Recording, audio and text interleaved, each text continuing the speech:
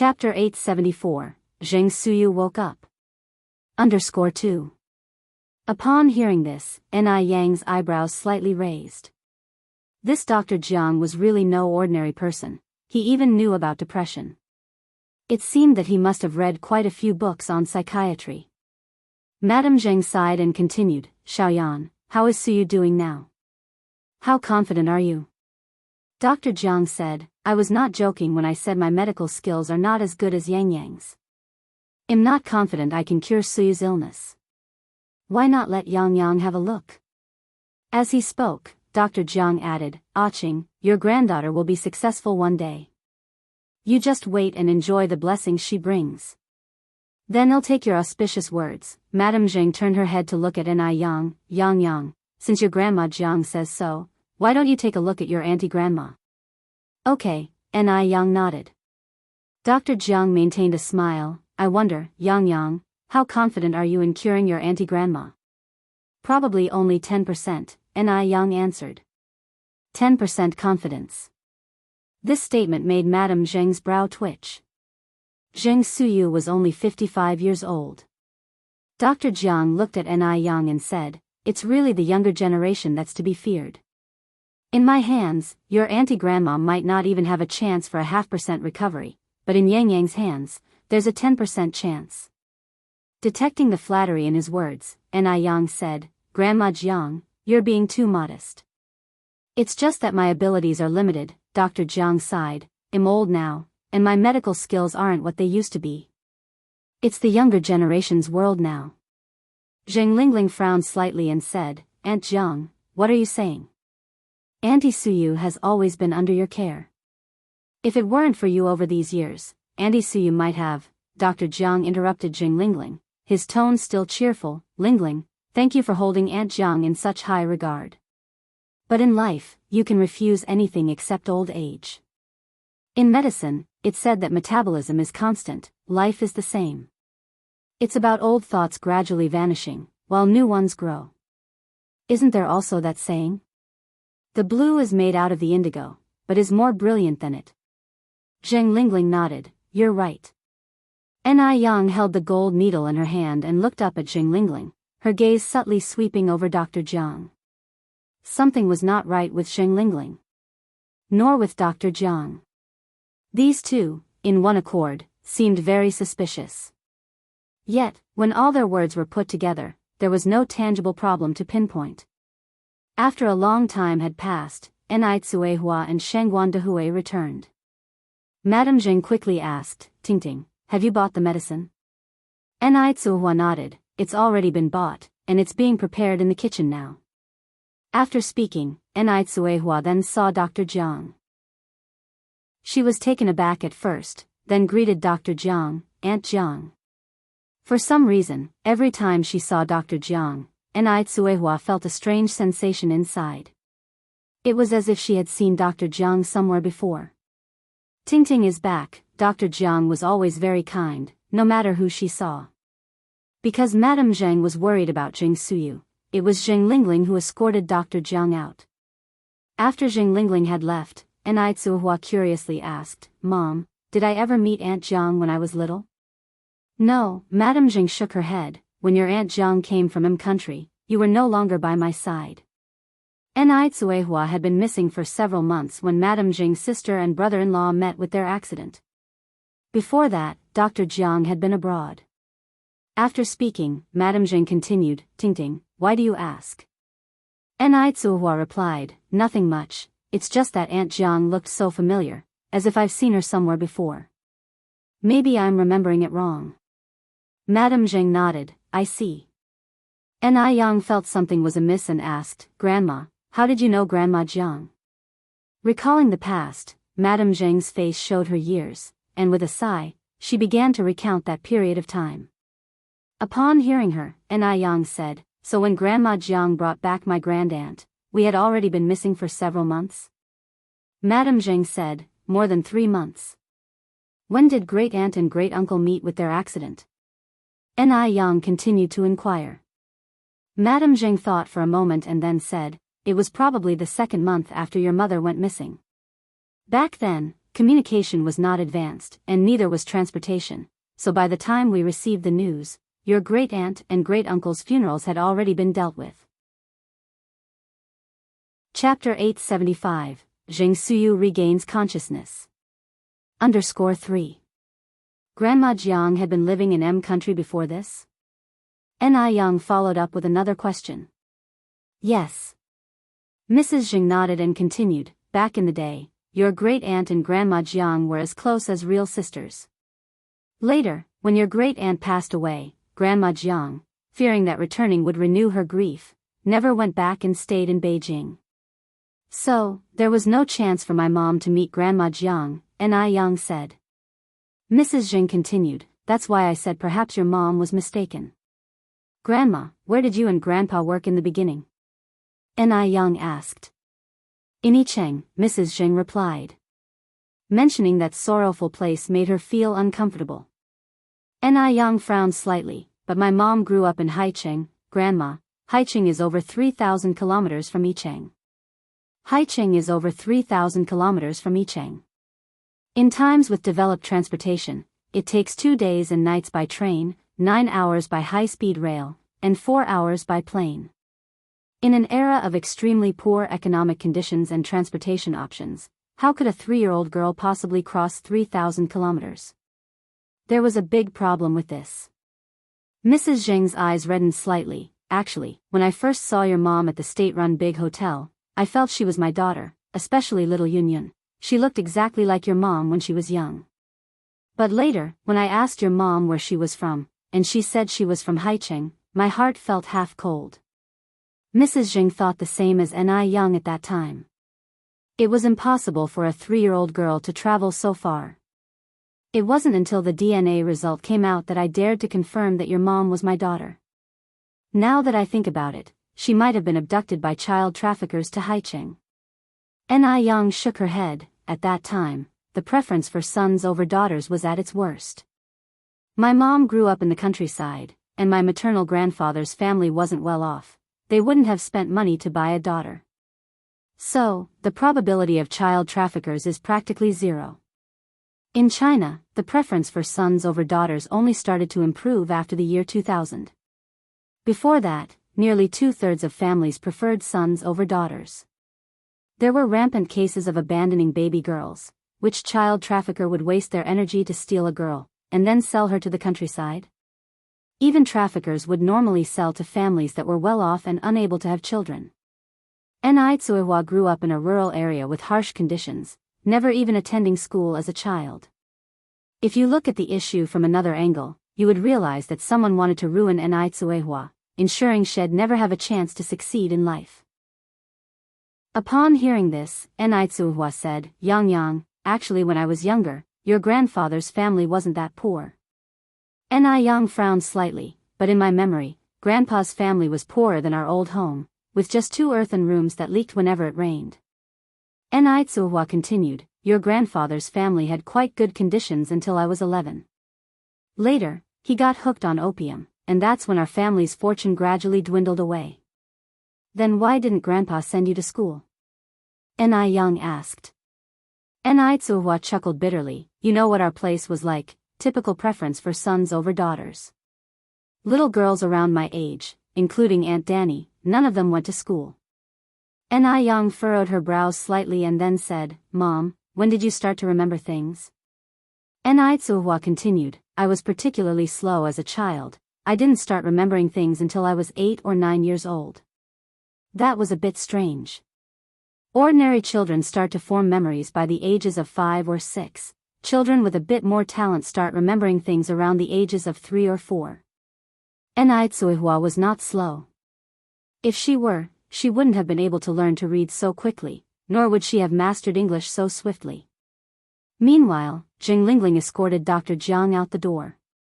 After making sure no one was around, Jing Lingling finally spoke, Aunt Jiang, why didn't you treat Aunt Suyu just now? Not feeling reassured about Ni Yang? Dr. Jiang looked up at Jing Lingling. Yes. Jing Lingling nodded her head. Dr. Jiang kept a smile on her face while her ears stayed alert to the sounds around her. Ni Yang has excellent medical skills, so don't worry. How can you ask me not to worry? Zheng Lingling was anxious. You know very well. Dr. Jiang interrupted Zheng Lingling before she could finish. You child, how come you only grow older but not wiser? I think even Xianjing has more sense than you. Chapter 876. Zheng Suyu regains consciousness. _4. Zheng Lingling remained silent. The doctor continued, it's a good thing Xianjing isn't like you. Xianjing is very smart, she just tends to be a bit impatient sometimes and needs to temper herself. After saying this, the doctor added, although your mother didn't say anything, I can tell that she has become guarded against me. If I get involved in Suyu's matters, what will happen? Well, you should be very aware of that without me saying anything. The doctor was a clever person, and she could tell Ni Yang was also clever.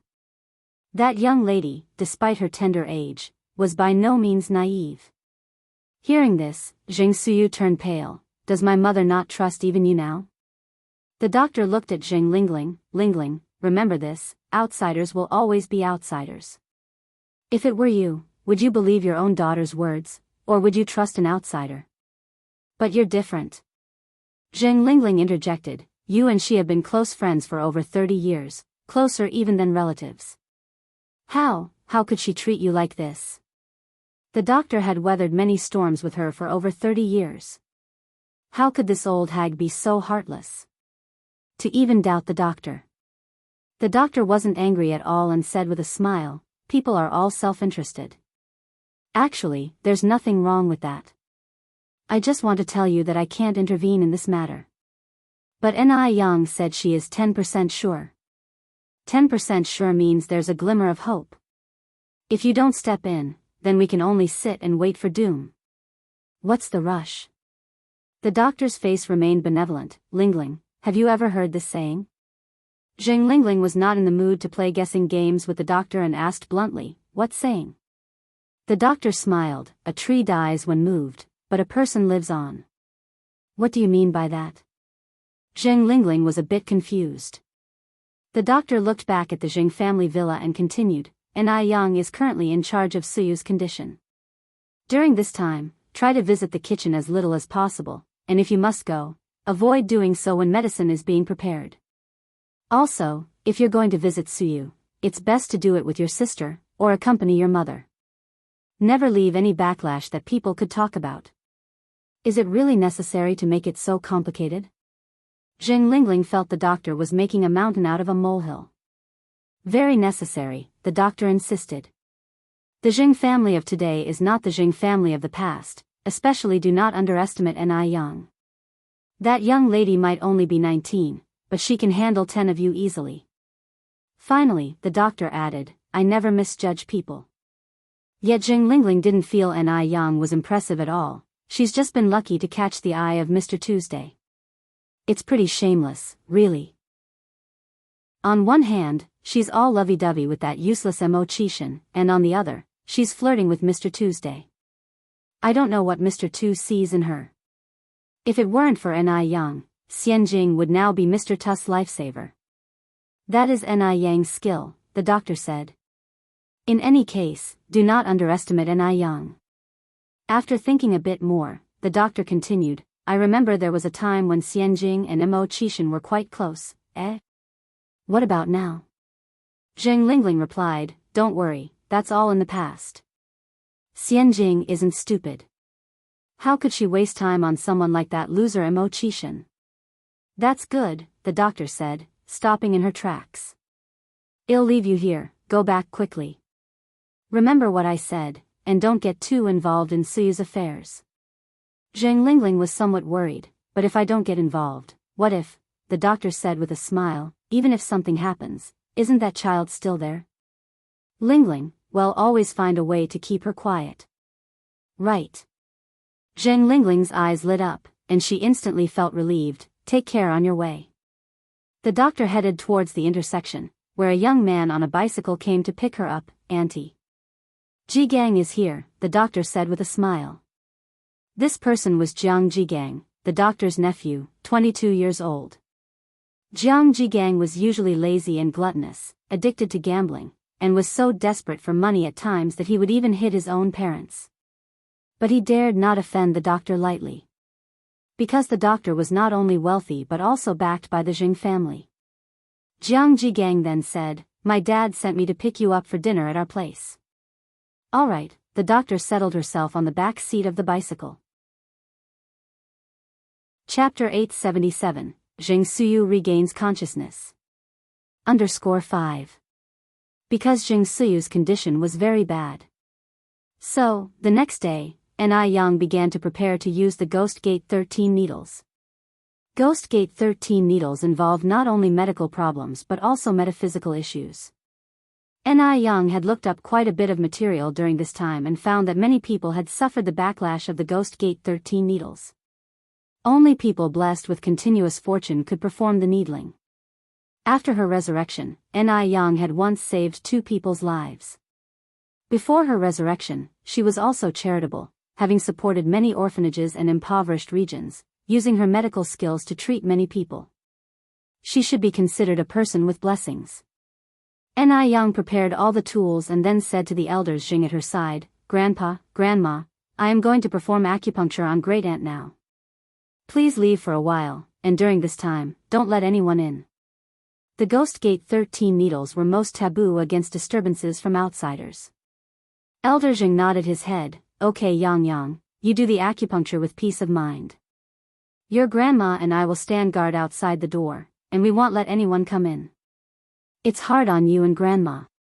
It's what we should do." As long as his sister Jiangsuyu could get better, Elder Zheng was willing to do anything. Elder Zheng left with Elder Mrs. Zheng, and in the blink of an eye, only Yang and Jiangsuyu, who was lying in bed, were left in the room.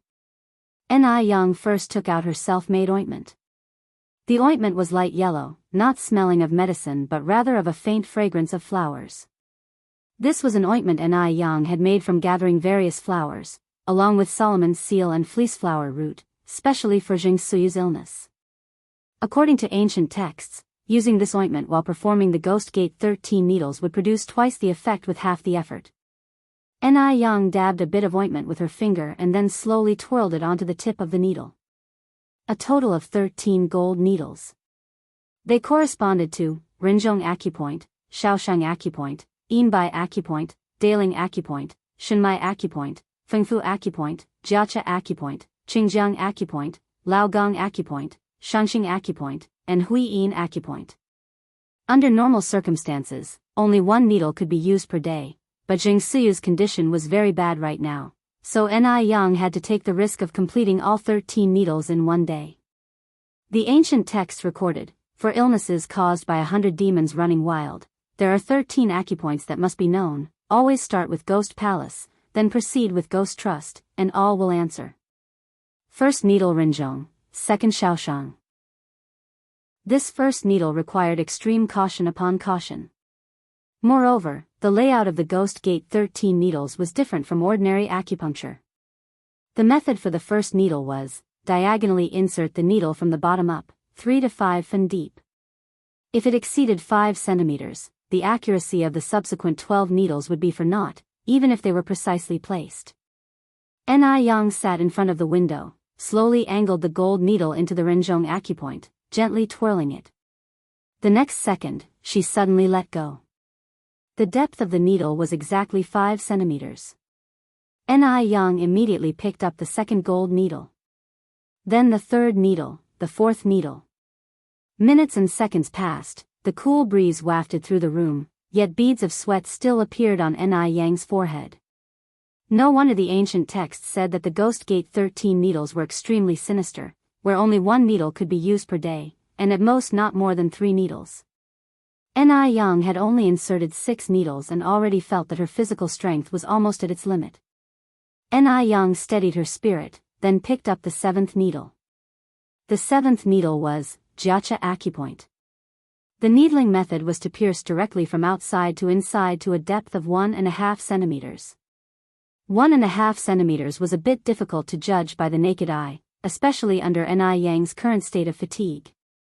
Yang squinted her eyes, swiftly and accurately inserted the needle into the Jiacha Acupoint, exactly 1.5 centimeters, not a fraction more or less. For the following 6 needles, Ni Yang did not encounter any problems. During this time, Jing Lingling came once, saw the door tightly closed, and seeing Elder Zhang and Elder Mrs. Jing guarding the door with grave faces, she asked, "Dad, Mom, what's going on?" Elder Zhang was not in the mood to talk, his brow deeply furrowed. Elder Mrs. Jing concisely explained the situation. Jing Lingling felt panicked inside, wondering if Zhang Suyu was really going to wake up. This couldn't be. She had to get ready. I was originally planning to come and see Aunt Suyu, but since Yang Yang is performing acupuncture on her inside right now, I won't disturb them. With that, Zhang Lingling turned and walked downstairs. After descending the stairs, she secretly called Dr. Jiang. Approximately 3 hours later, the room door opened. A large beam of sunlight shone in from outside the door, dispelling the gloom inside the room, and lighting Ni Yang's pale face almost to transparency. Chapter 878, Zhang Suyu is awake. _6. The 13 ghostly needles had drained her of too much energy. She was too tired now.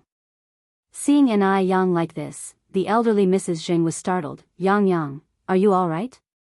The elderly Mr. Zhang was also deeply frightened and quickly instructed the servants, "Hurry and call the doctor." "No need," Ni Yang rubbed her temples, "don't call the doctor, I'm fine." "Grandpa, Grandma, you should go in and check on Aunt Suyu." After all, as someone who had been reborn, Ni Yang didn't take this slight fatigue to heart. "Has your aunt awakened?" Mr. Zhang asked. Ni Yang nodded, "Yes."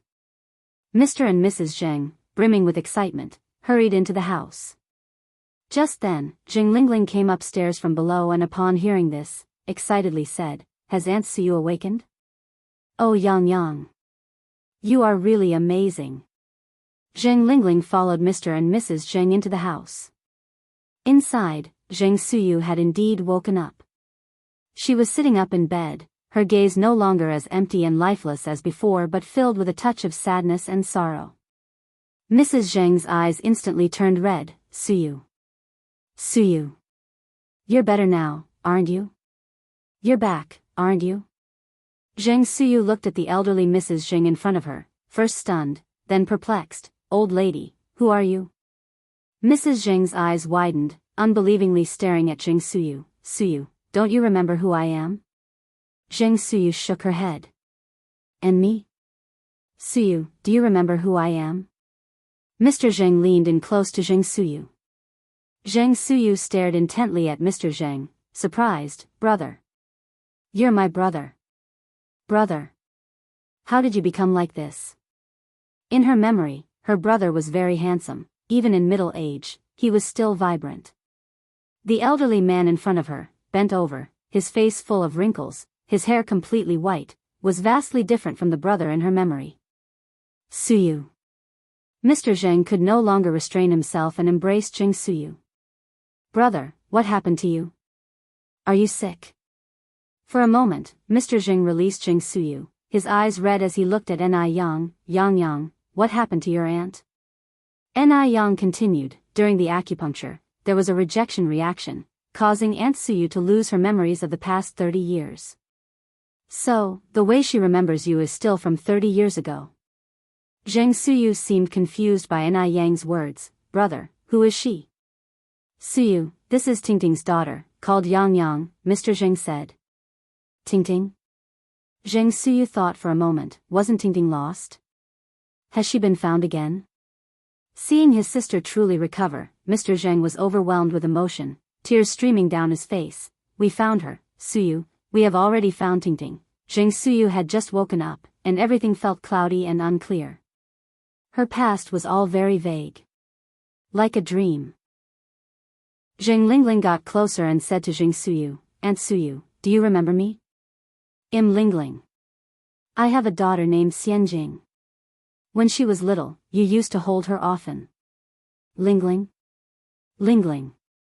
This voice sounded like an incantation, and the scene in front of her began to merge with a scene in her mind. Zhang Suyu's pupils constricted. "Suyu, you finally woke up, do you remember me?" "I am Jiang Yan," the doctor entered from outside. "Zhang Lingling, Jiang Yan. Tears welled up in Jingsuyu's eyes in that instant. She remembered. She remembered everything. At that moment, Dr. Jiang hugged Jingsuyu tightly and choked out, "Suyu, you finally woke up. Finally woke up. That's wonderful. I knew Yang Yang would definitely find a way to cure you." Jingsuyu's entire body trembled as if she had fallen into an ice cellar. Just as Jingsuyu was about to push Dr. Jiang away, Dr. Jiang held her tightly, his gaze gradually turning cold, and in a very low voice said, "Do you remember that poor child?" "Poor child? What child?" Ni Yang subtly moved her ear and clearly caught this phrase. She knew something was not right with Dr. Jiang. It seemed that the matter would have to start with this child. She must not spook anyone for now. Ni Yang narrowed her eyes, a sharp gleam reflecting in them. Normally, such a quiet voice would be inaudible to ordinary people, but Ni Yang was no ordinary person. Ever since her rebirth and saving lives, her senses had been several times more acute than those of an average person. After hearing this, Jingsuyu's tightly clenched fist gradually relaxed, her blood seemed to flow backward, she bit her teeth tightly, almost unable to control herself, and muttered with her head down, "I don't remember, I've forgotten you." Dr. Jiang's eyes reddened. "How can you just forget like that?" "Suyu, I am Jiang Yan, you used to call me Xiaoyan, I don't remember." Jingsuyu pulled the blanket around her and shrank back. "Suyu, take a good look at me." Aunt Suyu patted Dr. Jiang on the shoulder. "Suyu has even forgotten me. It's normal for her to forget you too, as long as she is alright, that's all that matters." Dr. Jiang wiped away his tears, looking at Jingsuyu. "Aching is right, as long as she is alright, that's what matters. We can think about the rest slowly, I believe one day you will remember me." Next, Aunt Suyu introduced Ni Yang and Jing Lingling to Jingsuyu and mentioned the events that had happened over the years in the Jing family. "Suyu, Tingting, and her husband Dehui have gone to her husband's family. I have already sent someone to notify them, they will come back tonight." Jingsuyu nodded. I would like to rest now, you all should leave." Dr. Jiang said with concern, "Suyu, then rest well, I will come see you tomorrow." Aunt Suyu sighed, somewhat worriedly said, "Suyu, then we will leave first, but if you need anything or remember anything, make sure to call us." Jingsuyu said nothing more, lay down, and covered her head with the blanket. It seemed like she was avoiding something. After everyone left, Jingsuyu hid under the blankets, and soon, low sobs could be heard from within the blanket. Constrained and oppressive. Downstairs, Dr. Jiang greeted Aunt Suyu with a smile, "Iching, I always said your granddaughter is smart. I treated Suyu for so many years without results, but as soon as Yang Yang stepped in, Suyu woke up." Aunt Suyu too smiled broadly, her daughter was found, and Jingsuyu had awoken. She had no regrets left in this life. Chapter 879, Cunning Yang Yang. Grandma Zheng said with a smile, "This child is indeed clever, certainly smarter than this old lady. It's our family's good fortune from the past life to have such a wonderful granddaughter." Zheng Lingling looked at Ni Yang, her features nearly contorting with jealousy and anger. Ni Yang had become a treasure, while Jing Xianjing was now mere grass. Who in the vast Jing family even remembered Jing Xianjing now? Before Ni Yang's arrival, Jing Xianjing was the only granddaughter of the Jing family, a master in music, chess, calligraphy, and painting, and a famous socialite within their circles. After the last birthday banquet, however, Jing Xianjing had become a laughingstock. It was Ni Yang who had stolen everything from Jing Xianjing. Had it not been for Ni Yang, Jing Xianjing would still be the sole heir to the Jing family. Now, Jing Lingling wished she could just strangle Ni Yang.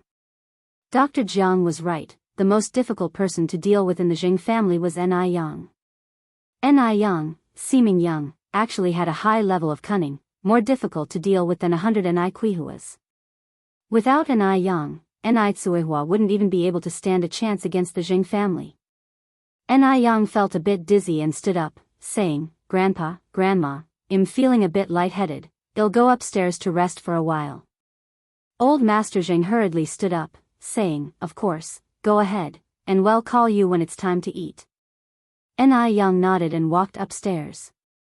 The 13 ghost needles were very draining, and Ni Yang almost fell asleep as soon as she lay down on the bed.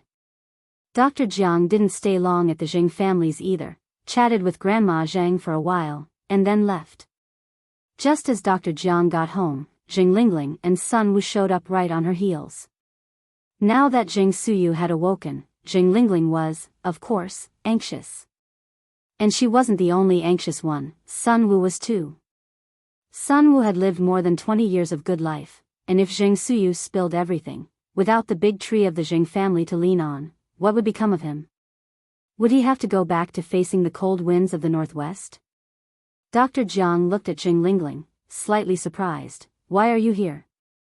Zheng Lingling placed her bag on the coffee table. Aunt Jiang, as you've seen, Aunt Suyu's condition is worrying. What do we do now? We can't just sit around and wait for death, can we? Dr. Jiang poured Zheng Lingling a glass of water. We've gotten through many years, what's the rush? Where did Zheng Lingling have the mind to drink water now? Holding the cup she said, Aunt Jiang, I think Aunt Suyu seems to have realized something. If this continues, and she recalls everything one day, we're all finished. The more Zheng Lingling thought about it, the more panicked she became, her face turning pale with fear. You're not wrong, Dr. Jiang nodded. Zheng Suyu has indeed recovered all her memories.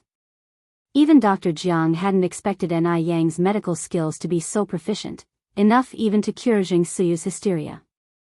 From the beginning, she hadn't underestimated Ni Yang, only to find she had still underestimated her in the end.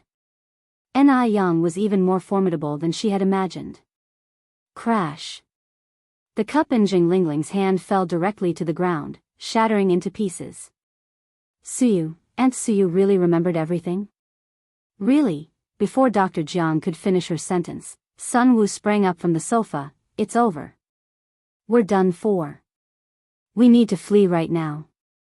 Is that really all the backbone you have? Dr. Jiang looked at Sun Wu, speaking sternly. Running away is the most cowardly solution. After all these years of hard work at the Zheng family, do you really want to end up as street rats that everyone wants to bash? With that said, Dr. Jiang turned to look at Zheng Lingling. And you? Lingling, you've been with the Zheng family for 35 years, and Xianjing is already 21. How can you still be like before, making no progress at all? Losing your head over a little trouble. With this attitude of yours, how do you expect to push out Ni Yang and become the matriarch of the Zheng family? Dr. Jiang was smiling as she said this, but Zheng Lingling saw no warmth in that smile. Zheng Lingling opened her mouth, then continued, so, what should I do? Zheng Suyu had already awakened, and those dark secrets would inevitably surface one day. For Zheng Lingling, the current Zheng Suyu was like a time bomb, capable of detonation at any moment. She wasn't Dr. Jiang, she didn't have such a strong heart. Don't worry, Dr. Jiang took a syringe out of the medicine box, squeezing out the excess air inside. Zheng Suyu won't dare to speak carelessly. Seeing Dr. Jiang like this, a sudden thought seemed to strike Zheng Lingling. Right, there's also that child. As she spoke, she continued, but what about Ni Yang? Ni Yang is so clever, she will definitely notice something. Chapter 880, Cunning Yang Yang _2. Dr. Jiang laughed, then plunged the cold syringe directly into his own arm, slowly pushing the plunger as the transparent liquid seeped into his vein. Then let's make her the second Zheng Suyu. The second Zheng Suyu? Sun Wu's eyes lit up. That's a good idea. It saves me from having to look at their family of 4, which I find so unpleasant. Before Shangguan Dehui arrived, Sun Wu was the only son-in-law of Master Zheng and Madame Zheng. Now, with Shangguan Dehui around, who was capable and ambitious, Sun Wu distinctly felt a change in Master Shangguan and Madame Shangguan's attitude towards him. Zheng Lingling frowned. It's easier said than done. Ni Yang is not Zheng Suyu, someone we can easily manipulate. Dr. Jiang opened his eyes. You think Zheng Suyu was a pushover? Before this, Zheng Suyu was known throughout Beijing as the talented woman of Beijing. Back in the day, Zheng Suyu enjoyed limitless prestige. And in the end? She still ended up as the crazy old woman that everyone despised. The difference between a talented woman and a mad woman is but a single thought. So what do you plan to do? Zheng Lingling looked at Dr. Jiang. Let the most harmless person in the Zheng family do it, Dr. Jiang said. Zheng Lingling narrowed her eyes. Are you referring to Aunt Suyu? Dr. Jiang laughed outright. Lingling, you've finally caught on for once. Will she listen to you? Zheng Lingling countered. Dr. Jiang said, I can't frequent the Zheng household, so you need to handle this. Strike the snake at its weakest spot, and now Zheng Suyu's weakest spot is that child. Sun Wu said, but that child isn't. Shut up. Dr. Jiang directly interrupted Sun Wu before he could finish. Sun Wu quickly shut his mouth.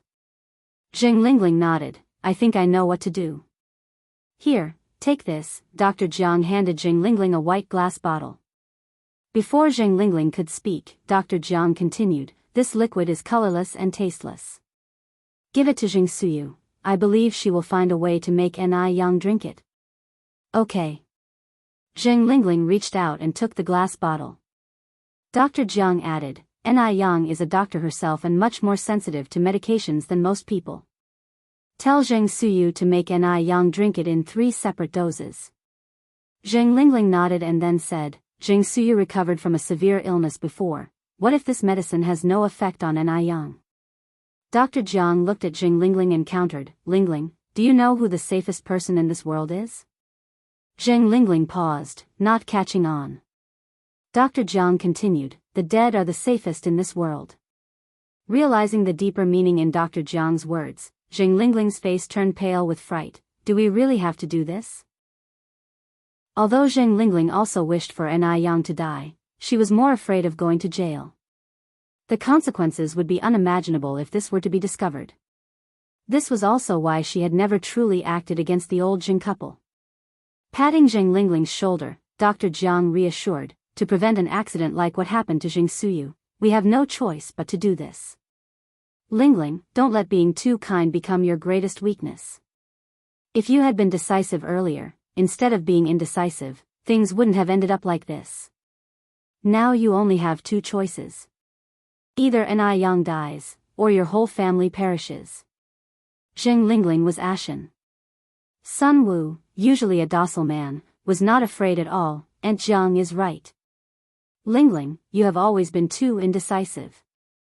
If we had taken care of those 2 old folks back then, where would Ni Yang, that little wench, get the chance to cause trouble? Zheng Lingling's legs trembled. This way, we will end up in jail. Seeing Zheng Lingling's hesitant demeanor, Dr. Jiang became somewhat irritated. Dr. Jiang snatched the glass bottle from Zheng Lingling's hand. If you are too scared, then let's forget about this. After all, you are not a blood relative of the Zheng family. Let the Zheng fortune go to Zheng Tingting and Ni Yang. Sun Wu quickly interjected, Aunt Jiang, please don't be angry. Lingling is just confused momentarily. Zheng Lingling stood there stunned. With Sun Wu's persuasion, Dr. Jiang's expression finally softened a bit and then he said, with Zheng Suyu taking the heat up front, what are you afraid of? Following Dr. Jiang's lead, Sun Wu said, Lingling, Aunt Jiang is right. Even if things are exposed later, there's still that crazy woman Zheng Suyu. What are you scared of? It's not you who is poisoning Ni Yang. Chapter 881, Cunning Yang Yang _3. If, just if, there are no ifs. Dr. Jiang impatiently interrupted Zheng Lingling's words, Lingling. Do you think you'll be safe if you don't do this? Have you forgotten what you've done before? If Ni Yang finds out about those things, wouldn't even one of them be enough to put you behind bars? Zheng Lingling was stunned again. Dr. Jiang sighed deeply, speaking earnestly, Lingling, it hasn't been easy for us to get to this point. I don't want you to give up the glory and wealth before your eyes so easily, letting it fall into someone else's hands. The hardships of over 30 years of wind and rain, only those who've experienced it could truly understand. Sun Wu quickly said, even for Xianjing's sake, we have to fight. Xianjing is used to living as a wealthy lady, going from luxury to frugality is hard. If she loses the Jing family, how will she live in the future? Are you willing to let Ni Yang take away everything that belongs to Xianjing? Unwilling. How could Jing Lingling be willing to let Ni Yang take away what belonged to Jing Xianjing? Aunt Jiang. Jing Lingling looked up at Dr. Jiang. I'll listen to you. Dr. Jiang nodded in satisfaction. I'm old, wealth and power are fleeting to me. I'm doing all this for your family of 3, Lingling. While we still have a hold over Jing Suyu's Achilles heel, you must seize this opportunity. Understood, I appreciate all your hard work. Jing Lingling nodded. Meanwhile, Ni Yang had been asleep for over 2 hours, and by the time she woke up, it had already grown dark outside the window. After sleeping, Ni Yang felt much better. She washed her face in the restroom and changed into clean clothes. As Ni Yang was about to head downstairs, there was a knock at the door. Yang Yang. It was Ni Kuihua's voice. Ni Yang went to open the door. Mom, when did you come back? Ni Tsuehua was holding a tray with slices of bread and milk. I've been home for a while. Dinner won't be for a bit, have some bread to tide you over. Ni Yang picked up the bread and milk, then asked, did you visit Grandma? I did, Ni Tsuehua nodded. Grandma doesn't seem to be doing very well. Ni Yang frowned subtly. Is Jing Lingling home? You child, how can you call her by name like that? Ni Tsuehua continued, it would sound so bad if others heard it. While Jing Lingling was indeed acting duplicitously, she hadn't openly made things difficult for Ni Yang. In the eyes of others, she was still a good aunt. If someone overheard Ni Yang calling Jing Lingling by name, they might misjudge her as an ingrate. Ni Yang knew Ni Kuihua's concerns and said with a smile, don't worry, I was just saying it behind her back, no one will hear. When I got back, I didn't see her. Not just her, Sun Wu wasn't home either. Zheng Suyu had just woken up the second before, and this couple had disappeared right afterward. It was almost impossible not to suspect something. Where did they go? Ni Yang took a sip of milk. I don't know, Ni Tsuehua shook her head. Mom, have you noticed anything strange about Jing Lingling and Dr. Jiang? Ni Yang continued. What do you mean? Ni Tsuehua asked. Just very strange. Ni Yang finished her last sip of milk, then said, Mom, let's go visit Grandma. Okay, Ni Tsuehua nodded. The mother and daughter left the room and headed toward Jing Suyu's room. Ni Tsuehua reached out to knock on the door. Aunt Suyu, it's Tingting, may I come in? I'm very tired, let's talk about it tomorrow, Jing Suyu's voice came from inside. Ni Tsuehua looked up at Ni Yang. Ni Yang shook her head, let's leave it for now. It was too soon to rush things with Jing Suyu just waking up. The mother and daughter headed downstairs. As they descended, they saw Jing Lingling and Sun Wu returning home with Jing Xianjing. Seeing Jing Xianjing, old lady Jing exclaimed in surprise, Xianjing, weren't you supposed to have classes today? Why have you come back now? I was fetched by my mom and dad, said Jing Xianjing. I heard Grandma woke up, is it true? This explained why Jing Lingling and Sun Wu had vanished as soon as Jing Suyu woke up. Ni Yang's lips curled subtly. This couple still had some brains. No wonder there's a saying in detective studies, those who seem the most normal are often the most abnormal. Chapter 882, Cunning Yang Yang _4. From an outsider's perspective, this family of 3 had nothing remarkable about them. The husband was honest and unassuming, almost without presence. The wife was adept in socializing and took great care of the elderly. Their daughter was bright and generous, an outstanding student at a well-known university. What could possibly be wrong with such a family? Mrs. Jing nodded and said with a smile, it's true. Xianjing said excitedly, that's wonderful. I'm going to go up and see Great Aunt right now. Having said that, Xianjing rushed upstairs without delay. Not long after, Xianjing came back downcast. Great Aunt said she's very tired and wants to rest some more. Mrs. Jing smiled and said, as long as you have this filial heart, it will be the same if you visit your Great Aunt tomorrow. Xianjing nodded. At mealtime, Suyu didn't come down. Mrs. Jing instructed a servant to take the food up to Suyu. Ni Yang stood up and said, I'll go. With that, she took the platter from the servant's hand and headed upstairs. Upon reaching Suyu's door, Yang knocked. After a while, Suyu's voice came from inside. "Who is it?" Yang said, "Great aunt, I've brought you something to eat." "I'm coming in." Yang turned the doorknob and entered.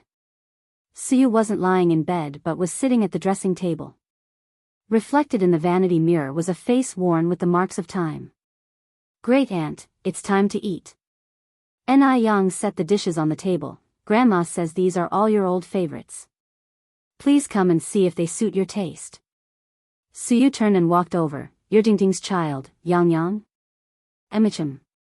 Yang nodded. "Yes, it's me." Suyu smiled, her eyes inscrutable with either sorrow or joy. "When I was still lucid, Tingting was just a child. In the blink of an eye, her child is all grown up. It's like a dream." Yang spoke softly. "Malarial vapors rise like fire, and time speeds like a carriage. Decades pass in a flash, and seen from another perspective, life is but a dream." Suyu gave her an astonished look. "Yang, I heard it was you who cured me." Yang didn't deny it but simply nodded. "Thank you," Suyu said, then added, "Have a seat yourself." Yang sat down on the stool. "Great aunt, there have been many changes outside over the years. How about I take you out for a walk tomorrow?" Suyu shook her head. "No need." "Are you avoiding something?" Yang asked bluntly. Suyu's hand holding the chopsticks paused. "After raving mad for so many years, what could I possibly be avoiding? I just don't want to go out, that's all." "Like that child," Yang said in a measured tone.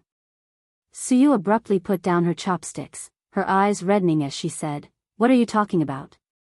Yang looked at Suyu. "Great aunt, rest assured, I'm not colluding with Dr. Jiang. I'm here to help you. Please tell me, what exactly happened 30 years ago?" From the current situation, it was clear that Suyu was the only one who knew the truth. "I don't know what you're talking about." Suyu picked up her chopsticks again and continued to mechanically feed herself. Yang continued, "Great aunt, is the state you're in now the work of Dr. Jiang and Jing Lingling? My grandma has been good to them already, why would they do this?" Suyu didn't respond to Yang's words. "If you don't answer, I will take it as your agreement," Yang pressed on. "Who is that child? Just give me a little clue, and I'm sure I can uncover the whole truth." Suyu remained silent, like a machine devoid of emotion, just eating. Yang frowned slightly and decided to use a different tactic. Judging by Suyu's reactions, what she cared about most was that child. Staying silent won't solve anything and might even harm that child. Don't tell me you're willing to watch that child meet with misfortune. From what I understand, neither Jing Lingling nor Dr. Jiang is known for their compassion. Just then, Suyu hurriedly finished the rice in her bowl, looked up at Yang, and said, "I don't understand what you're saying." "What child?" "I don't know anything. I need to rest now. Please leave." "Great aunt, are you sure you don't want to say anything? I know that you're starting to recover your memories." "There's nothing to say." Suyu pushed Yang towards the door. "I don't understand anything you're saying." Chapter 883, Cunning Yang_5. "You're gambling with that child's life." Yang continued, "People like Dr. Jiang and Jing Lingling, they have no credibility." Zheng Suyu pushed Yang outside and, with a thud, closed the door. Yang didn't say anything more, fearing that the noise here might attract the attention of Jing Lingling downstairs. Zheng Suyu was far more stubborn than she had imagined. Inside the room, Jing Suyu leaned against the door and began to weep. In the evening, Yang knocked on old Madame Zheng's door. Yang. Old Madame Zheng looked at Yang with some surprise. Yang smiled and said, "I've come to bring you and Grandpa some nourishing tea." Old Madame Zheng said, Come in, come in. Your grandpa isn't in the room." "Where did Grandpa go?" Yang asked. Old Madame Zheng casually closed the door. "He went to talk with your great-aunt, to see if she can remember anything." Yang set the tray down on the table and then said, Grandma, I came over to talk to you about great-aunt's situation. Hearing this, old Madame Zheng became very anxious. What's wrong? Is there something the matter with your great-aunt? Yang shook her head. No, don't worry. That's good, old Madame Zheng sighed in relief. The granddaughter and grandmother sat down on the sofa. Old Madame Zheng took a sip of the nourishing tea and smiled. This tea is good, very refreshing and without a medicinal taste, which I hate the most in teas.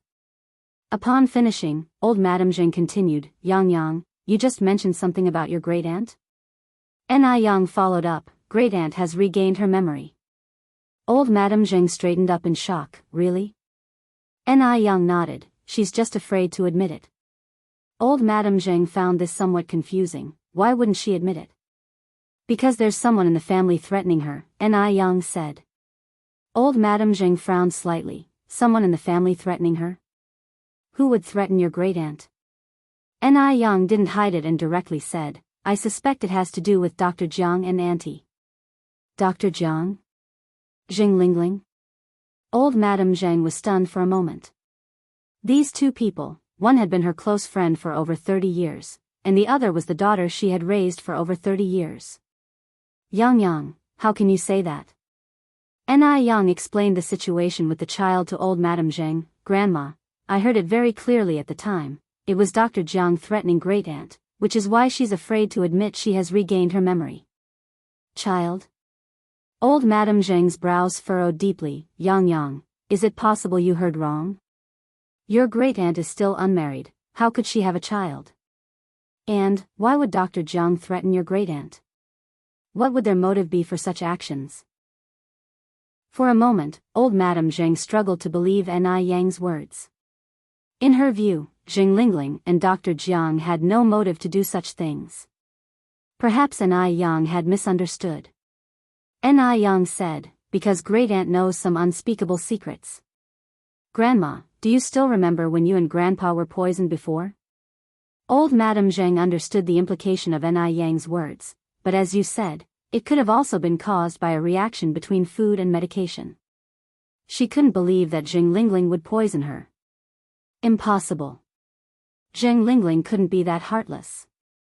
Over 30 years of mother-daughter affection wasn't fake. In this world, no mother would suspect her own daughter. Even if that daughter wasn't her biological child. Grandma, I know you're a very kind person, but your kindness doesn't mean everyone is as kind as you, Yang continued. Some people must be guarded against. Don't you find it strange how you and Grandpa fell ill before? Dr. Jiang is a doctor. It would be too easy for her to do something without making a sound. Old Madame Zheng sighed and followed up. Yang, I know your aunt can be a bit selfish sometimes, but her nature isn't bad, she's just a bit greedy. She's just covetous of the Zheng family's wealth. Actually, when I suspected that your mother was Tingting, I had 2 paternity tests done, and one of them was swapped by your aunt. Although old Madame Zheng hadn't spelled it out, she was well aware. At this moment, old Madame Zheng never imagined that the daughter she viewed as only slightly greedy was the one who would plunge the Zheng family into irrecoverable ruin. Chapter 884, Cunning Yang_6. People die for money, birds die for food. Your aunt feared the Zheng family's estate would all be taken by your mother. I understood this, so I prepared my will early, splitting the Zheng family's estate evenly between your aunt and your mom. Though your aunt is not my biological child, I have never treated her differently.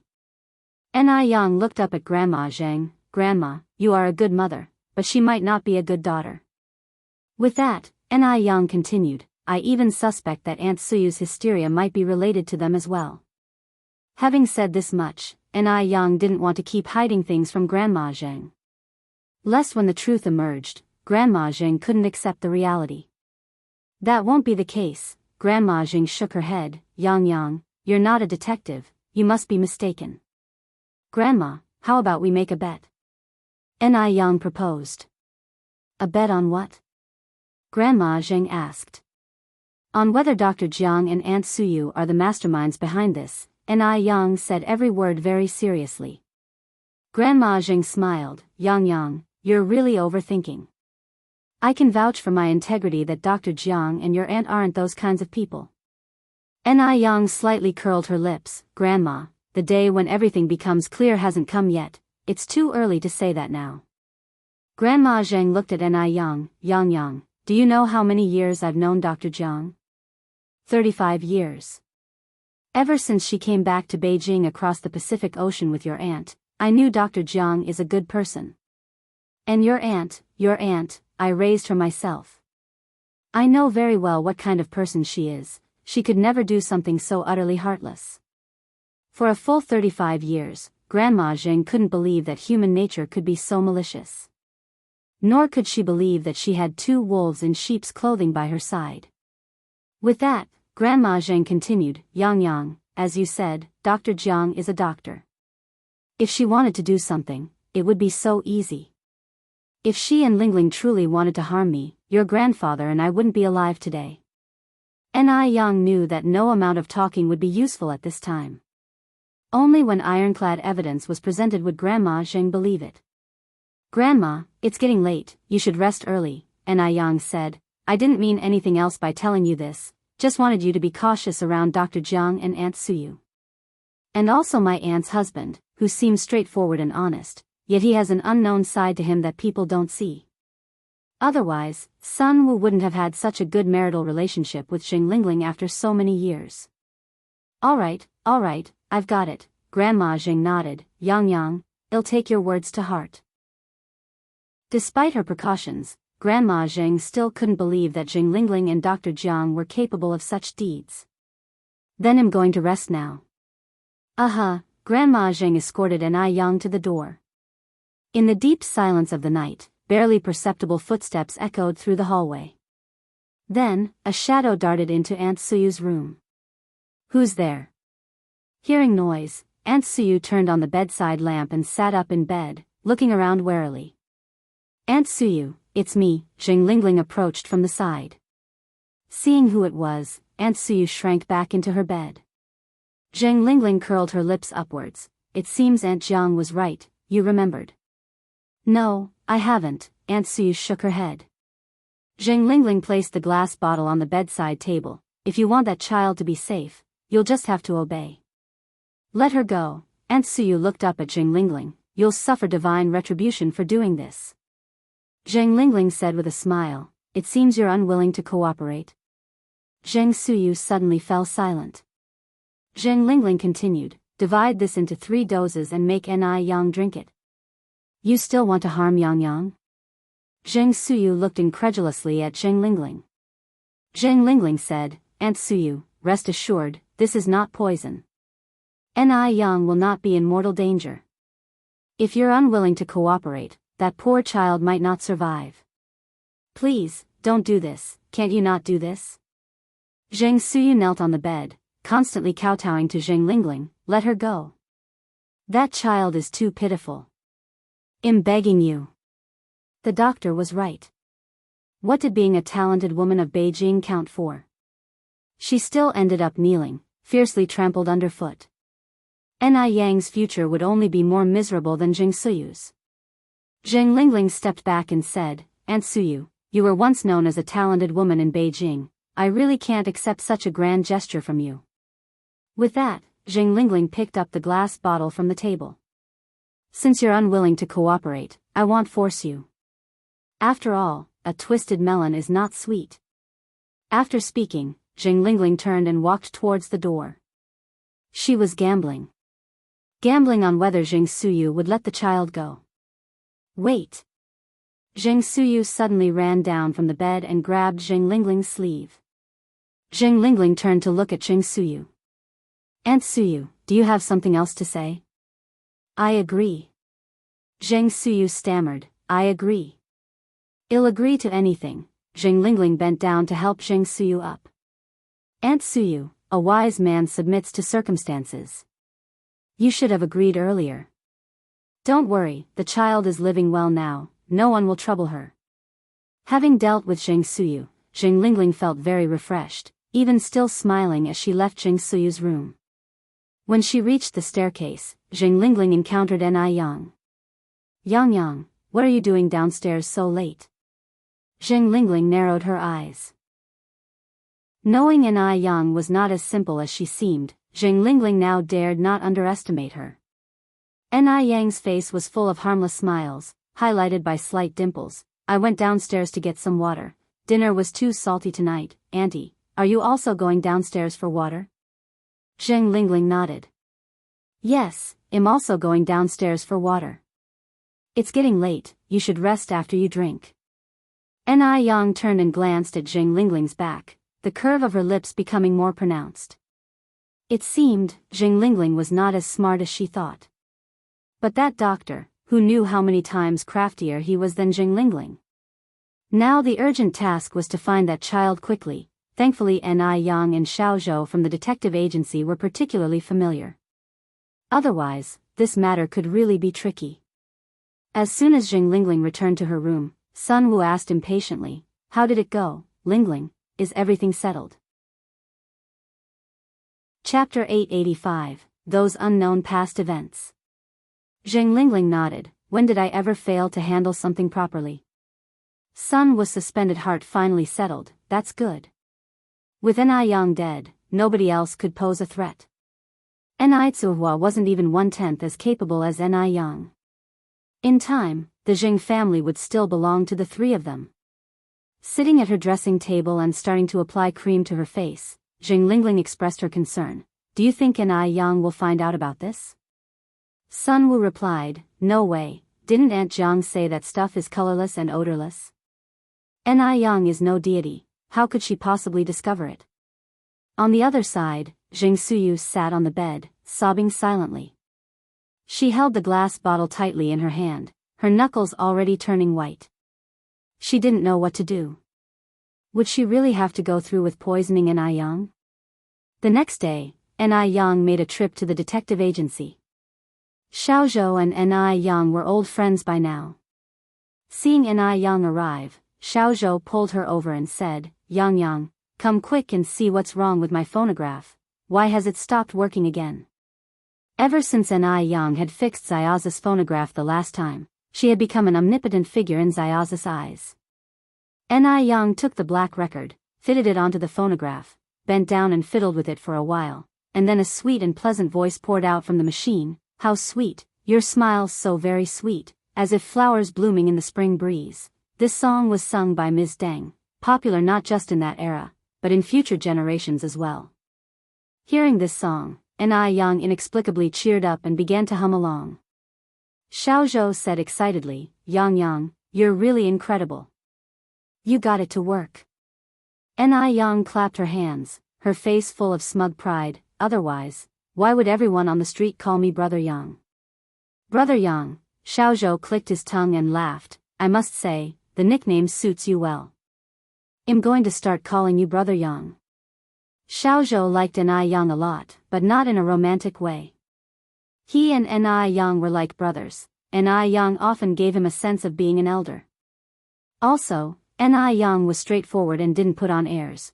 Being with her, there was no need to worry about being plotted against, nor any backstabbing. She was quite different from other women. Smiling, N.I. Yang said, I've come here because I need your help with something. Xiao Zhou changed the record. I knew it. Brother Yang never comes without a reason. Out with it, what do you need this time? N.I. Yang said, I'd like you to help me look into my great-aunt.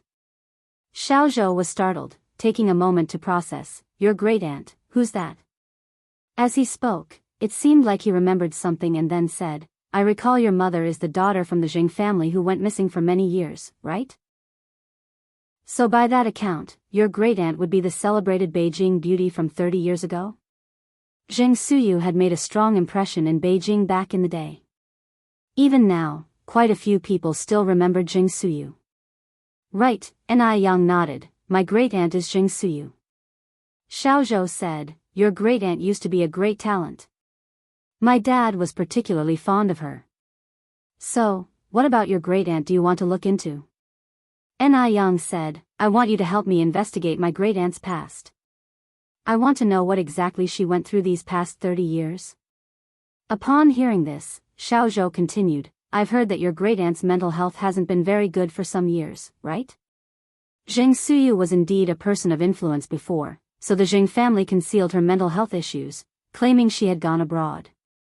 Thus, aside from those close to the Jing family, not many people knew of Zheng Suyu's recent state. Yang didn't conceal the truth. There were indeed some issues before, but she's all right now. It's truly a case of envy of the talented. Your great-aunt used to be a legendary figure, Xiaozhou observed. Then he continued, by the way, Yang, why are you looking into your great-aunt? Yang trusted Xiaozi's character and started to tell him about the affairs of the Jing family. Moreover, since Xiaozhou was a detective, the clearer he was about certain matters, the better positioned he would be to investigate. After listening, Xiaozhou shook his head in amazement. Good Lord. Your family's situation is way too complicated. I think you'd better get out of that house as soon as possible. Yang sighed. It's simple for me to leave, but what about my grandparents? You've got a point. Xiaozhou slapped his chest. Yang, leave this matter to me.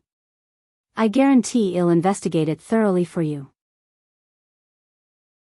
Chapter 886, Those Unknown Past Events. _2. I trust you, Yang took out 2 stacks of cash from his bag. What are you doing? Xiaozhou said. Down payment. Yang slightly raised his eyebrows. I can't have you working for nothing. Even brothers settle accounts clearly. Yang, although having a good relationship with Xiaozhou, never thought of taking advantage of him.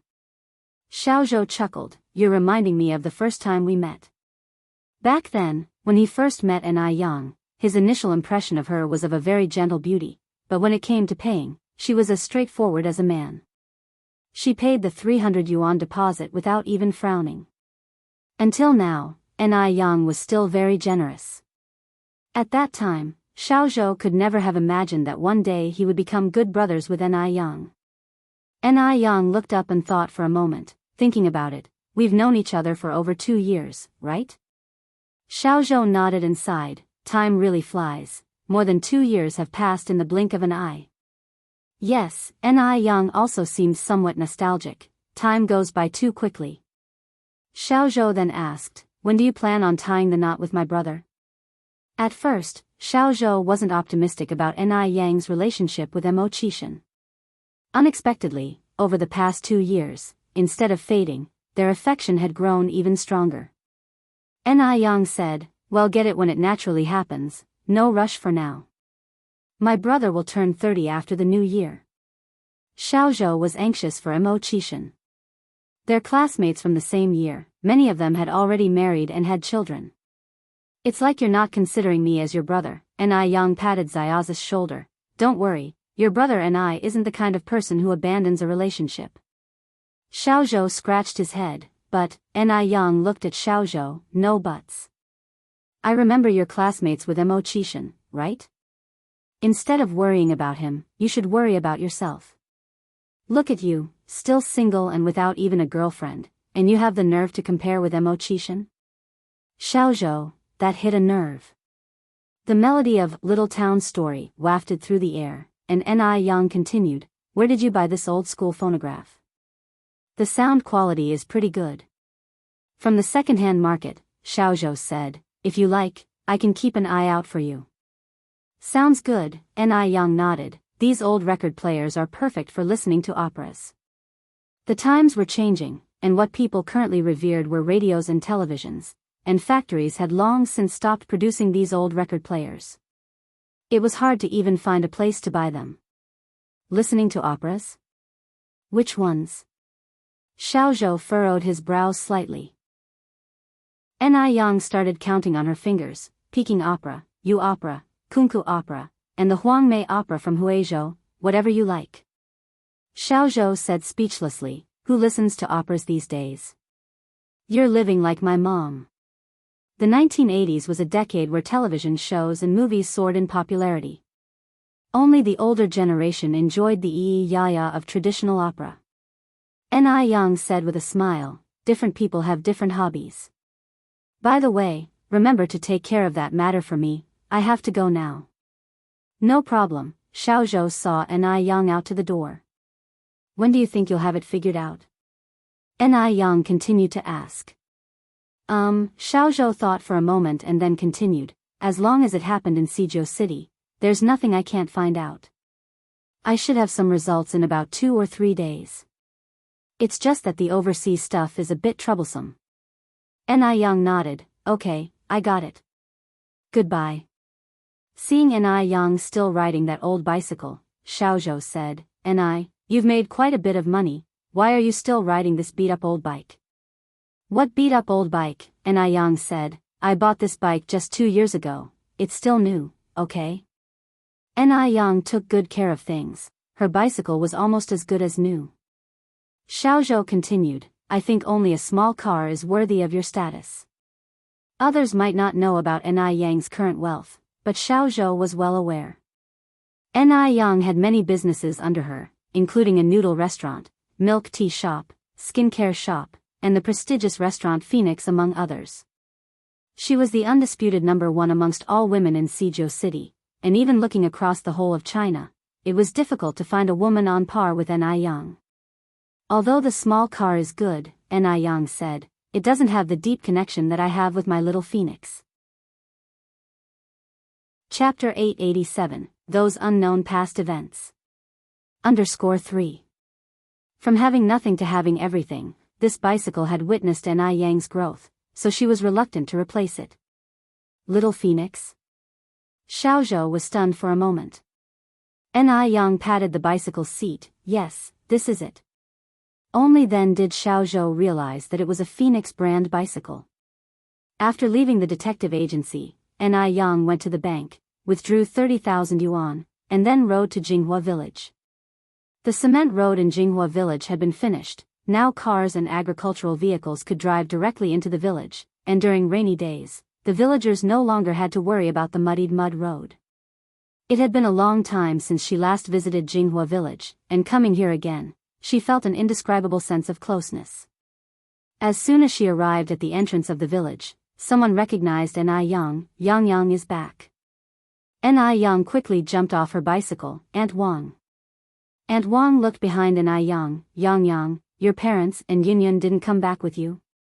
No, Ni Yang shook her head, my grandma's place had some issues recently, my parents couldn't come back, and I am here to settle accounts with everyone.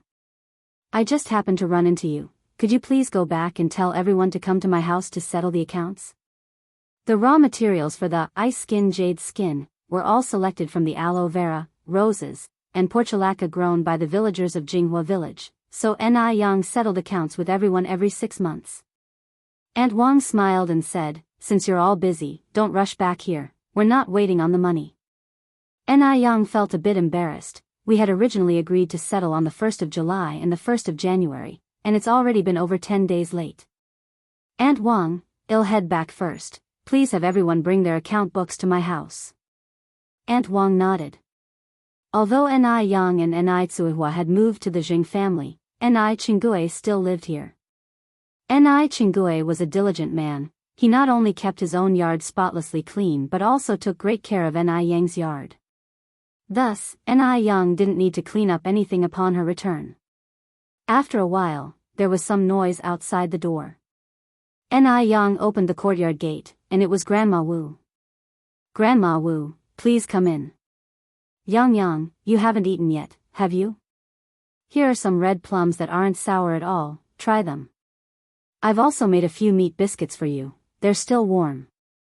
Grandma Wu's family used to be very poor, often unable to afford a full meal, but ever since Ni Yang arrived in Jianghu village, their lives had gradually improved. Hearing that Ni Yang had returned, Grandma Wu, without a second thought, picked the last few red plums from the tree and hurriedly made some meat biscuits, fearing that Ni Yang would be hungry. The red plums were what Grandma Wu had reluctantly saved for her grandson who was studying away from home. Now that Ni Yang was back, everything, including her own grandson, had to step aside. Thank you, Grandma Wu. Ni Yang didn't bother to check if the plums were washed, she just picked one up and took a bite. Grandma Wu cheerfully said, you child, why be so formal with Grandma Wu? Are the plums sweet? Sweet.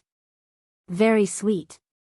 After a while, more and more people gathered in the small courtyard, everyone was just like Grandma Wu, afraid that Ni Yang might be hungry. One brought dough twists, another brought duck soup. When everyone had arrived, Ni Yang began to settle the accounts. Uncle Lin, your family earned a total of 580 yuan for the first half of the year. See if that's correct. Ni Yang handed Uncle Lin 580 yuan. Uncle Lin chuckled, no need to count, Yang, I trust you. Aunt Zhao, your family's is 526 yuan. Grandma Wu, your family's is 600 yuan. Holding the hefty stacks of cash, everyone was very happy. In the past, when they were still planting rice, after paying their taxes, they could barely earn 100 yuan a year, but now, they could make 5 to 600 yuan in just half a year, and of that 5 to 600 yuan, they only needed to pay about 10 yuan for taxes. How could they not be happy? Jinghua village had exactly 50 households.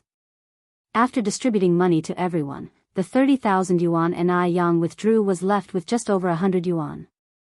After finishing the accounts, Ni Yang took a stroll through the factory at the back. Though she hadn't been in Jinghua village in these days, the factory had been still operating, having grown from a dozen people to now over 20.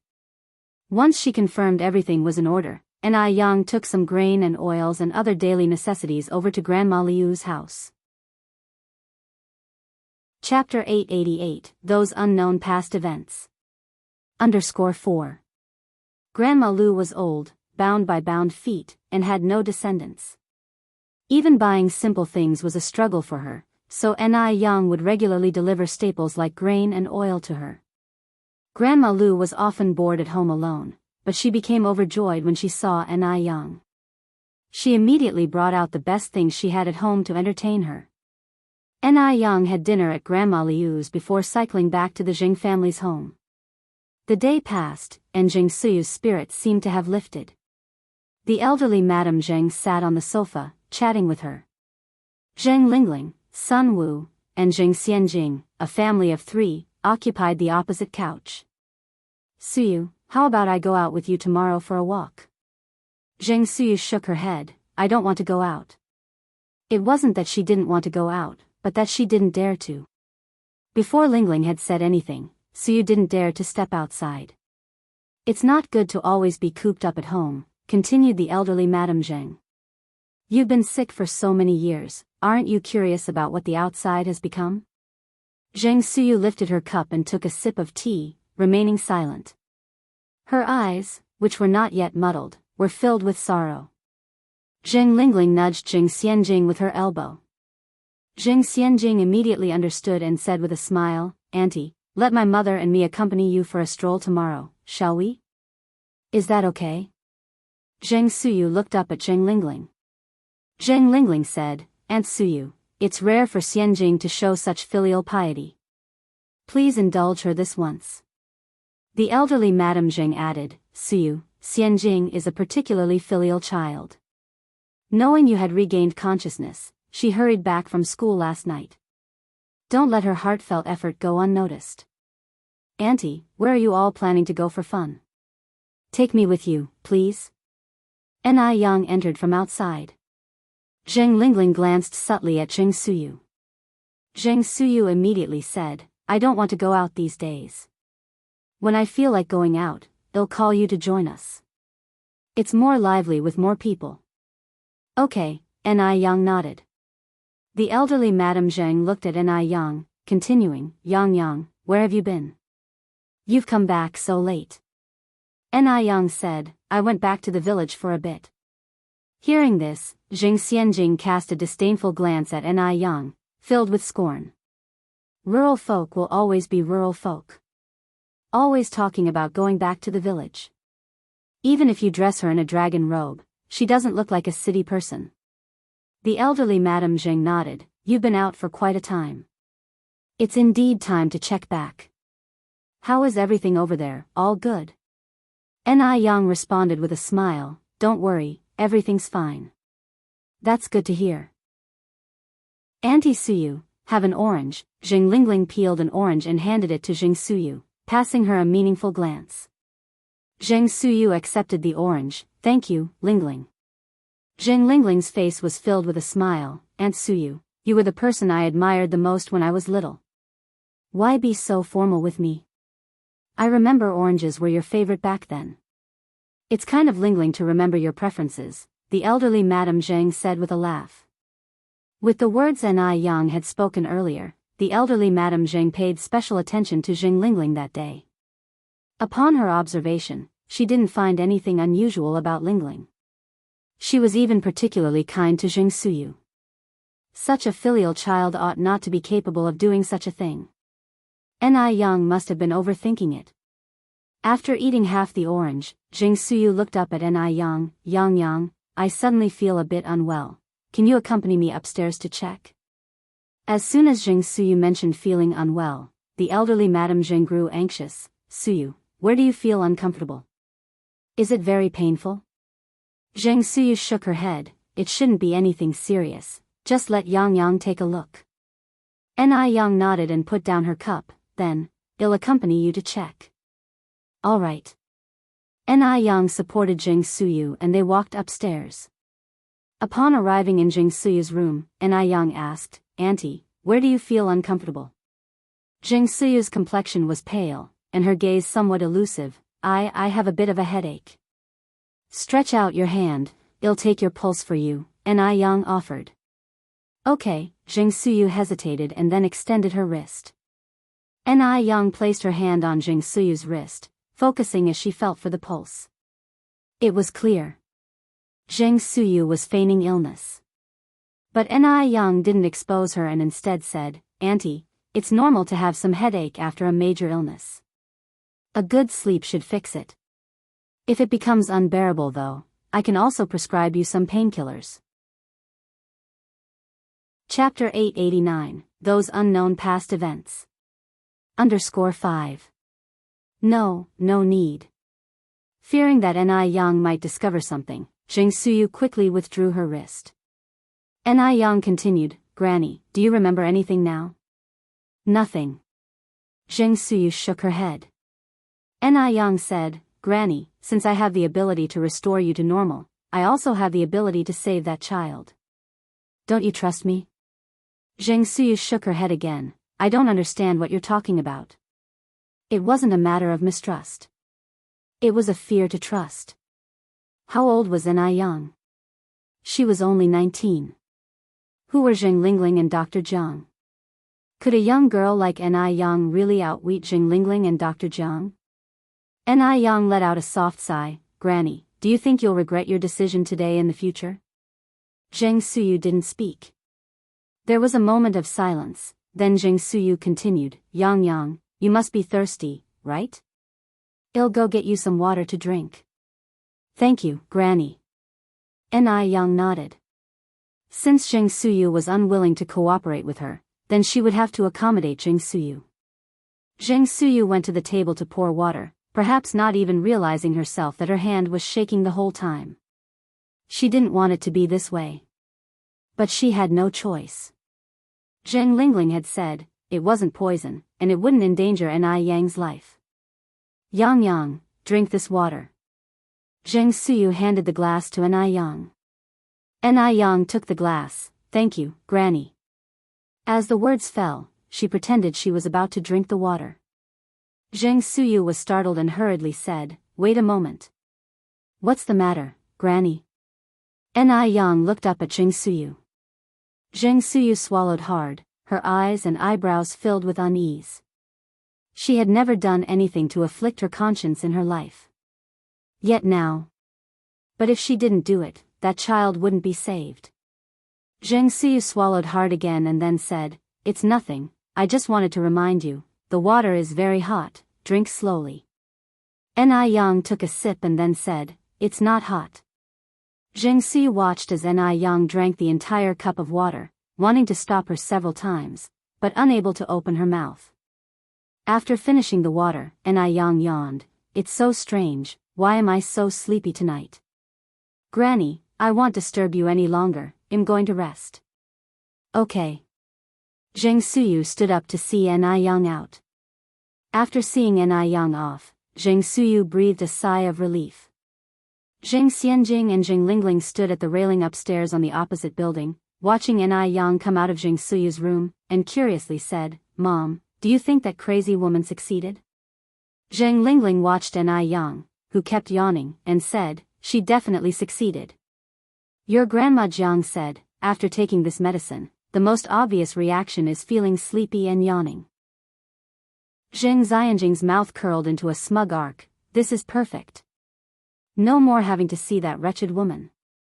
Zheng Lingling patted Zheng Xianjing's hand. I've always told you, rural bumpkins like N.I. Yang are only fit to carry your shoes. What was N.I. Yang? In front of Zheng Xianjing, N.I. Yang wasn't even worth as much as a mud ball. Zheng Xianjing continued, Mom, why didn't you just kill that little wench N.I. Yun as well? It's so annoying to see that little wench. Zheng Xianjing's detest for little N.I. Yun was no less than her detest for N.I. Yang. Every time she saw little N.I. Yun, she was reminded of her own childhood. Back then, the old Master Zheng wouldn't even spare her a glance. She thought it was because the old Master Zheng didn't like children. But now? The old Master Zheng couldn't wait to hold little N.I. Yun in the palm of his hand. What did this mean? Every time she saw this scene, Zheng Xianjing was consumed by jealousy. Zheng Lingling looked at Zheng Xianjing and said, it's a pity your grandma Jiang has always praised you for being intelligent. How did you become so foolish this time? N.I. Yun is only 2 years old this year, what threat could she pose? Our biggest enemy right now is N.I. Yang. As long as we deal with N.I. Yang, are you afraid we can't handle that little wretch? Zheng Xianjing said, anyway, dealing with one is dealing with two is also dealing, might as well take care of them both at once. To take care of two at once, the target is too big, it would easily attract police attention. Zheng Lingling poked Zheng Xianjing's forehead, you child, why don't you think about the consequences of your actions? You can't be so impulsive in the future. I know. Zheng Xianjing nodded and then asked, Mom, when will N.I. Yang die? She couldn't wait to take care of N.I. Yang's body. Zheng Lingling replied, your grandma Jiang said, this substance requires 3 doses to be lethal. Today was the first time. There are still 2 more to go. Chapter 890, Those Unknown Past Events. _6. When will I have to wait until? Zheng Xianjing was getting impatient. Don't rush. Zheng Lingling soothed, big things cannot be rushed. Zheng Xianjing narrowed her eyes and continued, once N.I. Yang dies, her things will all be mine. By the way, Mom, do you know how rich N.I. Yang is now? What do you mean? Zheng Lingling turned to look at Zheng Xianjing. Zheng Xianjing continued, you know about Ice Skin Jade Beauty, right? Zheng Lingling nodded. Now, who doesn't know about Ice Skin Jade Beauty? Zheng Xianjing said, Ice Skin Jade Beauty belongs to N.I. Yang. Really? Zheng Lingling exclaimed in surprise. Really? Zheng Xianjing continued, I just found out about this a few days ago. A few days ago, Zheng Xianjing and her classmates went to Ice Skin Jade Beauty to shop and overheard N.I. Yang talking to employees. Only then did they discover that Ice Skin Jade Beauty was N.I. Yang's. At that moment, Zheng Xianjing was shocked. Why would N.I. Yang own Ice Skin Jade Beauty? N.I. Yang was just a country bumpkin, how could she have established Ice Skin Jade Beauty? It was obvious that Ice Skin Jade Beauty must be a property of the Zheng family. It must have been secretly given to N.I. Yang by old Master Zheng and old Madam Zheng. It was just too unfair. Zheng Lingling and Zheng Xianjing shared the same thought, even if N.I. Yang was impressive, she was just a 19-year-old girl. How could she possibly have established Ice Skin Jade Beauty? If N.I. Yang were really that capable, she wouldn't care about the Zheng family's wealth. Ice Skin Jade Beauty must have been a gift from old Master Zheng and old Madam Zheng to N.I. Yang. These two old fools are just too biased. Who knows how many good things they secretly gave to N.I. Yang, and yet they put on a righteous front, claiming they are not biased. If this wasn't considered biased, then what would be? Zheng Lingling was furious. Zheng Xianjing comforted her, Mom, don't be angry. After all, N.I. Yang won't live much longer. Whatever should be ours will still be ours. Zheng Lingling nodded, that little bitch deserves to die. Weary from yawning, Yang returned to her room, and immediately after closing the door, her expression turned cold and sharp. Zheng Suyu's reaction was beyond her expectations. It seemed that the child was very important to Zheng Suyu. While thinking about this, Yang picked up a gold needle and pricked it onto an acupoint on her wrist. Soon, beads of sweat appeared on her forehead. Afterward, Yang took a bath with rose petals. Once she finished bathing, Yang sat at her desk to write a letter to Mo Qishan, who was far away. The writing paper at that time was very dull, so Yang sketched the light shadow of a plum tree with a fountain pen. The letter was brief but emotive. She filled 2 pages but felt she hadn't written anything substantial. The next day, for a change, Yang slept in. She normally woke up at 7 o'clock but did not get up until 8:30 that morning. After 9 o'clock, Yang came downstairs, yawning. Zheng Lingling asked with concern, Yang, why did you get up so late this morning? While yawning, Yang replied, I don't know what happened last night. I fell asleep as soon as I hit the bed, but I just couldn't get up this morning. It was very uncomfortable. Zheng Lingling followed up, Yang, do you want to go to the hospital and have it checked? Yang gestured with a wave of her hand, no need. I am a doctor myself, I know my own body. A sarcastic gleam appeared in Zheng Lingling's eyes upon hearing those words. Yang was indeed intelligent, but she was overly confident. She thought herself clever, unaware that over-cleverness could lead to mistakes. That night, Zheng Suyu, again complaining of feeling unwell, had Yang come to her room. This time, Zheng Suyu poured Yang a cup of clear tea. Yang, as usual, drank every last drop. Zheng Suyu looked at Yang, wanting to speak but eventually said very little. The next morning, Yang, who normally didn't wear makeup, sat in front of the vanity, dabbing and smearing. Soon after, Yang appeared in the dining room, her face pale. Old Master Zheng was startled. Yang, why do you look so terrible? Yang touched her face unconsciously. I probably haven't slept well these past few days. Don't worry about it, Grandpa. Suihua also noticed something off with Yang. Yang, do you want your master to check on you? No need, Yang said with a smile. I'm a doctor myself, Mom, Grandma, you don't have to worry. Shangguan Dehui put down his chopsticks. There's a saying, a doctor who treats himself has a fool for a patient. Yang, I think you should let your master take a look. It's really nothing, Yang waved her hands. Grandma Zheng said worriedly, Yang, do you feel uncomfortable anywhere? If you don't want to visit your master, we can ask Dr. Jiang to come over and check on you. Looking at the room full of people concerned for Yang, Jing Xianjing wished she could smash the vegetables in her bowl. She would let this despicable woman be pleased for a bit longer since she was soon to meet the king of hell. Yang helplessly said, Grandpa, Grandma, Dad, Mom, I'm really fine. You don't need to be so worried. After the meal, leaving the Jing family, Yang took the letter she had written the night before and mailed it at the post office. Leaving the post office, Yang made a trip to the detective agency. Xiaozhou was extremely efficient. In just 3 days, he had thoroughly gathered the past of Zheng Suyu. Yang benefited greatly from this trip.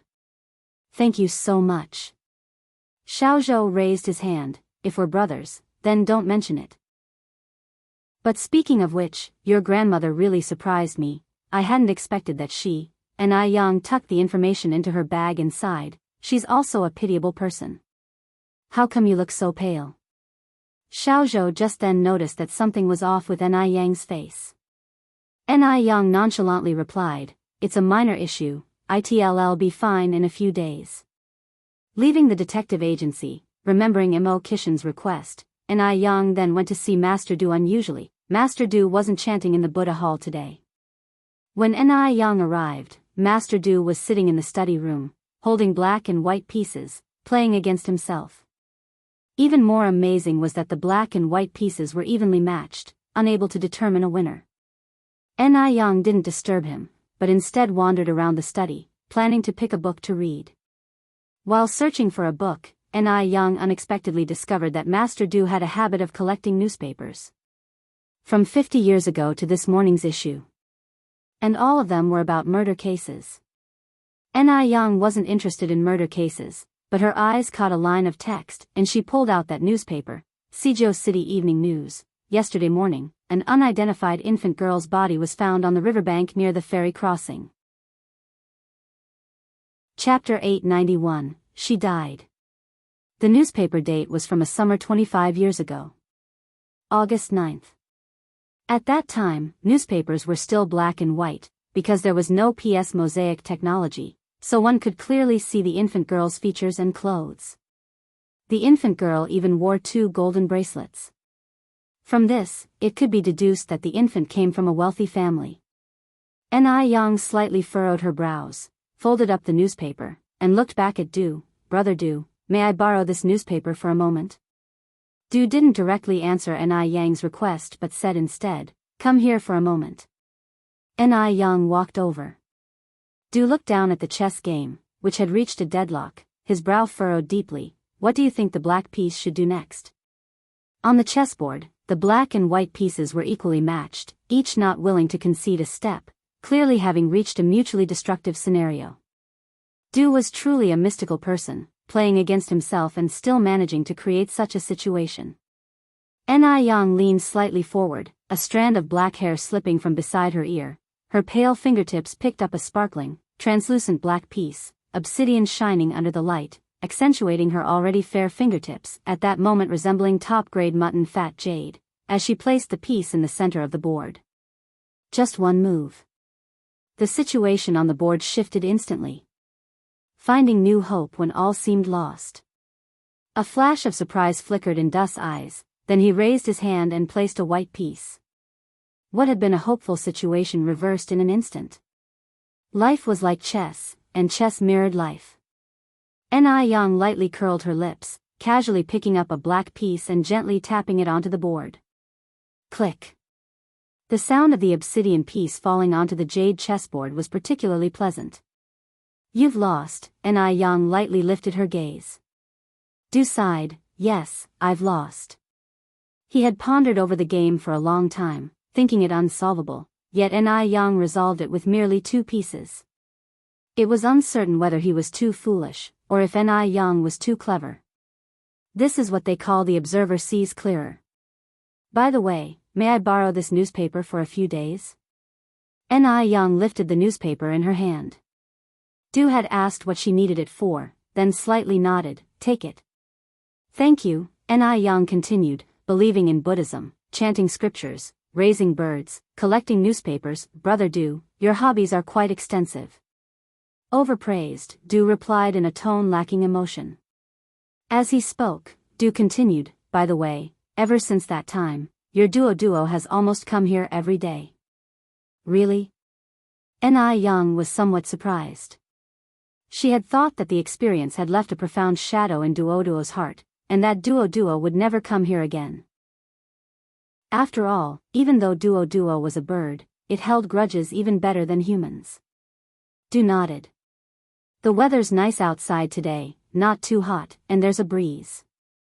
Would you like to go out for a walk? When Ni Yang arrived, she heard from the butler that Du hadn't left his house in several days. Du lifted his head and glanced outside, then let's stroll in the garden. Ni Yang tucked the newspaper into her bag, sounds good. The two of them walked out one after the other. At this season, the garden was bursting with flowers, the gentle breeze carrying wafts of floral scent, making for a refreshing walk among the blooming flowers. After a round, Ni Yang felt something was missing. Where's Sister Jiao? Usually, when she visited de Mingxian, Du Jiao would always be present. She might be in her room, Du suggested. At the same time, the assistant following Du quietly slipped away. Oh, Ni Yang nodded slightly. Just then, a black shadow flew over from a distance. Yang. Ni Yang looked up and smiled. Duo. Yang. Duo flew straight to Ni Yang's shoulder, rubbing its small head against her chin.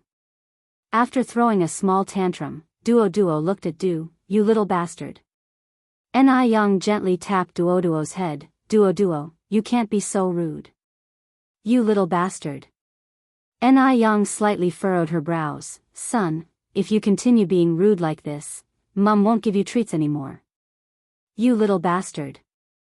Yang slightly squinted her eyes, furiously glaring. Say it again. You little bastard. You're getting bold. Yang poked Duo's small head sternly. Try saying it again. You little bastard. Yang was infuriated. Du glanced sideways at Yang, a faint smile playing on his lips. It's just a bird, why bother stooping to its level? Yang, feeling somewhat embarrassed, said, It comes here every day, surely it isn't just to curse at you? I swear, I didn't teach it anything. Chapter 892, She Died. _2. Duo is, after all, her bird. It would be so embarrassing if Master Du thought, like Mo Baichuan, that Shed used it to deliberately attract his attention. Liege is the most human-like and vindictive among birds, said Master Du, his expression indifferent, not taking the matter to heart at all. Hearing this, Yang breathed a sigh of relief. People really are different. Duo seemed to understand Master Du's words, glaring with a pair of shiny, black eyes, and fiercely said, You little bastard. Shut up, Yang smacked Duo lightly. You're not allowed to talk like that anymore. Duo flew onto Master Du's shoulder. You little bastard. Master Du wasn't angry. Instead, he casually pinched a green caterpillar and handed it to Duo. Across an artificial lake. The butler, accompanied by a young man, was walking over. Seeing this scene, the young man exclaimed in surprise, Is that really Master Du feeding the bird? At the moment the liege made its outrageous remarks, he thought Master Du would crush it. Unexpectedly, Master Du fed the liege a caterpillar with a gentle look in his eyes. It was hard to believe that this was the same Master Du, ruthless and unfeeling, who wouldn't even spare his own brothers. When had he ever shown such tenderness? It's just too unbelievable. Could it be that he was hallucinating? The butler nodded. You're not seeing things. The young man went on to ask, Who is that young lady? She is Mr. Pei Ji's girlfriend, Miss Ni, the butler answered. The young man nodded and asked uncertainly, Butler, did the liege just call Master Du a little bastard? The butler calmly nodded, You heard correctly. The young man swallowed hard. Whose bird is that liege? Miss Nis, said the butler. The young man stealthily pinched the inside of his thigh. Ouch! It really hurt. He wasn't dreaming. The young man hurriedly stopped and said, Butler Lin, I suddenly remembered I have some matters to deal with. I'll visit Master Du another day. After speaking, he left as though fleeing. He didn't dare to provoke Master Du at this time. Butler Lin watched the young man's retreating figure, shrugged helplessly. The sun was getting bigger and hotter. Standing under the shade of trees, Master Du played with the bird in the cage, while Yang sat at the stone table under the pavilion, eating sunflower seeds. A breeze blew over the artificial lake, causing the lotus flowers and leaves to sway left and right. The beautiful koi fish swam underneath the leaves. Squinting at the artificial lake, Yang's long lashes cast a light shadow on her eyelids, as if thinking of something. A faint smile played on her lips. Just then, Du Jiao came running from a distance. Yang. Sister Jiao. Yang stood up and waved to Du Jiao. Du Jiao ran over and sat on the stone bench, gulping down the tea on the table. Oh my god. It's so hot it could kill a person. Yang picked up a fan and fanned her. Actually, today's temperature isn't that high, the highest being only 30 degrees. Because you ran over, Sister Jiao, you feel much hotter. Du Jiao said, 30 degrees isn't high. In our Shanghai, even the hottest days don't reach 30 degrees. In later years, due to exhaust pollution, global warming, and ice melting, there wasn't much temperature difference between Shanghai and Beijing, and summer would be like a furnace. But now, it was the 1980s. The 1980s were a pure era, one with clear-cut seasons and no pollution. In the 1980s, summers in Shanghai weren't hot at all. The hottest days could be dealt with just a fan. It wasn't like in the future, where stepping out of air-conditioned rooms felt like losing half your life. Yang smiled and said, I think it's all right. Sister Jiao, you haven't been to tropical regions yet. If you went there, you'd definitely question life. Du Jiao loved to travel, but she only visited developed countries and had never been to tropical regions. I heard that summers in F continent are the hottest, especially in the Sahara Desert where temperatures can reach over 50 degrees. I don't know how people there survive, Du Jiao said, fanning herself with one hand while pouring tea with the other. Anyway, I couldn't stand it. Then Du Jiao added, Yang, why did you come alone? Where's Pei Ji? Pei Ji? Yang was momentarily stunned before she realized that Du Jiao was referring to Mo Qishan. He went to F country, Yang said. Du Jiao sighed, he really is a busy man, always flying around. Yang, how can you stand it? Yang smiled and said, distance makes the heart grow fonder. Chapter 893, She Died. _3. Du Jiao nodded in agreement. Yeah, Yang, you're right. Distance creates beauty. Yang, you're incredible, spouting wisdom extemporaneously. Yang continued, I didn't come up with this saying, I heard it from someone else. The phrase, distance creates beauty, is popular in later generations and doesn't have a specific source. It's a famous proposition in aesthetics. Although she didn't have a specific source, Yang didn't want to claim the saying as her own. If she did, she wouldn't be any different from the Li Xianxian of the past. Du Jiao scratched her head. But I've never heard anyone else say it before. Yang added, out of sight, out of mind, isn't that how the saying goes? I just happen to have a good memory and have kept it in mind till now. Du Jiao nodded. Whoever came up with that saying must be impressive. I think so too, Yang agreed. Du Jiao still felt hot and turned to look at the artificial lake filled with lotus flowers. She said, Yang, let's go down and pick some lotus seeds. They're really sweet right now. They could also cool off under the lotus leaves. The artificial lake was quite large but not very deep, with the deepest part just a little above the knees. Yang looked at the artificial lake and then at the several wild ducks under the lotus leaves. There are leeches in this mud, right? Yang wasn't afraid of snakes or mice, but she had a fear of sticky leeches and slugs. Back in Dam Village, she often went into the fields to plant rice and would always wear long rain boots or leg wraps soaked in salt water to repel the leeches, which hate salt. Now, just the thought of that scene made Yang's skin crawl. After hesitating, Yang said, I don't want to go down, Sister Jiao. I'll just watch you from here. Di, who was nearby, raised an eyebrow slightly. I'm surprised there's something you're afraid of. To this day, Di couldn't forget the sight of Yang swallowing a snake gall. Even thinking about it now made his stomach churn. Yang raised an eyebrow too. Everyone has their weaknesses. Du Jiao pointed at Di. He doesn't have any weaknesses. Yang followed up, then you should ask him if he dares to swallow a snake gall raw. Du Jiao incredulously said, you can swallow a snake gall raw? Yang nodded. Snake gallbladder is a precious thing. Sister Jiao, don't you want to go down to the lake? Go ahead, I'll wait here for you. Remember to pick lots of lotus seeds. Let's go together, Du Jiao said, tugging at Yang's arm. Don't worry, we're not going directly into the water. We'll go by boat. On hearing there was a boat, Yang reluctantly agreed.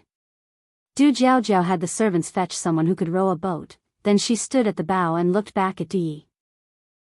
Third brother, do you want to come down with us? Di shook his head. I'll pass on this excitement. Boring. Du Jiao rolled her eyes at Di.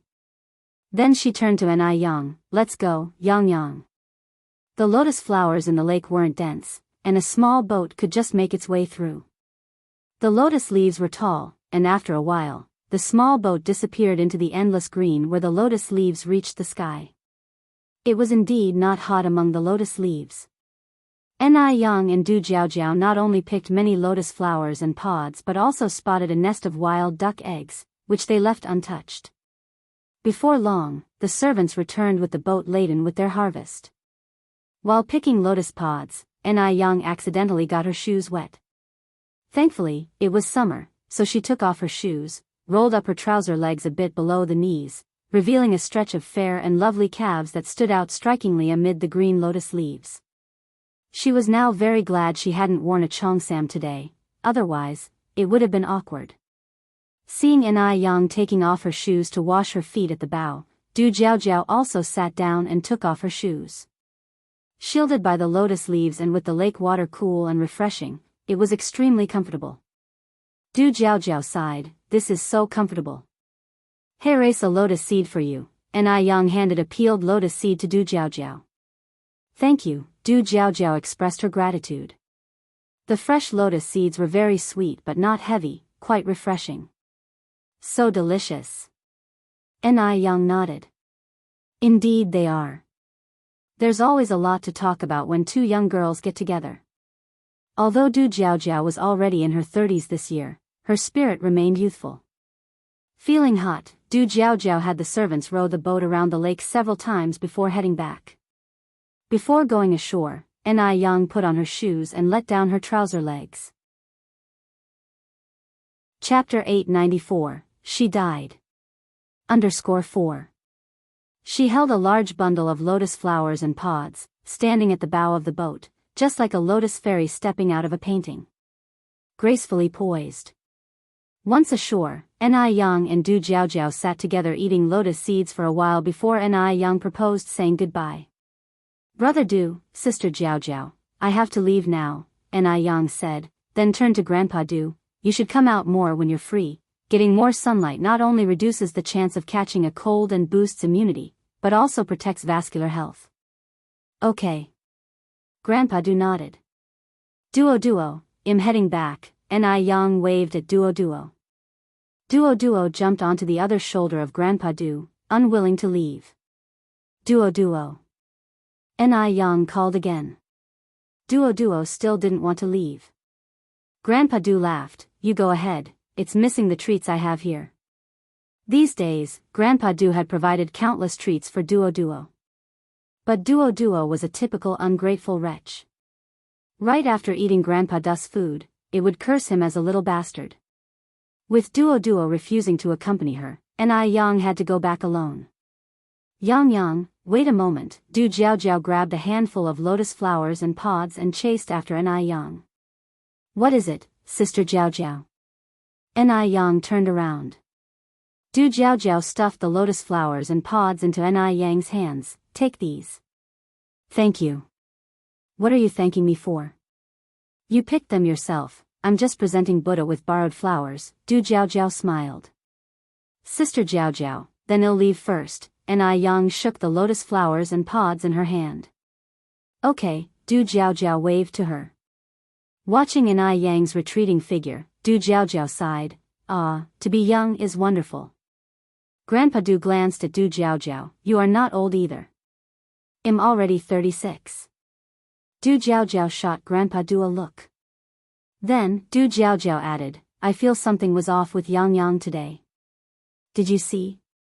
Her face was quite pale, but thankfully, she seemed to be in good spirits. "I didn't notice," Grandpa Du said whilst feeding a worm to Duo. Du Jiaojiao looked at Grandpa Du, then asked, "What do you think about Yang?" "She's fine," Grandpa Du replied indifferently. "And do you think she's pretty?" Grandpa Du kept his expression neutral, nodding slightly. Du Jiaojiao narrowed her eyes, "Do you have a crush on Ni Yang?" Grandpa Du fed another worm to Duo. "Older sister, you are already 36 this year. Can't you stop making me feel like you're only 6? You're 6. Du Jiaojiao fluffed up like an angry rooster, "Your whole family is 6. Grandpa Du laughed, "That includes you too."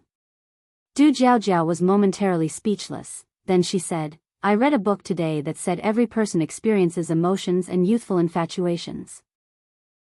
With someone as outstanding as Yang Yang, I really want to know what kind of fairy you would fall for. She was really curious about what kind of person Grandpa Du would marry in the future. It's regrettable, but you probably won't see it in this lifetime, Grandpa Du said calmly.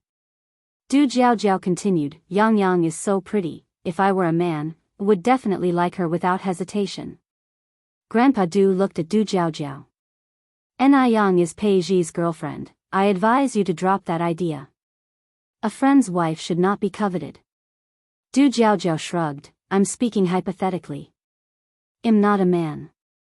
If I were, I would certainly act decisively. Maybe in your next life, Grandpa Du looked at Du Jiaojiao, his expression serious yet gentle, you might have a chance then. Du Jiaojiao helplessly shook her head, it's so boring to talk with someone like you, I'm going back to my room now. After leaving Grandpa Du, Ni Yang went to see Xiaozhou. Xiaozhou, surprised, took the newspaper and asked, where did you find such an antique? This is a 25-year-old newspaper. Even Xiaozhou, being a detective, might not be able to find one. Ni Yang said, I have a friend who likes collecting newspapers, can you please help me check something? Sure, Xiaozhou nodded, no problem. When she returned to the Jing family's home, it was already past 6 in the evening. Today being Monday, Ni Tsuehua and Shengguan Dehui were sitting in the living room with little Ni Yun, chatting with Jing Suyu. 3 days had passed, and Jing Suyu seemed to have improved quite a bit. Chapter 895, She Died. _5. Moreover, she was very fond of little Ni Yun. She always held little Ni Yun in her arms. Little Yun Yun, do you want to eat an orange? No. Little Ni Yun shook her head, Aunt Granny, I want to eat candy, red strawberry candy. Okay. Zheng Suyu smiled and said, Aunt Granny will peel it for you. Little Ni Yun, like all children, was addicted to sugar, resulting in some bad teeth. She was trying to quit sugar recently. Just as Ni Tsuehua was about to stop her, Shengguan Dehui raised his hand to press down Ni Kuihua's hand, whispering, Aunt Suyu loves children too, one little piece of candy won't hurt. Later tonight, let her brush her teeth. Okay then. Ni Tsuehua nodded her head. Seeing that her parents had no reaction, little Ni Yun boldly said, Aunt Granny, I want one more candy. Sure. Zheng Suyu said with a beaming smile, our little Yun Yun can have as much candy as she wants. Aunt Granny, you are so nice. Little Ni Yun kissed Zheng Suyu, then asked, Aunt Granny, will you take me to the street tomorrow to buy candied hawthorn, please? Just then, a soft voice rang out nearby, how about I make you a stir-fried bamboo shoots with shredded pork right now? Little Ni Yun was startled and quickly said, Sister is back. Sister, I was just joking with Aunt Granny. I don't like candied hawthorn at all, they are spicy, not tasty. Not tasty at all. The person who spoke was indeed Ni Yang, and although Ni Yang usually liked little Ni Yun very much, whenever little Ni Yun made a mistake, Ni Yang would not hesitate to scold her. Little Ni Yun's favorite person was Ni Yang, but also the person she feared the most. Sister, hold me. Little Ni Yun carefully tugged at Ni Yang's sleeve. Ni Yang let out a soft chuckle then said, You're not allowed to eat candy in the future, otherwise you won't be able to keep your teeth. Sister is feeling a bit unwell today, so I can't hold you. Hearing Ni Yang say she was unwell, a pleased look flashed in Jing Lingling's eyes. It was just a matter of today. As long as Jing Suyu didn't mess up tonight, Ni Yang was going to meet the king of hell. Upon this thought, Jing Lingling picked up the tea from the table, took a small sip, and felt extremely satisfied. Concluding her words, Ni Yang continued, But I brought you a gift, guess what it is? It's candy. Little Ni Yun suddenly got excited. I wish. On hearing this, little Ni Yun's smile immediately vanished from her face, as she pitifully said, Candy isn't tasty at all, it's spicy. Like a magician, Ni Yang seemed to conjure a bunch of fresh lotus flowers and lotus pods from behind her. Wow! So beautiful. Little Ni Yun immediately forgot all the unpleasantness, and took the lotus in both hands, so fragrant. Jing Xianjing was sitting on the sofa across from them. Watching the adorable little Ni Yun, she found it difficult to control her emotions, feeling an urge to strangle her to death. This feeling was strange, as if every cell in her body was screaming. Strangle her. Strangle her. Apart from jealousy, it was a pure desire to strangle her. Once Ni Yang was dead, she definitely planned to find a way to personally strangle the little wretch. Jing Xianjing narrowed her eyes, and under the light, a sinister gleam reflected in the depths of her eyes. Jing Suyu looked at Ni Yang's pale face and felt a wave of guilt rise within her. She had let Ni Yang down.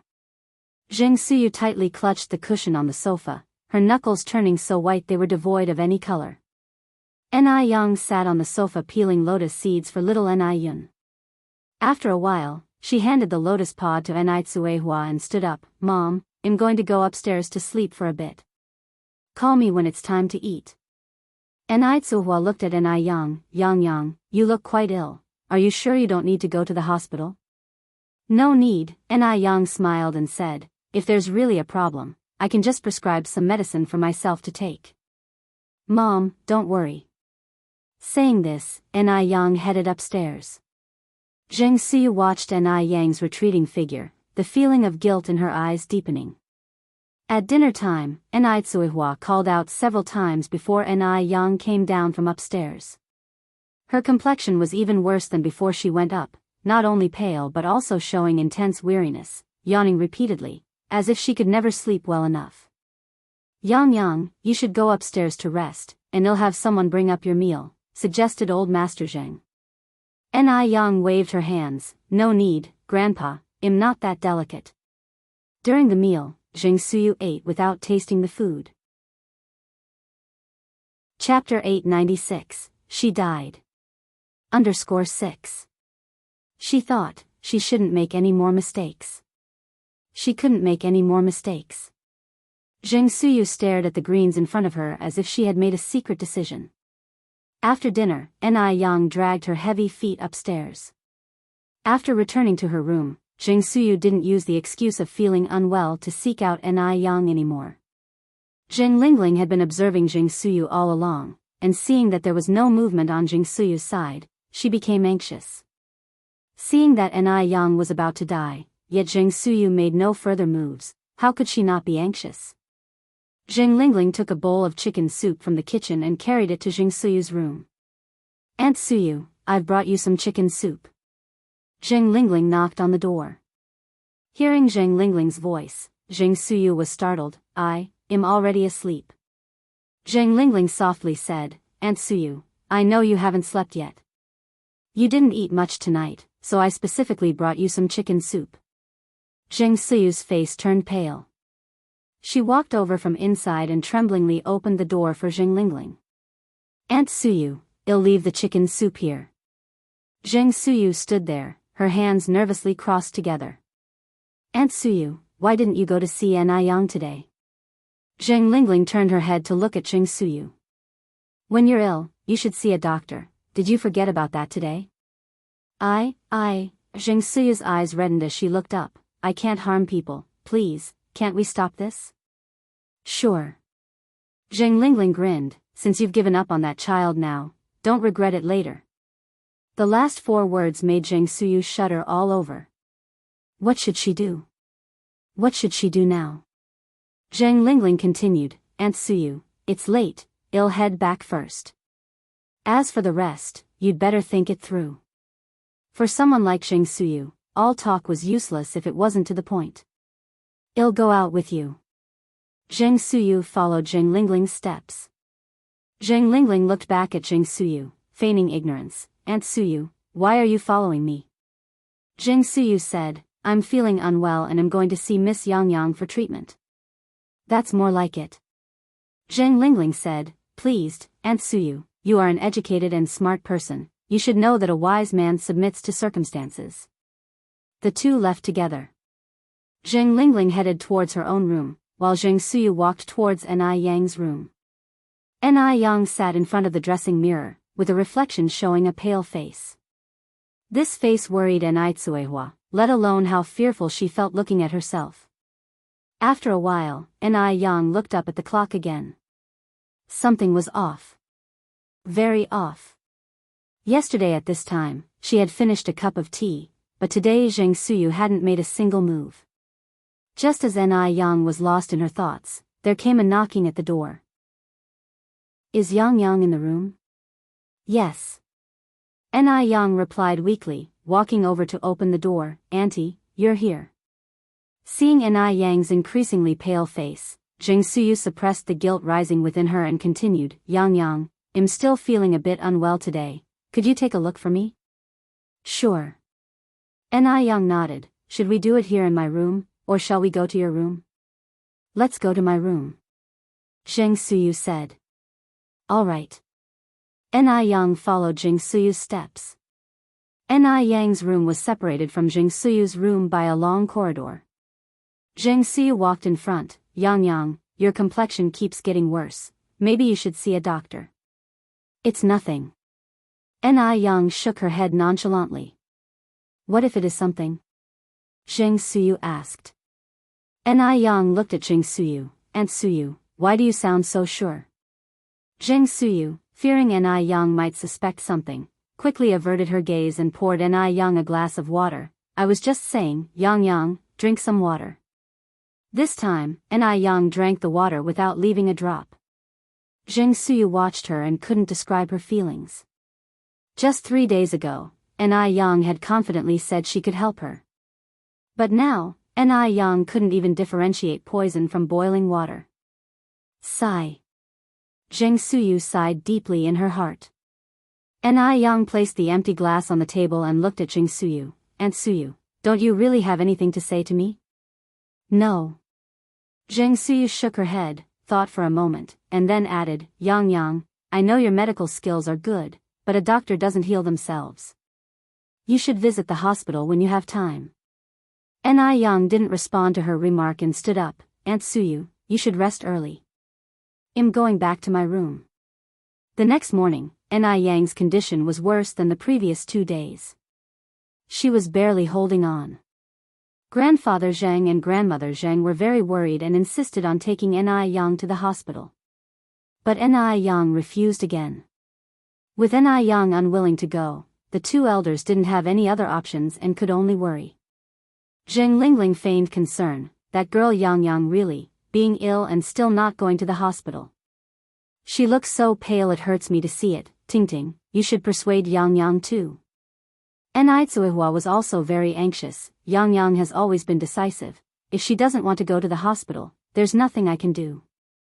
Zheng Lingling sighed. A daughter doesn't always follow her mother. Enai Yang visited the detective agency. After getting useful information, she returned to the Zheng family house, closed her room door, and slept soundly. After all, she was ill and needed to rest properly. At dinner time, Enai Yang did not come downstairs. Enai Tsuehua and Shengguan Dehui, worried something might happen to her, personally brought the food to Enai Yang's bowl. The couple stayed in Enai Yang's room for a good while, and when they finally came out, both had rather unpleasant expressions on their faces. While some were grieving, Jing Xianjing was overjoyed. Mom, is Enai Yang about to die? Yes. Zheng Lingling nodded. She probably won't make it till tomorrow morning. Great. The next morning, Enai Yang didn't come downstairs for breakfast. Grandmother Zheng said, Fuzeo, go call Yang Yang down for breakfast. All right. After a while, a terrified scream came from upstairs. Ah. Then they saw Fuzeo running downstairs in a panic. No, no good. Madam, something terrible has happened. What's wrong, Fuzeo? Take your time and tell us. Fuzeo's eyes were wide open, clearly not yet recovered from the shock. Yang. Miss Yang Yang, she, Grandmother Zheng stood up anxiously. What happened to her? Speak up. She, Fuzeo swallowed, her voice trembling. She's dead. Chapter 897, Dead? Enai Yang is dead? Mrs. Zheng's face turned deathly pale. Miss Fu, what nonsense are you talking about?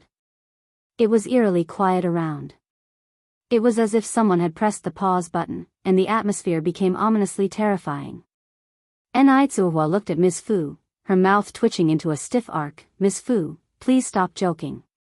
Zheng Lingling frowned. "Ms. Fu. It's early in the morning, what are you babbling about?" "It's bad luck." A look of triumph flashed in Zheng Xianjing's downcast eyes.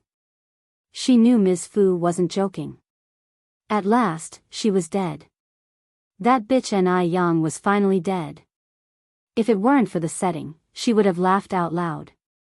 Ms. Fu was trembling all over, knowing how important Ni Yang was in this family. "It's true, Miss Yang Yang is really gone." Bang! The cup in Ni Kuihua's hand fell to the floor as she ran upstairs. Mr. Zheng and Mrs. Zheng immediately followed Ni Tsuehua. "Mom and Dad, slow down, maybe Ms. Fu got it wrong. Yang Yang is just asleep." Zheng Lingling supported Mrs. Zheng's arm, secretly signaling Zheng Xianjing. Zheng Xianjing immediately stood up and ran to Mr. Zheng's side. "Grandpa, please slow down." Shangguan Dehui came from the other side and upon seeing the situation, he asked, "What happened here?" "Miss Yang Yang had an accident," Ms. Fu said. Hearing this, Shangguan Dehui's expression changed, and he followed everyone else upstairs. "What happened to Yang Yang?" No one answered Shangguan Dehui. They didn't know how to respond. "It's okay, Yang Yang must be fine," Ni Tsuehua muttered to herself as if reciting a mantra. Ni Yang's room was on the 3rd floor, the door was open. Ni Tsuehua rushed in. "Yang Yang! Yang Yang!" Then came a burst of mournful crying. "Yang Yang! What happened to you? Yang Yang, please open your eyes and look at Mom. Yang Yang." Mr. Zheng and Mrs. Zheng were also in a panic. Ni Yang lay on the bed, her face deathly pale. Shangguan Dehui reached out his index finger to her nose and suddenly, his pupils shrank. No breath. She wasn't breathing. Shangguan Dehui's legs went weak, and he sat down on the floor, his face full of disbelief. Zheng Lingling looked at Ni Yang, her eyes filled with undisguised malice. She didn't even need to hide her emotions now, everyone in the room was immersed in their sorrow, who would notice her? Dr. Jiang said Ni Yang was not to be underestimated. In her view, Ni Yang was nothing special. Zheng Xianjing stood next to Zheng Lingling and whispered, "Mom, is she really dead?" "I'll check." Zheng Lingling walked to the bed and mimicked Shangguan Dehui, putting her index finger in front of Ni Yang's nose. No breath. Really no breath. "That's great." Zheng Lingling signaled Zheng Xianjing with her eyes. Zheng Xianjing nodded, knelt down, crying out, "Yang Yang! What happened to you? Yang Yang!" Zheng Lingling, wiping her tears, said, "Yang Yang will definitely be fine. Ms. Fu, go call Dr. Jiang quickly." Ni Yang was very cunning. What if she had blown herself up? So they needed Dr. Jiang to confirm. Zheng Lingling was a very cautious person. "Okay. I'm going now." Ms. Fu immediately ran out in a panic. The Zheng family was in complete disarray. Zheng Suyu had not slept well last night, so she got up a bit late this morning. Grabbing a servant, she asked, "What's going on in the house?" The servant's expression was grim. "You'll know if you go to Miss Yang Yang's room." A bad premonition rose in Zheng Suyu's heart, and she walked upstairs. Dr. Jiang had already arrived. She sat by the bed, pressed her stethoscope to Ni Yang's body, sighed, and said, "Ting Ting, Dehui, mourn her loss." Hearing Dr. Jiang's words, Zheng Lingling's hanging heart finally relaxed. Zheng Suyu walked in just in time to hear this. Immediately, her mind went blank. Mourn her loss? Why mourn? Zheng Suyu's eyes followed to the bedside, and saw the pale, silent Ni Yang. Ni Yang. Dead? Horror struck Zheng Suyu, her blood running cold. She staggered several steps, and finally fell to the ground. It was her fault that Ni Yang was dead. It was her fault that Ni Yang was dead. Zheng Suyu opened her mouth, a hard lump formed in her throat, and she could not make a sound. She had never intended to kill Yang. Chapter 898. What on earth is going on? Zheng Lingling said that it wasn't poison, right? Why did Yang die? Why? Sweat formed in layers on Zheng Suyu's back as she covered her face with her hands and wept silently. Upon hearing the news, Tsuehua burst into tears. No. My Yang is all right. She's just sleeping. Mrs. Zheng fainted. Dr. Jiang hurried to provide first aid to Mrs. Zheng. Mr. Zheng stood by the bed, his whole being numb, like a body without a soul. Mom. Mom. Are you all right? Zheng Lingling was worried sick when she saw Mrs. Zheng collapse. Zheng Xianjing was busy trying to comfort Tsuehua. The small bedroom was filled with sorrow. Zheng Lingling cried out, Mom, you mustn't fall ill. Even though Yang is gone, you still have Xianjing, you still have Yunyun. They are your granddaughters. Under Dr. Jiang's resuscitation, Mrs. Zheng slowly opened her eyes cloudy with sadness. Yang. She couldn't believe that Yang had left her, had left this home. What on earth is going on? Is this a dream? Shangguan Dehui steadied himself and asked Dr. Jiang, Dr. Jiang, what illness did Yang have? Why did she go so suddenly? Dr. Jiang sighed. It was a sudden cardiac death. This disease usually shows symptoms 1 to 3 days before, such as drowsiness, pale complexion, fatigue, and other signs. Zheng Suyu clutched the carpet beneath her. She remembered clearly, Yang had shown those symptoms when she took the medicine. She really did kill Yang. It was really her. Zheng Suyu's face was filled with guilt and sadness. Shangguan Dehui frowned slightly. Yang was only 19 years old. How could she have suffered from cardiac arrest? Dr. Jiang, with eyes red, said, this disease doesn't discriminate by age, though it does also depend on individual constitution. He patted Shangguan Dehui's shoulder. Dehui, I know it's hard to bear the grief of the younger generation passing before the older, but what's done is done, you should mourn. Shangguan Dehui clenched his fist and fiercely slammed the wall. His whole body trembled. Both Mr. and Mrs. Zheng could not believe the reality. Tears streamed down their faces. Mom, Dad, you must mourn, but take care of yourselves. The Zheng family still relies on you to lead, Zheng Lingling continued. They'll go to send the funeral notice and tell everyone to come to Yang's. Zheng Lingling wasn't finished speaking when Mr. Zheng interrupted her. Don't send any funeral notice. No one is allowed to go. Yang is not dead. Dad. Zheng Lingling looked up at Mr. Zheng. I know it's hard for you, and it's hard for all of us. Yang was such a clever and kind girl, we all loved her. But the dead cannot be brought back to life. Even if you don't want to face the reality, what's happened has happened, it's time to let Yang rest in peace. Zheng Lingling's face appeared sorrowful. In fact, she was jubilant inside. She couldn't wait to send Yang to the crematorium. Afterward, the Zheng family would be theirs. Mr. Zheng looked at Zheng Lingling. If you dare to go, Zheng Jun will no longer consider you his daughter. Dr. Jiang interjected timely. Lingling, Yang was your father's most beloved granddaughter. It's normal for him not to accept this reality so suddenly. Just listen to your father this time. Sending out the funeral notice now would only rub salt in his wounds. After all, Yang was already dead. Even without a funeral notice, it wouldn't change the fact that she was dead. If Zheng Lingling were to hurry to send the funeral notice, it would only attract criticism.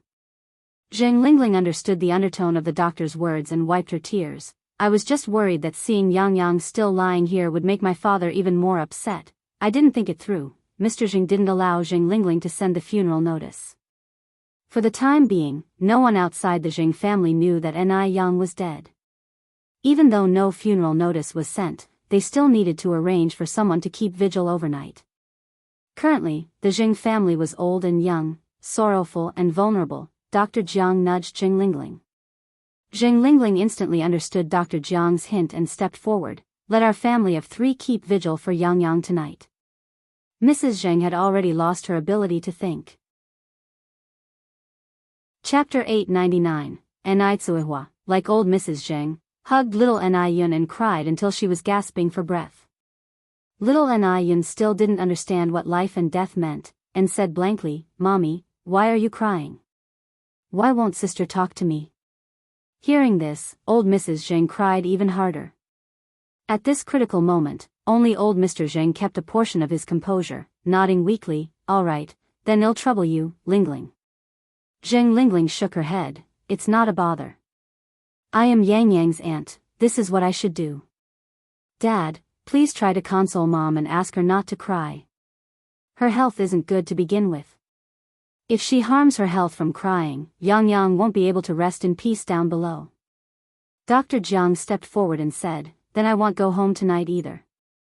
Just in case something happens to Aching, they'll be nearby to take care of her." Old Mr. Zheng continued nodding. With Enai Yang's death, the entire Zheng family's atmosphere was extremely oppressive. Zheng Xianjing didn't dare reveal her true feelings, and only when the door was closed could she laugh out loud. "Mom, it's great. Enai Yang is finally dead." Zheng Lingling said with a smile, "That little bitch deserved to die long ago. I'm going to call your dad now and tell him to come back quickly. Dad will be very happy when he hears this news," Zheng Xianjing continued. "Mom, do we really have to keep a vigil for Enai Yang tonight?" Even though Zheng Xianjing was malicious, she was still a woman in her 20s. She had never kept a vigil for the dead before, and facing such an occasion for the first time, she couldn't help feeling panicked. Moreover, Enai Yang had been killed by them. Zheng Xianjing had just recently finished watching a Hong Kong-style ghost movie. Zheng Lingling nodded. "Although Enai Yang is dead, we can't take it lightly. We still have to maintain appearances." Now was the most vulnerable time for the Zheng family, and it was the perfect opportunity for them to show their good side. "Mom, do you think Enai Yang will turn into a vengeful ghost and come for our lives?" Zheng Xianjing asked fearfully. Zheng Lingling laughed outright. "Silly child, there are no such things as ghosts in this world. If there really were ghosts in this world, who knows how many times she would have died already." Zheng Lingling never believed in superstitions. "Really?" Zheng Xianjing swallowed nervously. "Really," Zheng Lingling nodded, then added, "I've lived for more than 40 years, I've crossed more bridges than you've walked roads. If there really were ghosts, wouldn't I have seen one by now? All right, Xianjing, don't scare yourself. Your dad, your Granny Jiang, and I will all be there. It's not like you'll be alone." With these words, Zheng Xianjing felt much more at ease. Soon, Sun Wu, looking travel-weary, returned from outside. The moment he entered the house, he couldn't wait to confirm with Zheng Lingling, "Is Enai Yang really dead?" "Really dead," Zheng Lingling nodded. A look of joy was difficult to hide on Sun Wu's face. "That's fantastic." Zheng Lingling added, "Be restrained later, don't let your emotions show on your face. Those two old fools still haven't accepted the reality, they don't even want to issue a death notice. According to Beijing customs, when someone dies in the family, firecrackers are to be set off. Old Mr. Zheng, however, wouldn't allow the issuance of a death notice, and he didn't even permit the setting off of firecrackers. Who cares whether they issue a death notice or not, as long as she's dead?" Sun Wu asked again to confirm, "Enai Yang is really dead? There's no mistake, right?" Zheng Lingling said with a smile. Aunt Jiang checked personally. How could there be a mistake? "That's good." Sun Wu breathed a sigh of relief, then asked, "When will she be sent for cremation?" Zheng Lingling replied, "It will probably take a few more days. By the way, get cleaned up first, we have to keep a vigil tonight." "Okay." Sun Wu went to the bathroom to take a shower. Night gradually fell. The murky darkness enveloped the Zheng family's villa. Caw! Caw! The harsh, hoarse cries of crows came from outside, making people's skin crawl. Enai Yang lay on the spirit bed in the middle of the side hall. A censer burned 3 joss sticks, and beside it was a copper basin where paper money was burning. The burning paper money is also known as journey money. The road to the netherworld is not like the roads amongst the living. Crossing a bridge costs money, ferrying across the forgetful river costs money, and bribing the underworld messengers costs money. Therefore, someone must kneel in front of the basin, constantly burning paper money, and ensuring that the flame does not go out. Jiang Xianxia knelt in front of the basin burning paper money. Hearing footsteps, she feigned sincerity. Yang Yang, may your journey be smooth. Rest assured, I will take good care of grandfather and grandmother in your place. Chapter 900, Shangguan Dehui, looking exhausted, came downstairs and said to Jing Lingling, Mom and Dad were too heartbroken during the day and have already fallen asleep. Tingting isn't doing too well either. It's tough for you, brother-in-law, and Xianjing to take care of Yang Yang here. Jing Lingling nodded her head. Dehui, rest assured, I'll take good care of Yang Yang. You should go take care of Tingting. I'm worried Yang Yang might not be able to cope with the loss. Sun Wu said, brother-in-law, we are all one family, there's no need for talk of hardship. Yang Yang's sudden departure has left all of us deeply saddened. To think such a good child could just sigh, it really seems like the good die young. Shangguan Dehui painfully pinched his temples, maybe that was just Yang Yang's fate. After pausing, he continued, Sister, brother-in-law, I'll go upstairs first then. Go on, get some sleep. You'll feel better. The deceased has passed on, the living must go on. Shangguan Dehui turned and went back upstairs. In a blink of an eye, only Zhang Lingling, Jing Xianjing, and Sun Wu, the family of three, were left in the spacious side hall. The night grew ever darker. It was already deep into the night. Though it was already June, which should be a hot season, there was a bone-chilling coldness in the air. The Zheng family house fell into an eerie silence, without a single sound to be heard. Jing Xianjing huddled her shoulders. Mom, I'm a bit scared. For some reason, she always felt something was off, as if a pair of eyes were staring at her from somewhere. What's there to be afraid of? Zheng Lingling said nonchalantly, aren't Mom and Dad here? Sun Wu said, Xianjing, you must do great things in the future. How can you be so scared by just a corpse? Just at that moment, footsteps sounded from behind them. In the dead of silence, the faint sound of footsteps seemed extraordinarily terrifying. Jing Xianjing swallowed hard and quickly hid behind Jing Lingling, nearly knocking over the burning brazier, her face ashen. Xianjing, what's wrong? Why are you so frightened? A familiar voice filled the air. Jing Xianjing turned her head to see that it was Dr. Jiang, and she let out a sigh of relief. It wasn't a ghost. Knowing everyone else was asleep, Jing Lingling dropped the pretense and said with a smile, this child is afraid of ghosts. Dr. Jiang walked over to Jing Xianjing. Xianjing, Grandma Jiang tells you that there are no ghosts in this world, there's nothing for you to be afraid of. Okay, Jing Xianjing nodded. Zheng Lingling then said, Auntie Jiang, they won't even let us publish the obituary. When can Ni Yang be taken for cremation? Don't let her body end up rotting and maggot-ridden in the house. Summer was indeed the season when maggots bred the fastest. Dr. Jiang replied, that's not for you to worry about. If it really gets to that, your parents will be the ones in a rush. Zheng Lingling nodded. Why did Ni Yang die? Zheng Suyu, seemingly coming out of nowhere, grabbed Zheng Lingling by the collar and demanded, didn't you say that medicine wasn't poisonous? Then why did Ni Yang die? If she had known that medicine could be lethal, she would never have hurt Ni Yang. Zheng Lingling's face immediately changed. What are you talking about? Even though the Zheng family members were asleep, what if someone came downstairs for water and overheard this? Dr. Jiang pulled Zheng Suyu aside and whispered, Suyu, the dead cannot be resurrected, calm down. The dead have passed, but the living must continue to live. The last sentence was gentle yet heavy, turning Zheng Suyu's face completely pale. You killed Ni Yang. It was you all who killed Ni Yang.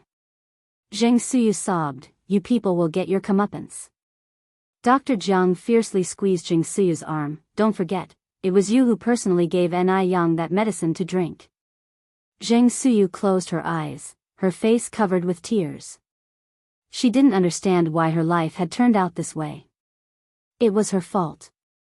She had caused Ni Yang's death. She was a sinner. Just then, the crystal light on the ceiling suddenly went out. Creak! A gust of cold wind blew in from outside, opening the door that had been securely closed, and a layer of white smoke arose in the dim room. The chill was suffocating. The surroundings became utterly quiet in an instant. Everyone stared unblinkingly at the door, their pupils dilating. Even Zheng Lingling and Dr. Jiang, who didn't believe in ghosts, felt a chill in their hearts. Zheng Xianjing was so scared that she clung tightly to Sun Wu. Dad. Dad. Is it Ni Yang who has come back? She's come back for revenge. Sun Wu swallowed. No, there are no ghosts in this world, don't scare yourself.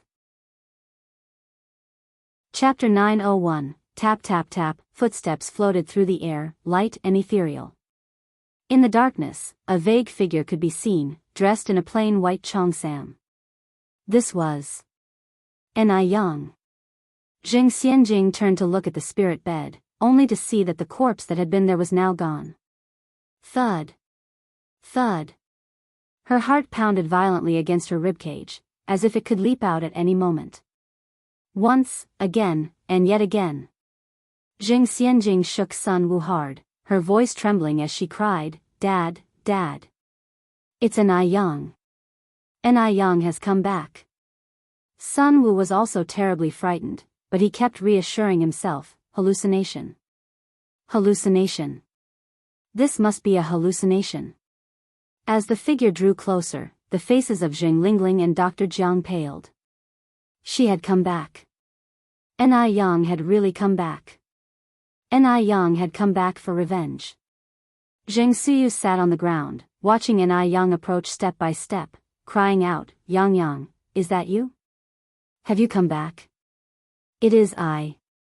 Her voice was as faint as ever, but within that faintness, there was a bizarre sense of emptiness, as if coming from the abyss of hell, chilling to the core. The loneliness of the road to the underworld is too much to bear alone. I've come to take you with me, to walk together. I don't want to die.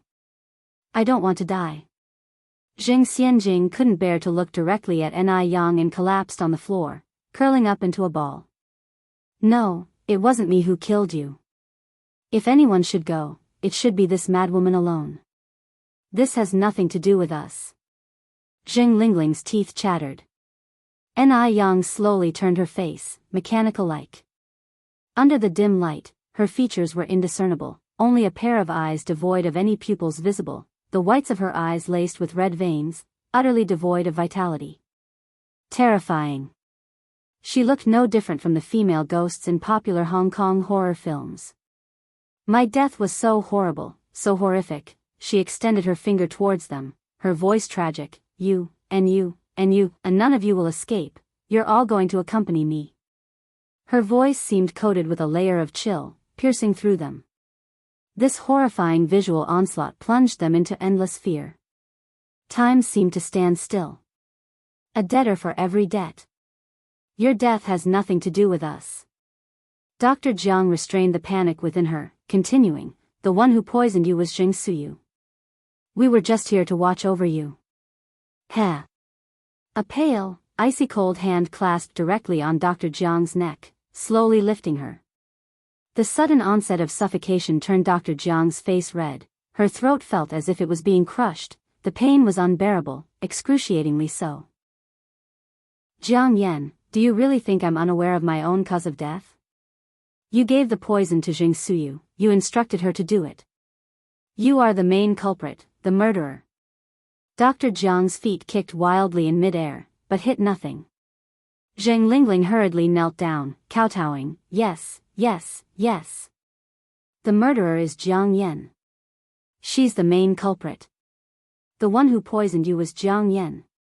She did it all by herself. Jiang Yan is a heartless, malicious woman. This has nothing to do with us. When she was about to poison you, I even spoke out to stop her.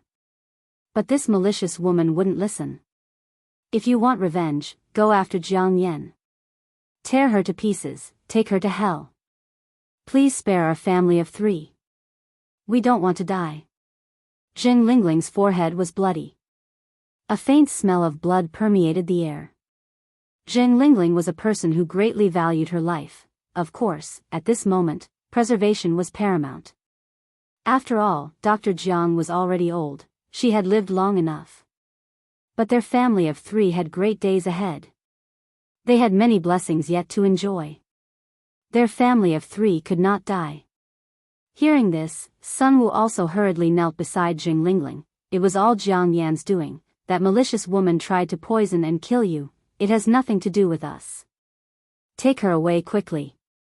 Let Jiang Yan be thrown into a pot of boiling oil. Let her be chopped into thousands of pieces. This really has nothing to do with us. Dr. Jiang looked incredulously at Zheng Lingling and Sun Wu kneeling on the ground. She had never imagined that they would push all the blame onto her. In fact, before this, Dr. Jiang had prepared herself and Zheng Suyu to take on all the responsibility. To spare Zheng Lingling and Sun Wu's family of 3. Chapter 902. But now, this family of 3 had the audacity to bite back. There was a world of difference between stepping forward voluntarily and being pushed out. At that moment, Dr. Jiang's anger was ignited. The ugliness of human nature was fully displayed. Woo-woo. Dr. Jiang painfully struggled. Do you have something to say? Ni Yang asked softly, lowering her eyes. Woo-woo.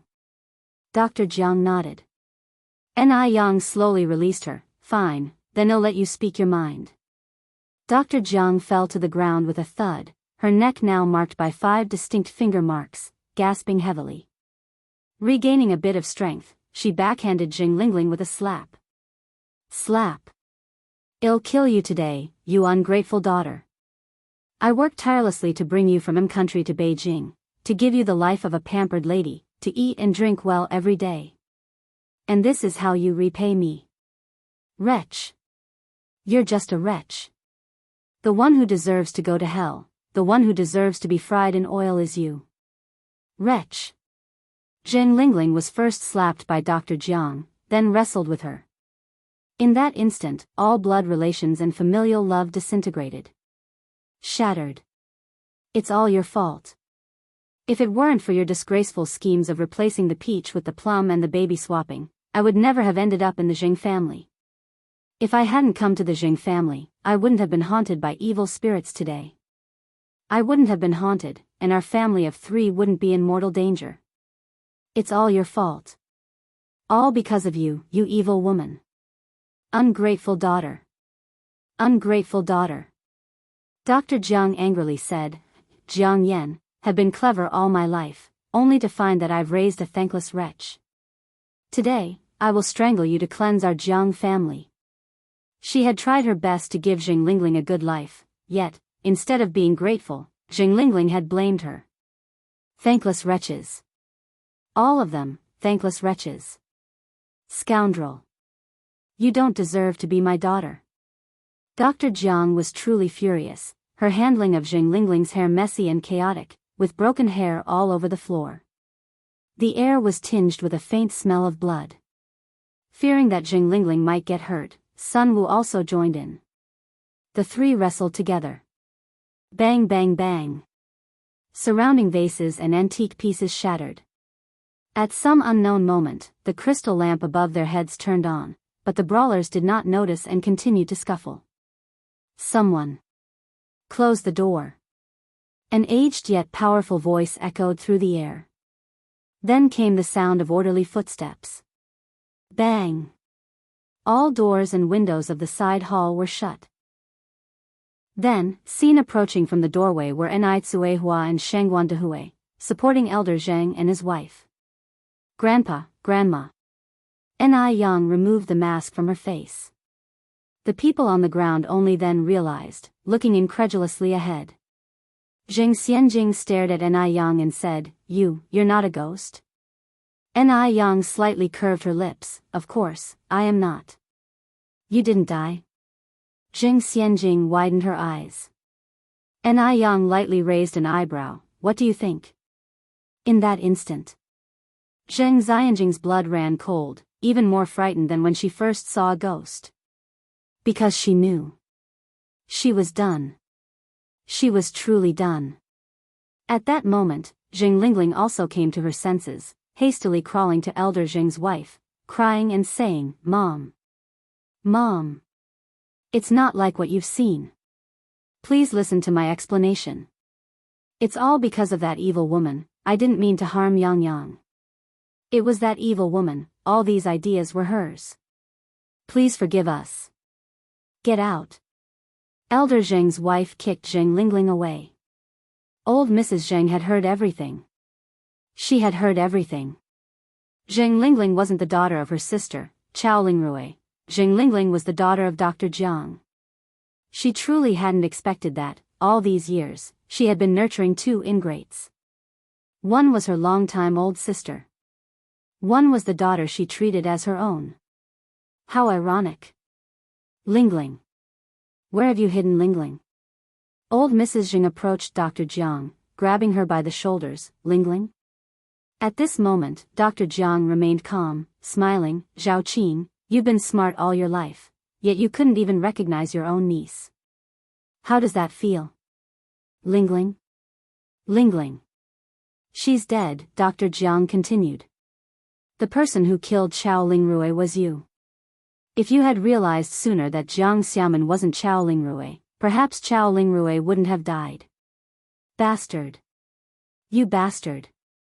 Old Mrs. Zheng fiercely slapped Dr. Jiang.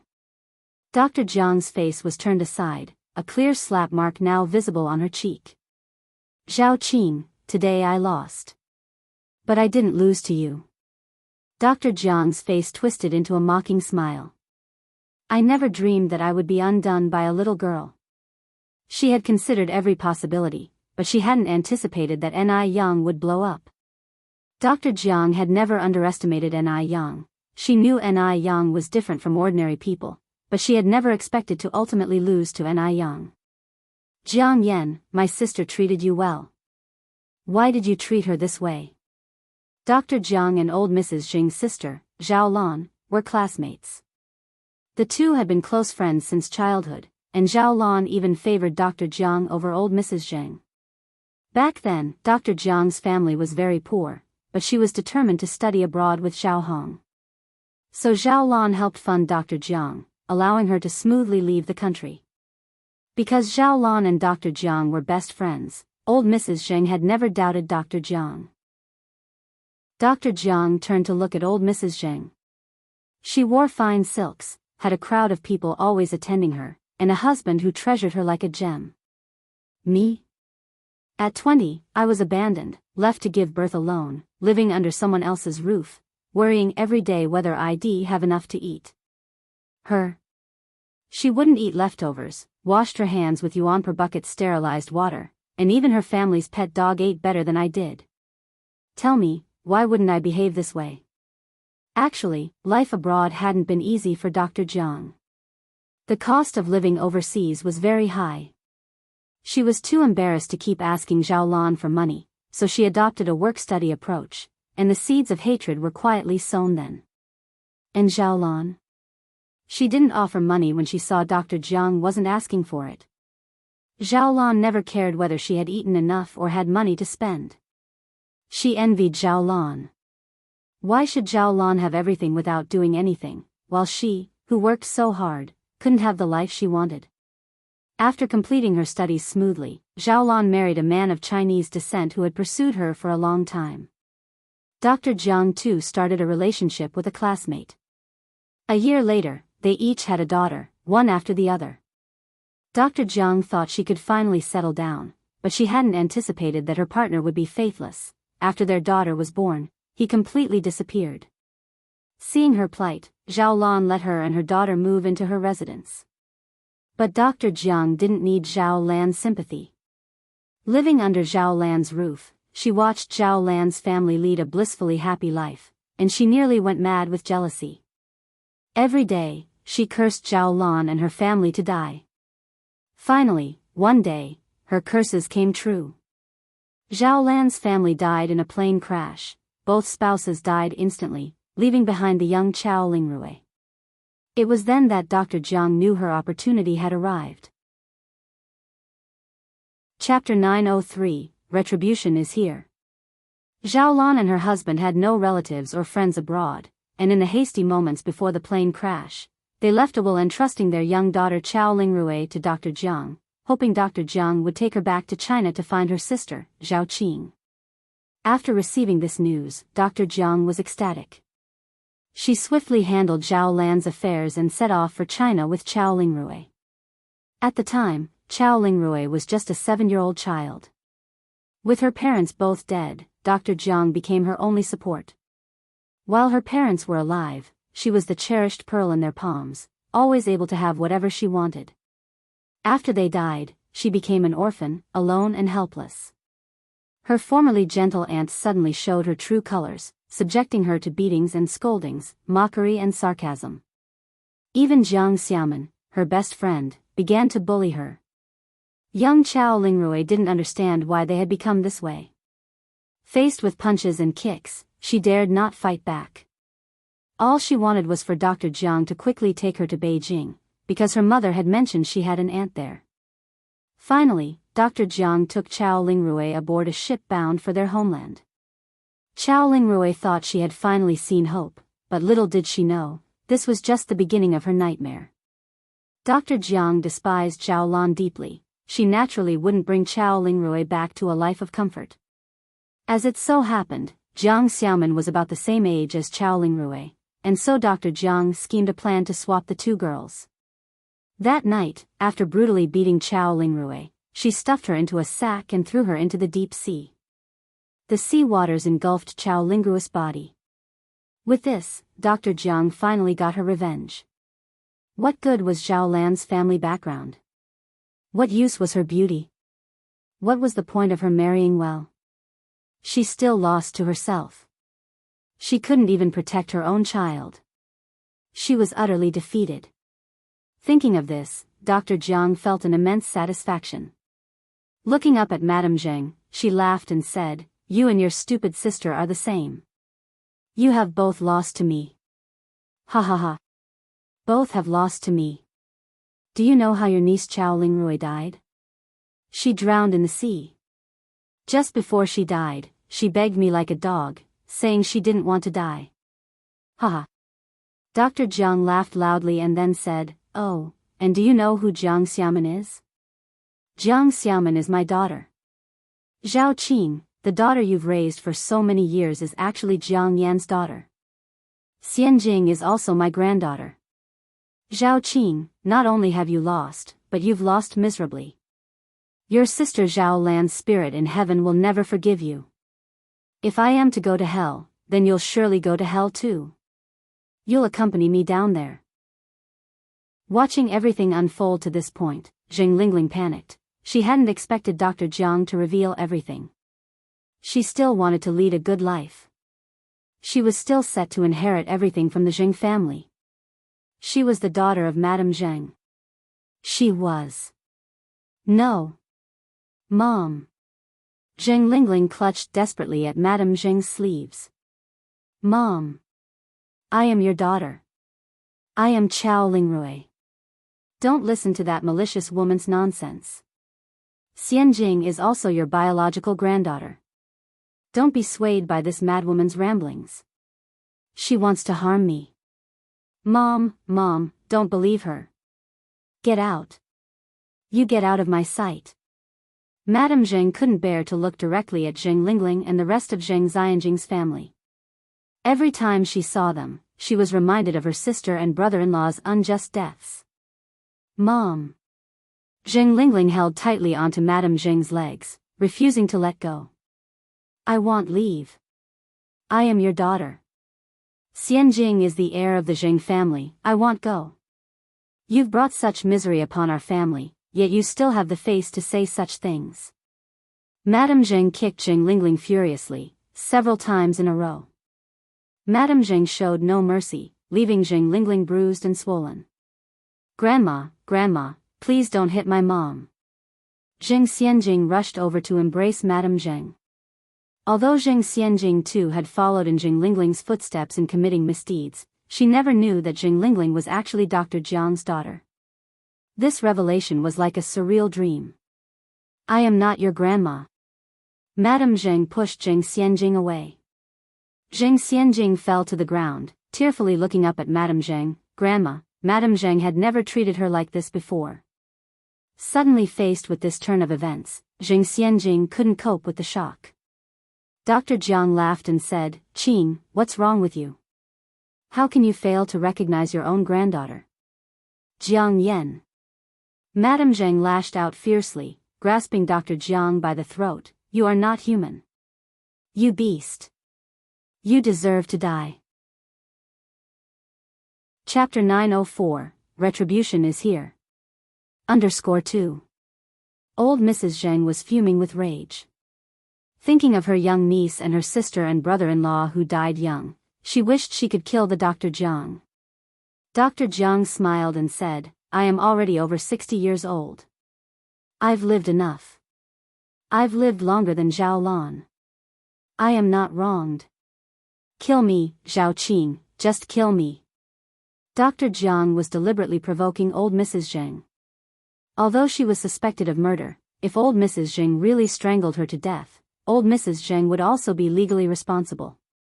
Anyway, she was facing a dead end, and if she could drag Zhao Qing down with her before she died, it would be worth it. "Grandma, stay calm, don't fall for her trap. The law won't let her get away with it," N.I. Yang pulled old Mrs. Zheng back. Old Mrs. Zheng was sobbing uncontrollably. N.I. Tsuhua immediately supported old Mrs. Zheng and comforted her softly. Although she had been prepared, N.I. Tsuhua still hadn't expected things to turn out so twisted. Zheng Lingling was actually Dr. Jiang's daughter. That was simply unbelievable. Old Mrs. Zheng turned her head to look at Zheng Suyu. "And you? Suyu. You've disappointed me so much. How could you poison Yang Yang?" If Yang Yang hadn't noticed something was wrong, she would be dead by now. Why would you conspire with outsiders to harm Yang Yang? Yang Yang is your own grandniece. How could you bring yourself to do it? Why did you do this? Why? Old Mrs. Zheng looked at Zheng Suyu, her emotions on the verge of collapse. These people. One of them was the daughter she had raised for many years, another was the son-in-law she had personally selected, one was the granddaughter she had watched grow up, another was an old friend of many years, and another was her own sister-in-law. She could have never dreamed that they would betray her. When N.I. Yang proposed this plan, old Mrs. Zheng had thought N.I. Yang's idea was absurd. They were her own family. How could she have such suspicions about her own relatives? It was only after N.I. Yang's earnest persuasion that old Mrs. Zheng reluctantly agreed to the matter, and she had instructed N.I. Yang to apologize to everyone if they couldn't probe anything. But reality had slapped her hard in the face. "Sister, I'm sorry." Zheng Suyu's face was streaked with tears. "I wronged Yang Yang. She thought she was not to be trusted because she was young. But she never expected that N.I. Yang was so much better than her. She could only succumb in front of Dr. Jiang. But N.I. Yang was able to pull through by her own strength, and turn the tides." "Suyu, why did you poison Yang Yang?" Old Mr. Zheng looked at Zheng Suyu and said, "You are not in cahoots with Jiang Yan, right? Did Jiang Yan threaten you? What did she use to threaten you?" "I..." Zheng Suyu bit her lip, glanced back at Dr. Jiang, and didn't dare to tell the truth. "Speak." Old Mr. Zheng shook Zheng Suyu's shoulders. Zheng Suyu opened her mouth and then said, "She didn't threaten me, I did it voluntarily." Dr. Jiang had accomplices outside. If she confessed everything, that child would be doomed. At this moment, she couldn't provoke Dr. Jiang. Dr. Jiang sneered, "Zheng Jun, you pride yourself on being noble and never doing anything underhanded. You'd never expect that your own sister is a murderer, right? And she wanted to kill your own granddaughter. How does that feel? If there's a hell, there were so many people to accompany her down to its boiling oil cauldrons. With such company on the road to the Yellow Springs, what did she have to fear?" Old Mr. Zheng was furious. "Speak. Just speak." Zheng Suyu bit her lips tightly, refusing to say a single word. N.I. Yang took out a newspaper from the table and handed it to Zheng Suyu. "Auntie, in fact, that child died 25 years ago." "Died?" Zheng Suyu's eyes widened as she felt completely unable to breathe. Yang, you're kidding with me, she said. Yang sighed, I'm not joking with you, she's really dead, just look at this newspaper and you'll understand everything. Zheng Suyu took the newspaper, trembling all over. Dead. Truly dead. The person she had been desperately protecting for 25 years had become nothing but a skeleton, and she was still in the dark. Tears soaked the newspaper. Bao bao, bao bao. My bao bao. Zheng Suyu reached out to touch the black and white photo on the paper, crying her heart out.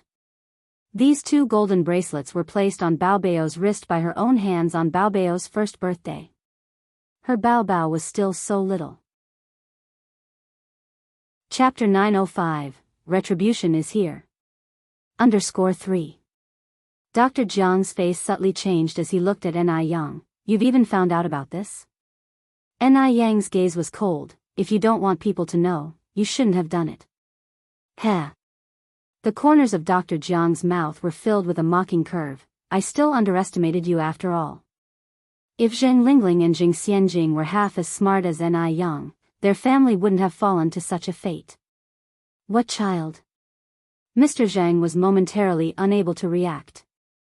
Yang turned to look at Zheng Suyu. You'd better let grandmother say it. Bao bao is my child.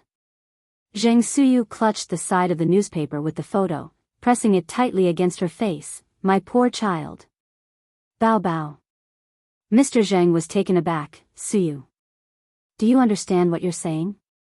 Zheng Suyu had never married. How could she possibly have a child? I'm very lucid, brother. I'm very lucid now. Zheng Suyu cried as she recounted the past. Back in the day, Zheng Suyu was not only talented and known as the Belle of Beijing for her intellect, she was also quite beautiful. There's no telling how many talented men bent over backward for her. Those who pursued Zheng Suyu lined up from the gates of Suzhou City directly to the gates of the Zheng family home. But a talented woman generally longs for romance. Zheng Suyu looked down on the sons of Suzhou City's nobility. Instead, she fell for a poor boy of humble birth. The poor boy was really poor, but he was also really handsome, and he had a sweet-talking mouth. They hadn't known each other for 3 months when Zheng Suyu gave herself to him. Men have a bad tendency. Once they get what they want, they no longer cherish it. After getting together with Zheng Suyu, the poor boy continued his womanizing ways, relying on his looks to flirt around and embrace women from one side to the other. Zheng Suyu was a talented woman with integrity, naturally unable to tolerate such a person, so she cut off all ties with the poor boy. After suffering from a broken heart, the Belle of Beijing lost her former glory, became sullen, and could never recover. It wasn't until one day she discovered she was pregnant. As an unwed woman from a distinguished family, she obviously couldn't publicize her pregnancy, so she made up an excuse to temporarily leave the Zheng family until she gave birth to the child and returned home after its first month.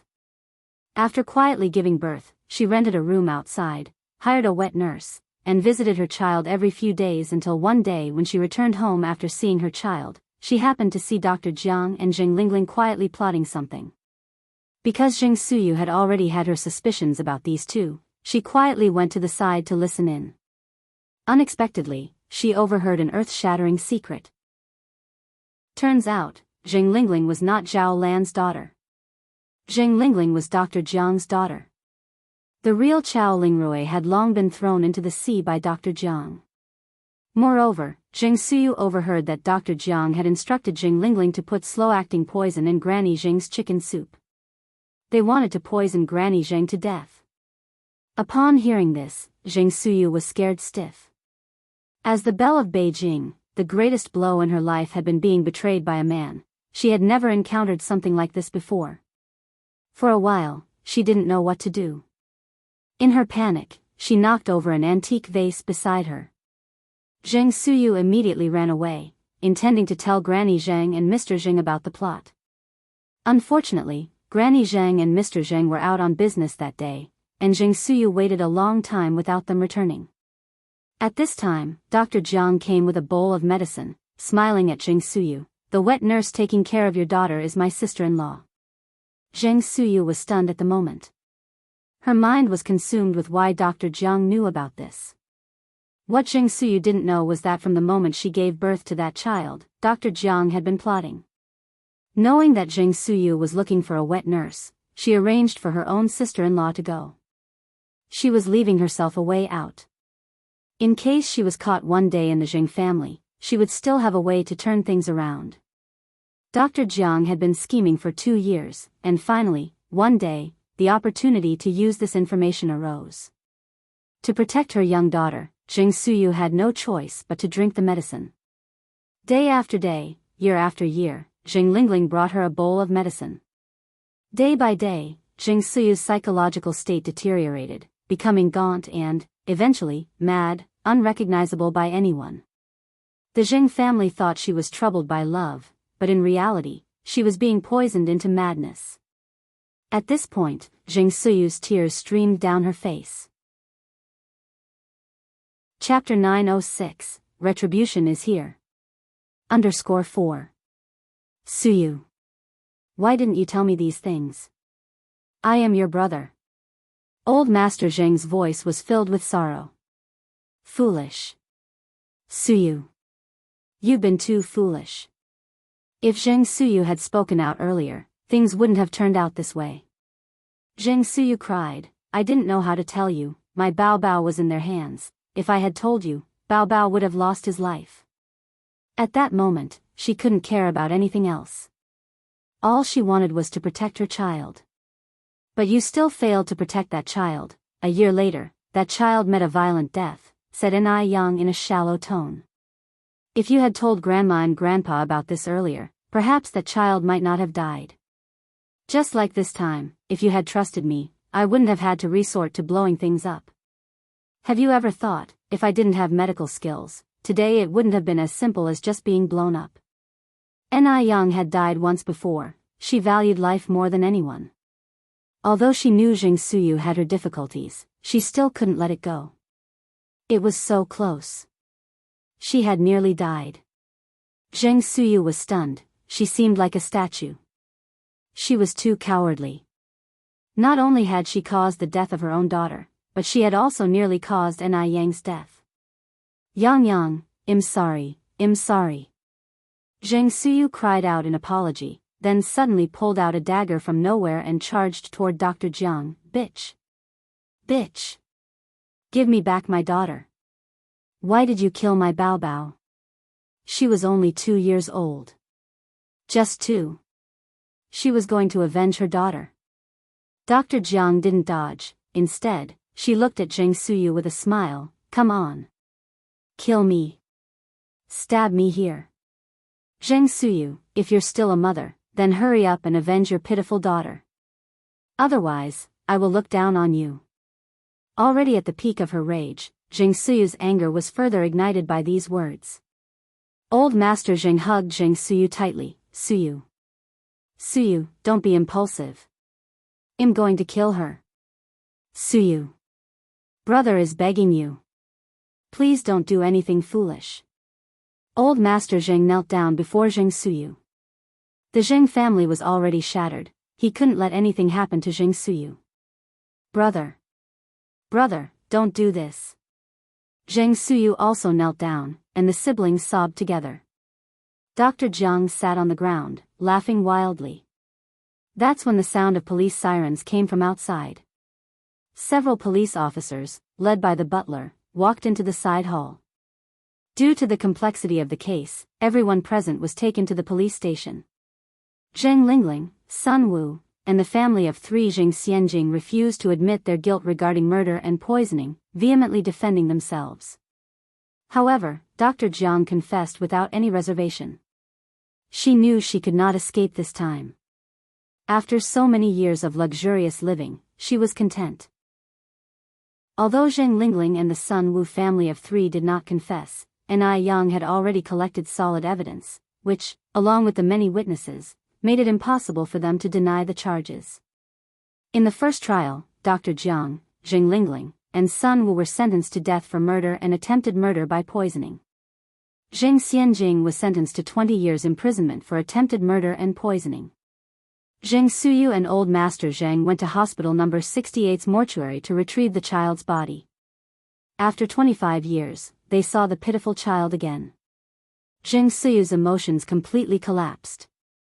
Curled up in the small freezer due to the preservation, her body turned purple from the cold. Bao bao.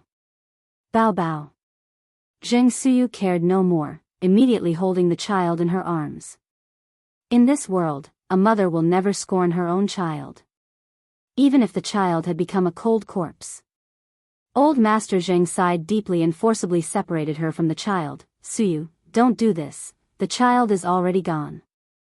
After the child was cremated and buried, old Master Zheng hired a monk to perform an elaborate ritual for the child, hoping for her quick reincarnation. Following this incident, Zheng Suyu's health, which had been improving, began to rapidly deteriorate. A few days later, she moved into the nearby nunnery to begin a life of repentance and constant companionship with the ancient Buddha. In her life, she had done too many wrong things. She was atoning for herself. And for the salvation of that child. The series of events that befell the Zheng family quickly became the talk of the elite circles, evoking much lamentation. No one expected Zheng Suyu to have a child out of wedlock. Even less could they have imagined that Zheng Lingling and Dr. Jiang would commit such heinous acts. Chapter 907, Retribution is Here. _5. Dr. Jiang, Zheng Lingling, and Sun Wu were executed that day. Old Mrs. Zheng bought lots of joss paper, took it to the crossroad, and burned it. Sister, brother-in-law, Lingling, I've wronged your family of 3. It was my lack of discernment, fostering a tiger to invite trouble. Today is the day that ungrateful family was shot. Sister, brother-in-law, Lingling, can you see this? Strangely enough, though it had been clear skies, rain began to fall in the afternoon. The rain continued for 2 days. By the second day, the weather cleared up.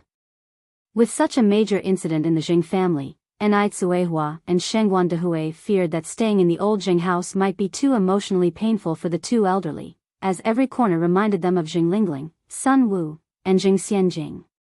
Thus, they suggested that the elders move to Jinghua village with them. The roads to Jinghua village had been fixed, making transportation convenient, and the village had fresh air. Plus, the Enai family's house was well renovated and more comfortable to live in. Old Mr. Zheng and old Mrs. Zheng were very willing. That very day, they dismissed all the servants of the Zheng family and moved to Jinghua village. Enai Tsuehua and Shengguan Dehui had moved from Jinghua village to the Zheng house in winter, and now, they were moving back in the summertime. Learning that Enai Yang and the others had moved back, the villagers of Jinghua village were very happy. Worried they might have nothing to eat upon just returning, each household brought over a lot of food. Old Mrs. Zheng said with a smile, the people here are really warm-hearted. Old Mr. Zheng nodded, indeed. Seeing that old Mr. Zheng and old Mrs. Zheng had moved over, Enai Yang said, why don't we bring Grandma over too? Enai Yang was referring to old Mrs. Shengguan. The Shengguan family only had old Mrs. Shengguan by herself, with Shengguan Su and Shengguan Shi living outside. They usually only came back on weekends, and sometimes they didn't return for weeks. Although Shengguan Dehui, Enai Tsuehua, and Enai Yang visited her every week, rain or shine, the old lady was inevitably lonely. You get lonely when you're old. Isn't it just about having some liveliness? Since the Enai family had plenty of rooms with their house, even 10 or 8 more people could fit. Hearing this, Enai Tsuehua immediately nodded. Yang really thinks of everything. I've been so busy I didn't even consider it. Your dad and I will go and bring Grandma over now. Old Mrs. Zheng and old Mr. Zheng also nodded in agreement. That's right, that's right. Ting Ting, don't busy yourself, hurry and go with Dehui to bring your in-laws over. Enai Yang then said, I can drive to pick her up, you both stay home and get things ready. Enai Tsuehua exclaimed in surprise, Yang, when did you learn to drive? She didn't even know. Enai Yang smiled and said, Mo Chishan taught me. She had to bring up Mo Chishan to avoid her mother's suspicion.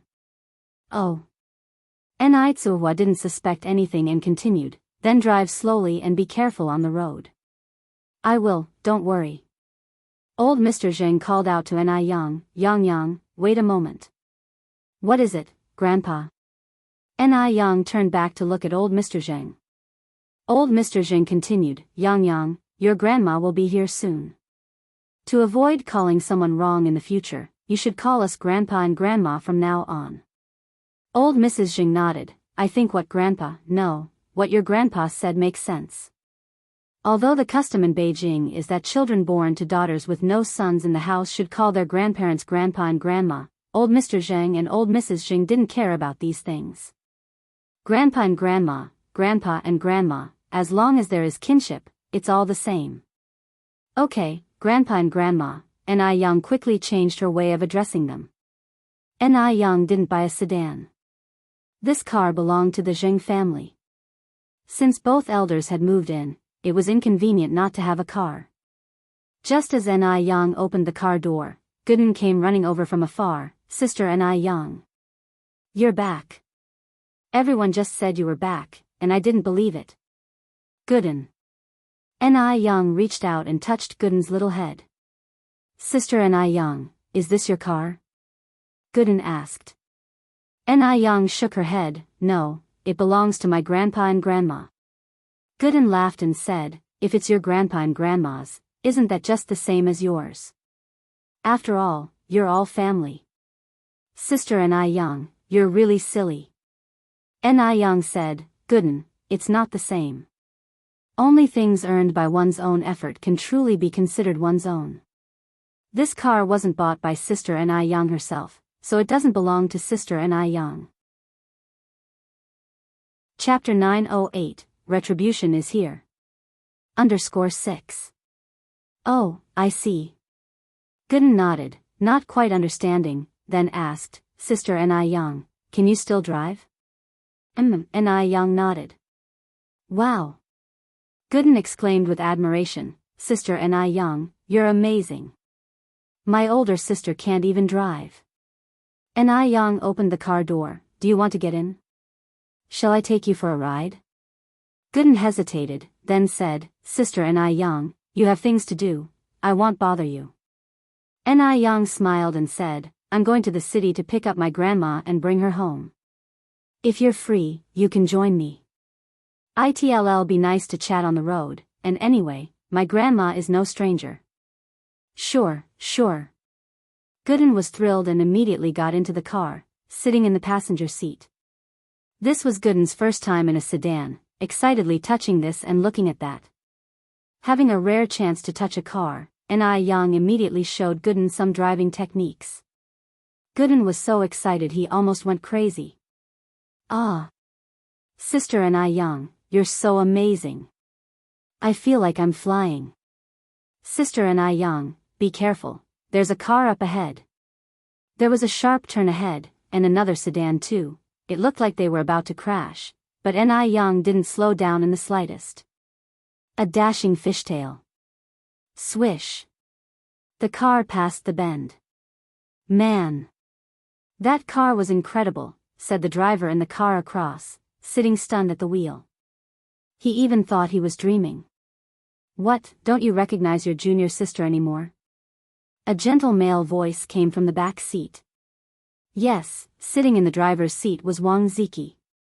Hearing this, Wang Ziki's eyes widened in disbelief, really? Are you serious? He continued, Master Du, you're not joking with me, right? His junior sister was that good?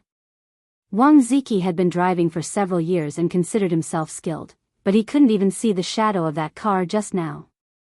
Why would I joke with you? Master Du turned a page of the Buddhist scripture, his expression indifferent. Ni Yang was truly impressive. He knew every detail of the Zheng family incident. He had originally planned to help Ni Yang, especially since he had promised Mo Qishan to take good care of her. But before he could act, Ni Yang had already handled it. She didn't need anyone's help. She alone was enough to protect her loved ones. Wang Ziki swallowed hard, my junior sister is really amazing. Soon, the car stopped at the entrance of the delightful restaurant. During this time, Master Du occasionally came to this restaurant just because the food was delicious. Wang Ziqi opened the car door. Master Du put on a black hat and got out of the car, bending forward. Wang Ziqi followed closely. Just then, a figure ran from the side and accidentally bumped into Master Du. It was an 8 or 9-year-old boy, who was also frightened, sitting on the ground with his face pale, looking up at Master Du, almost crying. "Whose child are you? Why are you so clumsy?" Wang Ziqi scolded. Wang Ziqi was tall and striking, with brows like knife slashes, and his frowning, stern look terrified the little boy, making him burst into tears. I'm sorry. A 17 or 18-year-old girl ran over from the side. "My little brother is young and clueless. He accidentally bumped into you." "Big sister," the little boy quickly hid behind her. "Erlong, I've told you before to be careful when walking, not to run, and yet you treat my words as nothing. Now apologize to these two uncles immediately." This little boy was indeed Wu Erlong, and the young girl was Wu Yenyun. Under Ni Yang's guidance, the construction business run by Wu Jinshu and Yan Erju, husband and wife, was doing quite well. Life was getting better.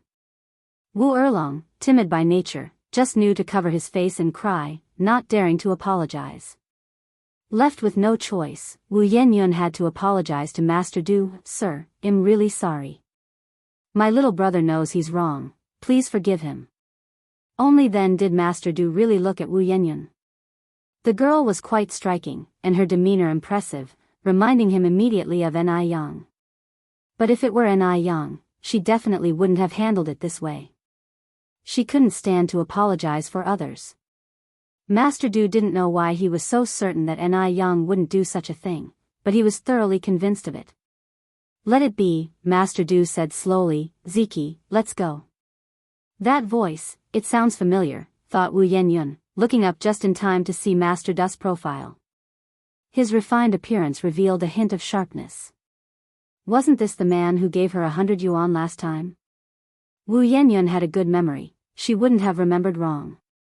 "Sir, please wait." Wu Yenyun called after Master Du. "What is it?" Wang Ziqi stretched out his hand to stop Wu Yenyun. She moved past Wang Ziqi, looking at Master Du. "Sir, do you remember me? We've met before, and you gave me 100 yuan. Could you tell me where you live, so I can bring you the money from home?" Now that her family was financially better off, Wu Yenyun wanted to return the 100 yuan to him, otherwise, she felt like she owed someone something. "I don't remember," Master Du said, playing with his Buddha beads. Chapter 909, Teaching You a Lesson. Di had seen countless people in his life, so why would he waste time on a young girl he'd only met once? He really didn't remember Wu Yenyun. Wu Yenyun continued, "It was probably a little over 2 months ago. You were sitting in your car and had your driver give me 100 yuan, don't you remember?" Di frowned and thought for a moment. There seemed to be a faint impression. "The last incident was my driver's fault. The money was compensation to you. You don't need to return it." Having said this, Di turned his head to Wang Ziqi. "Let's go." "Okay," Wang Ziqi nodded. "Wait." Wu Yenyun hurried to catch up with the two men's pace. 100 yuan might be less than a drop in the ocean for Di, but to Wu Yenyun, it was a fortune. Before she hadn't encountered Di, it would have been fine, but now that she had, she couldn't just take 100 yuan from someone for nothing. Hearing this, Di's face showed a hint of impatience. He held a high position and the last thing he lacked was the entanglement of women, and the thing he feared most was also the entanglement of women.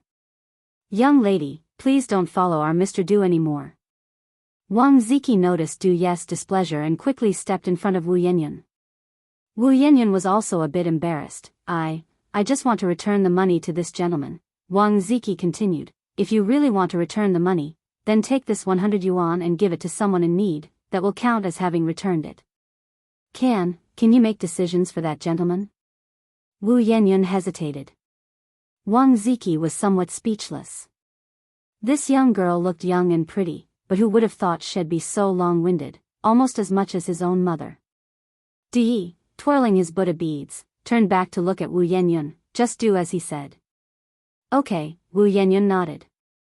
Di and Wang Ziqi walked straight inside.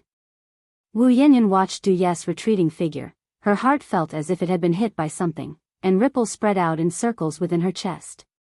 An indescribable feeling. Not until Wang Ziki and Du Yes' figures had disappeared into the distance did Wu Yanyan turn around to walk back. Erlong, are you okay? I'm fine. Wu Erlong had been frightened, wiping away tears with his sleeve. Wu Yanyan squatted down and patted the dust off Wu Erlong. How many times have I told you, don't run when you walk, watch the road. Today it was those two gentlemen being reasonable. If you met someone not so reasonable, or a frail elder, then you would be in deep trouble. Big sister, I know, Wu Erlong nodded, looking wronged. On the other side, Ni Yang brought Gooden to the Shangguan family. Old Madame Shangguan was watering the flowers in the garden. Even though the Shangguan family had many servants, the old lady still cut a solitary figure. Grandma. Hearing Ni Yang's voice, old Madame Shangguan's grip on the watering can paused. Today was Tuesday. Normally Ni Yang would only come back on weekends. She must have heard wrong. Old Madame Shangguan continued to water the flowers. Grandma. It wasn't until Ni Yang, with Gooden, came to old Madame Shangguan that she realized this was not an illusion. Yang. Old Madame Shangguan dropped the water sprayer in excitement. Ni Yang reached out and hugged old Madame Shangguan. Grandma, I've missed you so much. Old people love to hear sweet nothings. Hearing this, old Madame Shangguan was overjoyed. Ni Yang then said, Oh, Grandma, this is Gooden. He also lives in Jianghu village. He's my good friend. Hearing this, Gooden was thrilled. He was only 12 this year, still a child in many people's eyes. How could adults and children be good friends? But Sister Ni Yang was different. She actually introduced him to others, saying that he was her good friend. He was Sister Ni Yang's good friend. Gooden was delighted beyond belief, and quickly greeted old Madame Shangguan. Hello, Grandma. I'm Gooden. My full name is Li Changshou, but you can just call me Gooden. That's a good name, Gooden. Old Madame Shangguan laughed. Come on, follow Grandma inside. They followed old Madame Shangguan into the villa of the Shangguan family. The Shangguan family's villa was beautifully decorated. But Gooden had already seen Ni Yang's house decorated and wasn't surprised now. After entering, old Madame Shangguan had a servant bring a bunch of delicious food. Gooden was a bit shy to reach out. Ni Yang grabbed a handful of teddy bear biscuits and stuffed them into Gooden's hand. Gooden, no need to be reserved at Sister Ni Yang's house, just take whatever you want to eat. Chapter 9-10, Teach You How to Be Human. _2. Shangguan Grandma said with a smile, Your sister Ni Yang is right, Gooden, don't be overly polite, take whatever you want to eat. Thank you, Grandma. Shangguan Grandma continued, Yang, didn't your mom, your dad, and little Yunyan come with you? It was then that Ni Yang remembered the matter at hand and replied, Grandma, I came to take you back with us to live together. To live with you all? Shangguan Grandma was taken aback. Yes. Ni Yang nodded and added, Grandma, now both my maternal grandparents have moved with us to Jianghu village, so my parents asked me to bring you over as well. It will be livelier with more people living together. Shangguan Grandma hesitated. Yang, I'm quite comfortable living here. Moving over to your place, wouldn't it be a bit inconvenient? She really didn't want to trouble the younger generation. Ni Yang said with a smile, There's no inconvenience at all, that's your home too. It's much livelier when everyone lives together. The cement road in our village is already fixed. Whenever you miss home, you can just take a car back to visit. It's very convenient. Shangguan Grandma still hesitated. Ni Yang continued, Grandma, Yun has been talking about you these past days. If you move over, you'll be able to see Yun every day. Also, you don't have to worry about my brother and sister Xiaoxi at all. There are so many rooms at home. When my brother and sister Xiaoxi come back for holidays, they can choose whichever room they want to stay in. Ni Yun was the youngest child in the family and the granddaughter Shangguan Grandma loved the most. After hearing what Ni Yang said, Shangguan Grandma immediately replied, All right. Then I'll move over. I'm going to make a call right now to inform Xiaoxiu and Xiaoxi. Oh right, and I need to tell your aunt too." As she spoke, Shangguan Grandma excitedly went off to make the calls to everyone. Not only did Shangguan Grandma inform Shangguan Su and Shangguan Shi, but she also called all her relatives, unable to stop smiling. "Oh, the kids are so filial. I said I wouldn't go, but they insisted I come. It seems I really have to go." Though Shangguan Grandma was hesitant before going, she was very happy in the end. There isn't an elderly person who doesn't want to live with their own children.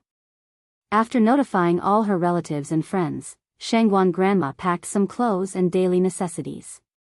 As the three of them were getting ready to leave, Zhao Shen suddenly arrived with Zhao Zijuan. "Grandma." Zhao Zijuan rushed in from outside. "Sister Ni Yang, you're here too." Ni Yang introduced Gooden to Zhao Zijuan. Zhao Zijuan, a very outgoing child, said, "Hello Gooden, I'm Yang Yang's cousin, you can just call me Zijuan." Though Gooden had grown up in the countryside, he wasn't shy at all and confidently said, "Then you can just call me Gooden." The two kids quickly started playing together. Gooden said, "Zijuan, if you ever come to Sister Ni Yang's house to play, remember to come find me. I'll take you to my secret base." Kids in the countryside usually have their own secret bases. Zhao Zijuan first nodded, then as if he thought of something, added, "But I don't know the way to your house." Gooden said with a laugh, "You can ask Sister Ni Yang, she knows." While the children played outside, the three adults talked inside.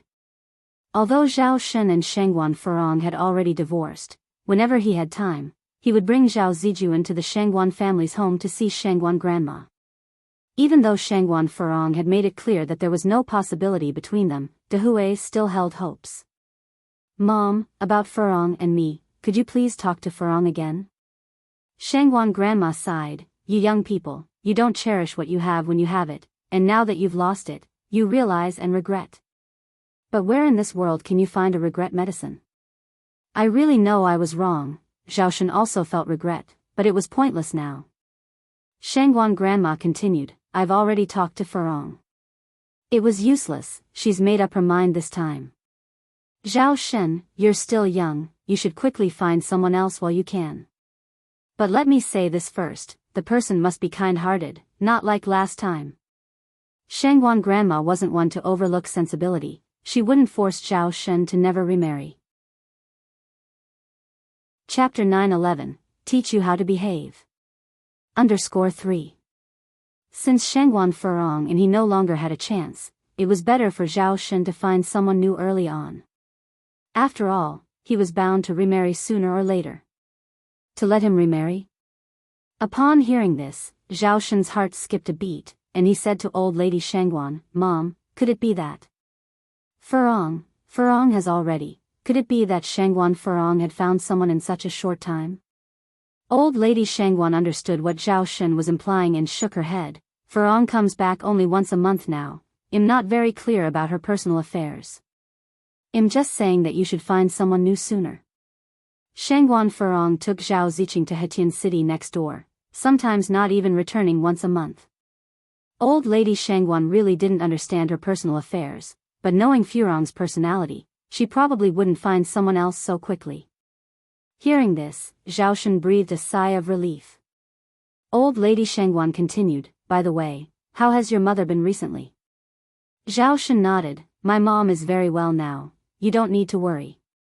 "That's good." Zhao Shen turned to look at Ni Yang and asked, "Did Yang Yang come today to take your grandma to Jinghua village?" Ni Yang nodded, "Yes.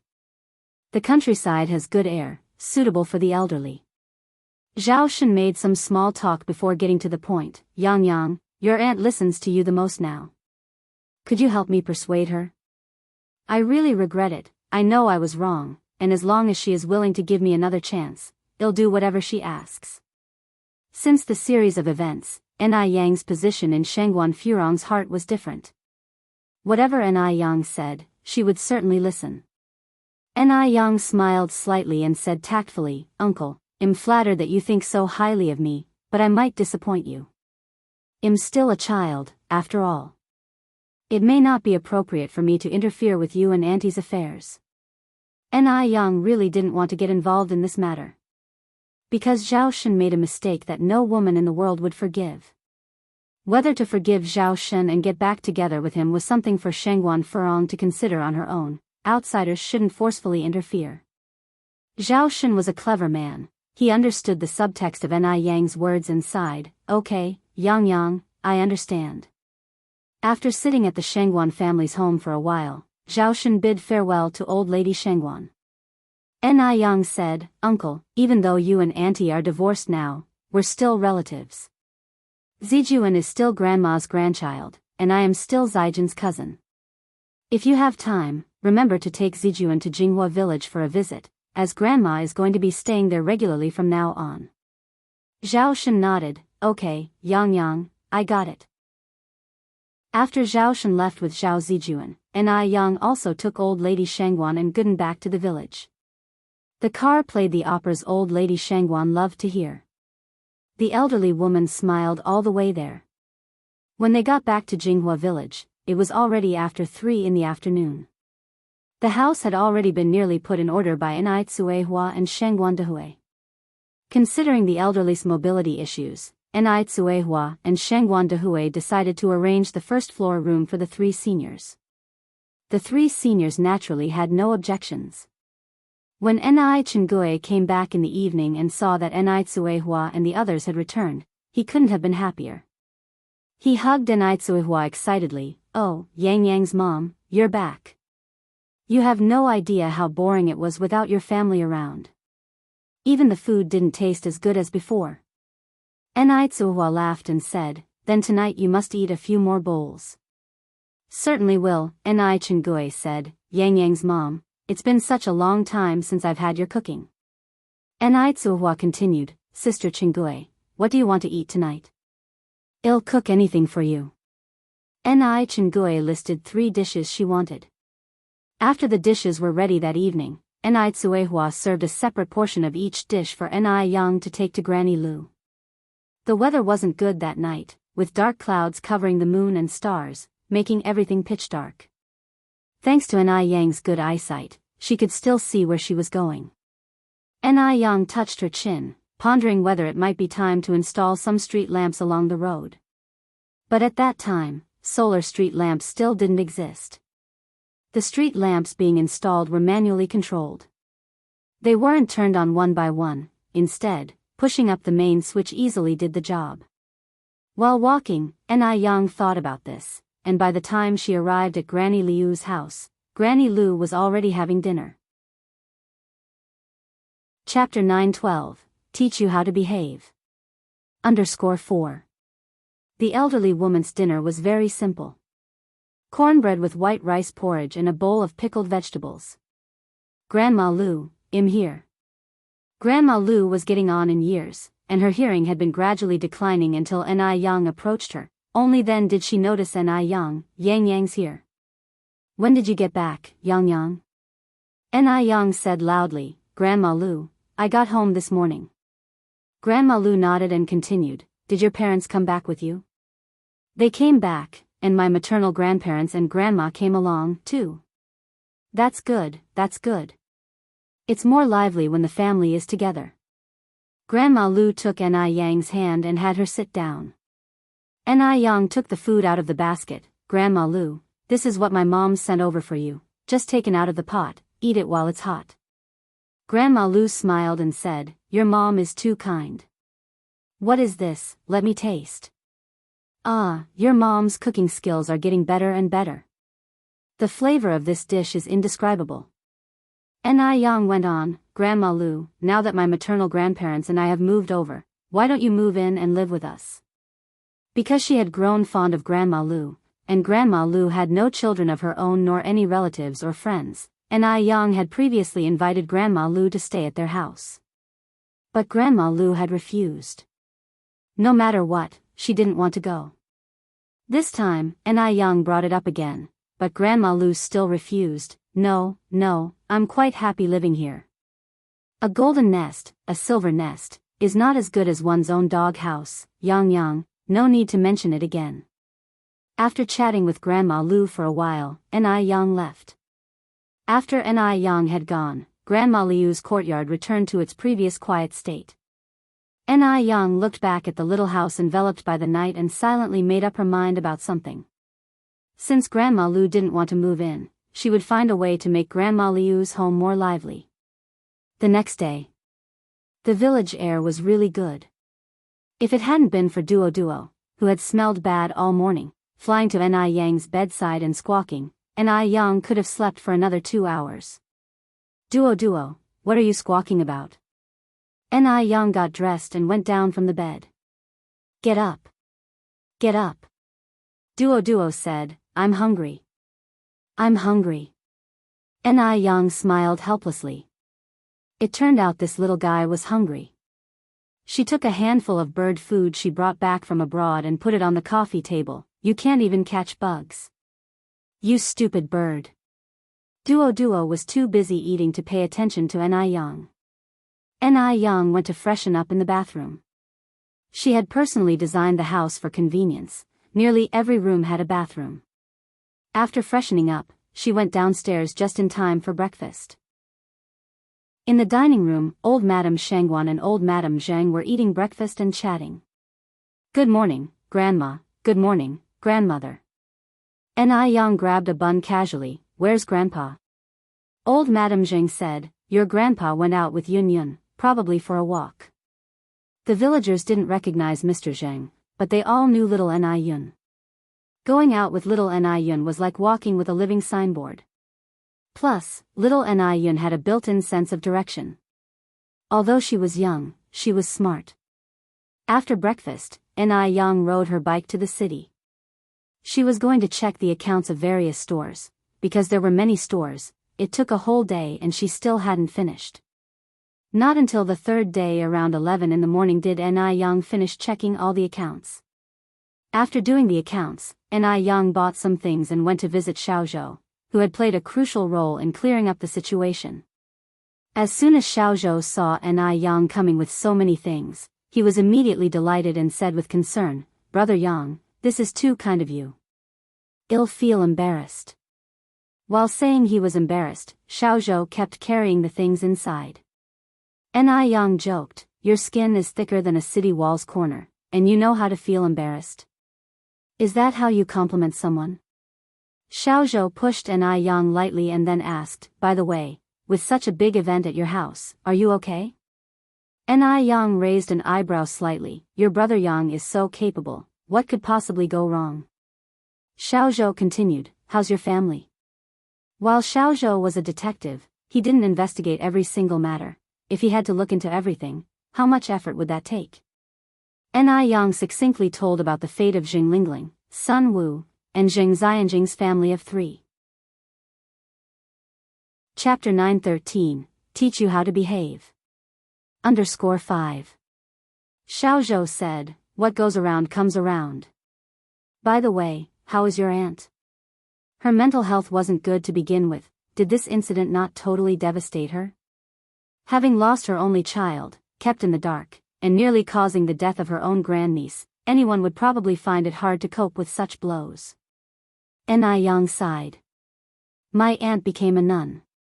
Really? Xiaozhou was somewhat surprised. Ni Yang nodded. Yes, she's now at Baiyun Temple. Xiaozhou continued, is she doing this to atone for her past? Perhaps, Ni Yang said. If she hadn't been manipulated and had spoken up earlier, perhaps that child would not have died, and so many things wouldn't have happened. Xiaozhou nodded. That makes sense. Departing from Xiaoza's place, Ni Yang made another trip to the department store. She wanted to buy a television for Grandma Liu. It was already 1985, and color TVs were available, though quite expensive, costing over 3,000 yuan each. Ordinary families could hardly afford them. Thus, at this time, if a family in the village bought a TV, they would become the most popular household, because everyone would bring their bowls to watch TV during mealtime at their home, which helped alleviate Grandma Liu's loneliness. Since she had decided to buy a TV for Grandma Liu, it had to be a color one. Ni Yang paid without hesitation and even added an extra 10 yuan for delivery. The shopkeeper was stunned. He initially thought Ni Yang was just browsing, but she didn't haggle and spent 3,000 yuan outright. From that moment on, the shopkeeper saw N.I. Yang in a new light. After paying and arranging the delivery time with the shopkeeper, N.I. Yang headed to the third floor's clothing city, planning to buy some clothes. N.I. Yang picked several cheongsams and was about to pay when she spotted a light blue embroidered cheongsam. "Please get that one down for me," N.I. Yang turned to the sales associate. Of course, the associate nodded. Just then, a pair of hands reached out before the sales associate and took the cheongsam. "I saw this cheongsam first." N.I. Yang looked up and saw a young woman in her 20s with healthy wheat-colored skin and well-defined features, not looking like someone from Beijing. Judging by her accent, she seemed to be from Bay Island. The relationship between China and Bay Island had entered a new historical phase on New Year's Day 1979, with friendly interactions and the cessation of all hostilities. So, it wasn't strange to see someone from Bay Island in Beijing. Since the woman had grabbed the cheongsam first, N.I. Yang didn't say much, just smiled gently at the young woman and then turned to the sales associate. "Let's go to the cashier." "Sure," the associate nodded, thankful to have met a reasonable customer today. Dealing with difficult customers could have caused a scene. "Please follow me." "Hello, that will be 450 yuan in total." 6 cheongsams, all made of real silk, and together only costing a bit over 400 yuan, such a price would be quite reasonable in later times. N.I. Yang took out the money from her purse and handed it to the sales associate, revealing a pale, smooth wrist and a translucent, droplet-like jade bracelet as she moved. Under the lights, the jade bracelet cast a cool glow. At that moment, the young woman with the light blue cheongsam came over to pay, and she noticed the bracelet. "That bracelet is gorgeous.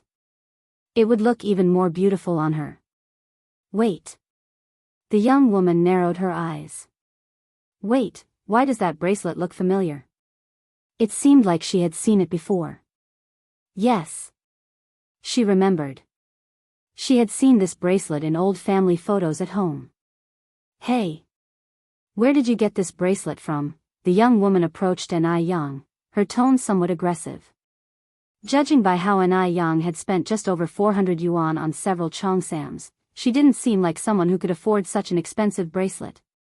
And this bracelet was a family heirloom. Could it be stolen? The young woman narrowed her eyes. Seeing the hostility in the young woman's eyes, N.I. Yang frowned slightly. "This really isn't any of your concern." Since the other party was hostile, there was no need for her to be overly friendly. After all, she wasn't a masochist who enjoyed self-harm. Chapter 9:14, Teach You How to Behave. _6. "You have no manners at all, do you?" the young woman angrily said. Is this how everyone from Beijing answers questions? Born into a family of privilege, she had always been looked up to, constantly showered with compliments, and this was her first time encountering someone like N.I. Yang, who was such a thorn in her side. N.I. Yang slightly raised her eyebrows, retorted, "Comrade, do you even know what manners means? If you're so mannerly, is this the attitude you use to ask questions of others? You! How can you speak like that?" The young woman was about to explode with anger. This brash young girl had no sense at all. How dare she be so insolent? Would anyone dare to do this to her on Taiwan Island? N.I. Yang shrugged slightly. "I speak just like this, what's the matter? Do you have a problem?" After speaking, she continued, "Even if you have an issue, keep it to yourself. I'm not your mother, why should I pander to you?" Having said this, N.I. Yang picked up her clothes and turned to leave. As she turned, her black hair traced a perfect arc through the air, exuding an air of authority and beauty, extremely eye-catching. The young woman, now seething with rage, immediately followed and grabbed N.I. Yang by the wrist. "You vile girl, you're not going anywhere." N.I. Yang glanced back with a slight curl of her red lips. "Let go." Two softly spoken words, yet they carried a chill. "Vile girl. You can't leave. Tell me, where did you get that bracelet?" "Not letting go, huh?" N.I. Yang smiled, "Then don't regret it later. Since no one in your family taught you how to behave, I suppose you'll reluctantly step in." Having said that, N.I. Yang slowly withdrew her hand. She seemed not to use much strength, yet the young woman couldn't muster any resistance. Bang! Due to the sudden inertia, she lost her balance and fell hard to the ground, in unbearable pain. Yang looked down at her, lightly dusted off her hands. Beijing isn't your home, nor is it a place for you to throw your weight around as a spoiled rich girl. If you bother me again, consider the consequences. Unable to best Yang in a fight, the young woman waited until Yang's figure disappeared at the entrance before she dared to curse loudly. Ah! It hurts so much. Vile girl. Vile girl. I'll kill you. Miss, are you all right? Seeing the commotion, a servant who had come with her immediately ran over. The young woman's features were twisted in anger. I'm so furious. That vile girl. Why didn't you come over just now? Sorry, miss, I didn't see what happened. Useless. The young woman slapped the servant, then reached into her pocket and pulled out a 100 renminbi note. Take this money and buy some medicine.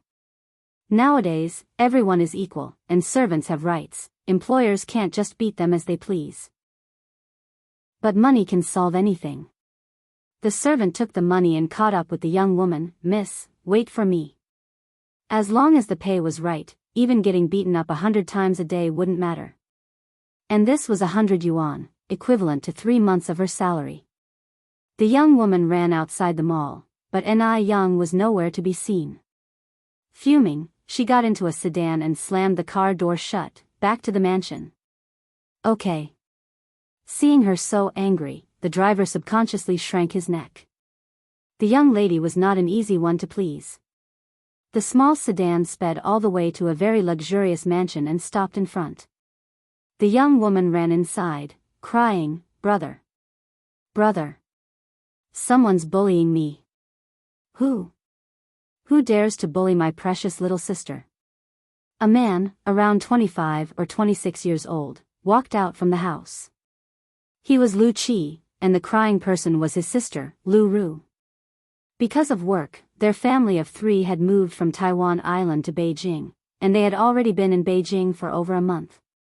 Lu Ru said angrily, Some lowly girl. She said I have no manners and even dared to talk back to me. It's just too uncultured. Brother, you must help me get revenge. Catch that lowly girl and teach her a lesson. Lu Ru had never been so infuriated in all the time she had been in Beijing. She wished she could kill Yang. Lu Qi sighed, Xiaoru, this isn't Bay Island, and it's not our home. I've told you before, you need to restrain yourself. If you cause trouble here, no one can clean up your mess. Lu Ru was his own sister. He knew Lu Ru all too well. Chances were, today's incident was mostly Lu Ru's doing. Lu Ru had originally expected Lu Qi to vent her frustration, but instead, Lu Qi turned around and blamed her, which made her even angrier. Are you even my real brother? I am not talking to you anymore. I'm going to find Dad. Lu Qi could only shake his head helplessly. Lu Ru stormed off towards Father Liu's room. Inside the room, the young mother Lu was giving Father Liu a massage. Lu Ru's sudden entrance took the couple by surprise. Mother Lu frowned and said, Child, how can you come in without knocking? Lu Ru went straight to Father Liu, hugged his neck, and started to coo and complain. She briefly explained what had happened. Dad. You must stand up for me. That lowly girl was just too hateful. Father Liu was approaching his late 70s this year, and Lu Ru was only 20 years old. As a late-life daughter, he doted on her especially, fulfilling almost her every wish, and smiled, saying, There, Dad will get your revenge. Xiaoru, don't be angry anymore, a girl looks worst when crying. Mother Lu laughed, These girls in Beijing just don't have the discernment, they don't even see whose daughter you are to dare provoke you. Xiaoru, just wait, your dad will surely get revenge for you. Father Liu was almost 80 this year, but Mother Liu was only in her 50s, and she kept herself well maintained, looking almost like someone in their 30s or 40s, with a particularly elegant air and a pretty face. Lu Ru inherited her skin from Father Liu, and her looks from Mother Lu. Seeing both parents on her side, Lu Ru was overjoyed and added, "Right, I also saw that bracelet on that lowly girl's wrist." "What bracelet?" Father Lu asked. "The bracelet from that old photo. That bracelet is really pretty. It looks so much better than in the photo." At the end of her statement, Lu Ru's eyes lit up. "Dad, my grandaunt must still be alive. Can't we find her soon?" Before Father Lu could speak, Mother Lu was beside herself with excitement, grabbing Lu Ru's arm. "Xiaoru, did you really see it? That means your grandaunt is still alive." "Really?" Lu Ru nodded. "Mom, think about it. Have I ever misjudged any fine thing I've seen? Would I make a mistake?" Father Lu frowned and then said, "But there's always a bit of a discrepancy between a photo and the real thing. How do you know that bracelet was your grandaunt's?" Chapter 9:15. This is too amazing. Lu father always felt there was something fishy about this matter without seeing the actual item. How could it be such a coincidence that they had just arrived in Beijing and already seen that bracelet? "Dad! How could I possibly have seen it wrong?" Lu Ru shook Lu father. "Dad, just believe me. That is definitely our family's heirloom. My aunt is now in Beijing, let's go find her quickly." "What did the young girl you saw look like?" Lu father continued to ask. "Does she resemble your aunt? How old is she approximately?" Hearing this, Lu mother covered her mouth in surprise. Could it be that she remarried? Lu father furrowed his brows slightly. "Based on my understanding of her, she's not the type to remarry casually, but you can never be too sure about these things." It had been so many years, and much had become a blur in Lu father's mind.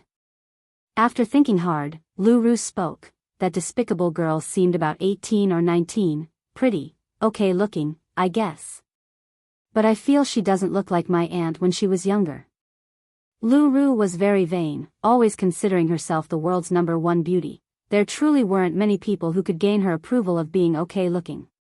Hearing her say this, Lu parents knew that the young girl must be exceptionally attractive. 18 or 19? Lu mother said with a smile, "Your aunt is about the same age as your dad this year. She couldn't possibly have a daughter that young.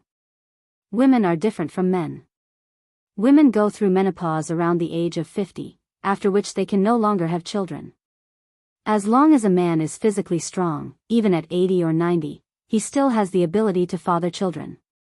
"Right, are there any relatives left on her mother's side?" Lu mother nudged Lu father with her elbow. "Relatives?" Lu father scratched his head, then said, "In that era, even if she had a few relatives, I doubt they would have survived. A few decades earlier was the time for denouncing the bourgeois." "Then who could that young girl be?"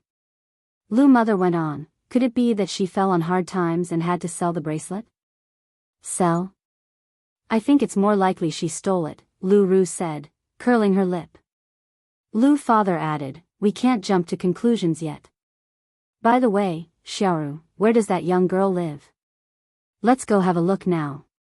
In the years of denouncing the bourgeois, privately hoarding gold and jewelry was forbidden. Gold and jewelry were worth less than scrap metal. Back then, many people couldn't even trade a gold bar for a bowl of white rice, and if you were caught trading privately, you would be labeled a speculator. So, the likelihood of theft was not high. Although Lu father was old, he wasn't confused. "I don't know where she lives," Lu Ru said. "That worthless girl had no manners at all. Ask her one question and she'd explode like she'd swallowed gunpowder. She even pushed me to the ground. I've never seen such a person in my life. If she had been on Bay Island, she wouldn't have gotten away with it. If it were on Bay Island, who would dare provoke her? Only someone with a death wish." Lu father continued, "It could also be a relative from her family. She's alone now, getting on in years, so it wouldn't be strange for her to have given the items to a family member." "Right, Xiaoru, you need to change this temperament of yours. Don't just throw around accusations, calling everyone a despicable girl. If that bracelet really belongs to your aunt, then she's our relative." As he finished, Lu father also warned, "Besides, this is Beijing, which is different from our Bay Island. If you truly offend some noble person, even I might not be able to protect you. Taiwan Island is just a small island. But this is Beijing. The total area of Bay Island is about the same size as Beijing, but Beijing is only 1% of China. 100 Bay Islands cannot compare to one China. So, it's necessary to keep a low profile when the time calls for it. I know, Lu Ru replied nonchalantly and then said, Dad, since we're sure that Aunt is in Beijing, let's hurry and find her. She'll definitely be so happy to see us. Lu father did not speak. Lu mother said, Exactly. Xiaoru, you're right, we need to find your aunt as soon as possible. Lu Ru went on, Dad, would you be able to give me that bracelet when the time comes? She had taken a liking to the beautiful bracelet at first glance. Lu mother said with a smile, Of course, well give it to you. Your dad and I have only you for a daughter. Who else would we give it to if not you? Chapter 9:16, This is too amazing. _2. That's wonderful. Lu Ru was overjoyed, hugging her mother tightly, Mom, thank you. I love you. The mother and daughter were ecstatic, but the expression on Lu Ru's father's face was somewhat heavy. After lunch, Lu Ru's mother hailed a cab and went out on her own. Soon, the car stopped next to an ordinary residential area. Standing in front of the residential area, Lu Ru's mother was filled with deep emotion. The area had changed so much over the decades. She took a piece of paper out of her pocket and, following the address on it, arrived at the second floor. Room 206, this should be the place, she muttered, looking around before knocking on the door. But after knocking for a long time, there was no response. What's going on? Lu Ru's mother frowned slightly and raised her voice, Is anyone there? Is anyone there? Instead of the door she was knocking on, the neighbor's door at 207 opened. Comrade, who are you looking for? Feeling a bit embarrassed, Lu Ru's mother said, I'm looking for someone who lives here. By the way, does a doctor with the surname Jiang live here? Are you here to see a doctor? The neighbor scratched his head, looking at Lu Ru's mother, You look quite similar to Dr. Jiang. Are you related? No, Lu Ru's mother quickly denied, I have no family connection with her. I've heard that she has incredible medical skills and has cured many difficult diseases, so I came to seek her treatment.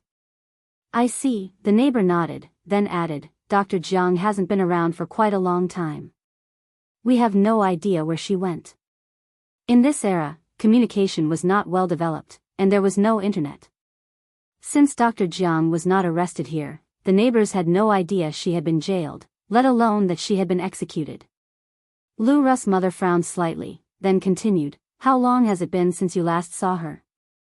After thinking for a moment, the neighbor replied, About a month, I guess. A month? That was exactly when they had arrived in Beijing. They had just come here and hadn't settled down yet, so she hadn't come to find Dr. Jiang right away. As she spoke, the neighbor continued, It's odd, when Dr. Jiang was living here, her nephew used to visit her often. But it's been a long time since he last came, and Dr. Jiang is getting on in years, so maybe her nephew took her to live with him and enjoy her old age. Without further conversation, Lu Ru's mother thanked the neighbor and then turned to leave. Had Dr. Jiang really been taken away by her nephew to enjoy her old age? Lu Ru's mother sighed, glancing back at the direction of the residential building, her face filled with worries. Where on earth could she have gone? On the way back, Lu Ru's mother noticed a detective agency and walked in. Jiang Yan? Zayaz's face changed slightly when he saw who Lu Ru's mother was looking for. Yes, Lu Ru's mother nodded. Could you please investigate where she is now for me? Money is not an issue, I just want to find the person. Then you'll need to pay an 800 yuan deposit first, Xiaozhou said. Lu Ru's mother took out a stack of money from her bag and placed it on the table. May I ask when you will have the results? Smiling, Xiaozhou replied, Our agency is very efficient. Come back tomorrow morning, and there will be news. Lu Ru's mother nodded, All right, I'll come back tomorrow morning. Leaving the detective agency, Lu Ru's mother still looked rather troubled, an ominous feeling lurking in her heart. Looking through the glass window at Lu Ru's mother's retreating figure, Xiao Zhou narrowed his eyes slightly. When Ni Yang returned to Jinghua village, it was already past 12 p.m. She had arranged with the boss selling televisions that he would deliver the TV at 1 o'clock. Seeing that it was about time, Ni Yang set off for Grandma Liu's place. Sister. Little Ni Yun suddenly called out to Ni Yang. Yun. Ni Yang looked back gently and saw little Ni Yun holding a small bucket in one hand and a toy shovel in the other, her tender little face spotted with mud, smiling sweetly at Ni Yang. Grandpa, what are you doing? Ni Yang then asked. Old Master Zheng smiled and replied, I'm thinking of clearing this empty space out here and then planting some flowers. Old Master Zheng was a gardening enthusiast who loved planting flowers. The village had plenty of space, perfect for him.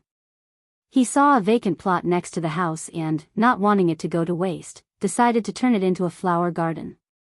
He also planned to dig a little fish pond, so he could enjoy some fishing in his spare time.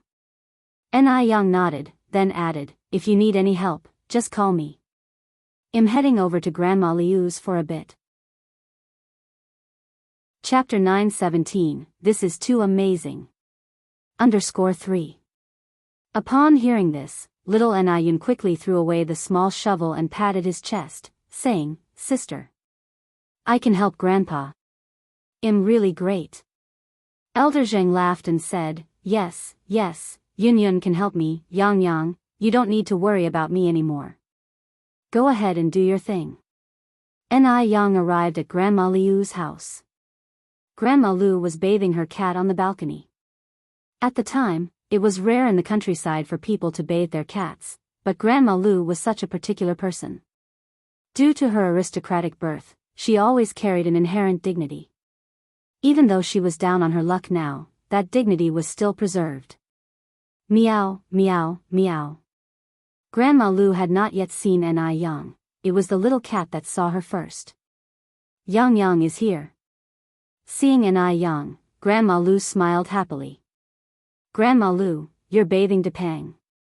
Depang was a Chinese orange tabby cat, known for being particularly plump. Depang's plumpness was partly due to the food, as Grandma Liu would even save the food she herself was reluctant to eat for Depang. Depang was not only fat but also very intelligent, which was why Grandma Liu particularly adored him. Grandma Liu smiled and nodded, yes, it's been several days since Depang last bathed, and it's almost getting infested with bugs. They were chatting when a blue farm vehicle stopped at the doorstep, and a middle-aged man jumped down from the vehicle and shouted, Comrade, is the television to be delivered here? Yes, Ni Yang walked over, please help bring it inside. All right. Two men lifted the 18-inch television and followed Ni Yang into the house. Grandma Liu was startled, Yang, what is this about? Ni Yang smiled and said, it's like this, Grandma Liu, I won a television from a purchase today, but we already have one at home, so I brought this one over for you, so you can watch it when you're bored. Afraid that Grandma Liu might reprimand her for frivolous spending and worried that Grandma Liu might refuse to accept it, Ni Yang said the television was a prize. You can win a television as a prize? Grandma Liu was skeptical. Really? Ni Yang nodded. Grandma Liu, if you don't believe it, you can ask these two uncles. The two men carrying the television were sharp-witted and quickly smiled. Old lady, this young comrade didn't deceive you, the television was indeed one. This young comrade is really lucky, it's so enviable. Grandma Liu continued, even if it was won as a prize, I still can't accept it. This television is expensive, and you could sell it for quite a lot of money. Old lady, this is also a token of your granddaughter's filial piety. Please accept it. Ni Yang quickly interjected, Grandma Liu, I really treat you like my own grandmother, and you've been so good to me. If you don't accept this television, I won't come to your house to chat next time. Fearful that Grandma Liu might continue to refuse, Ni Yang added, and when you gave me this bracelet last time, I didn't refuse, did I? Truthfully speaking, this bracelet is worth much more than the television. You child. All right, I'll accept it, Grandma Liu said helplessly with a smile. Comrade, do you think placing the television here would be okay?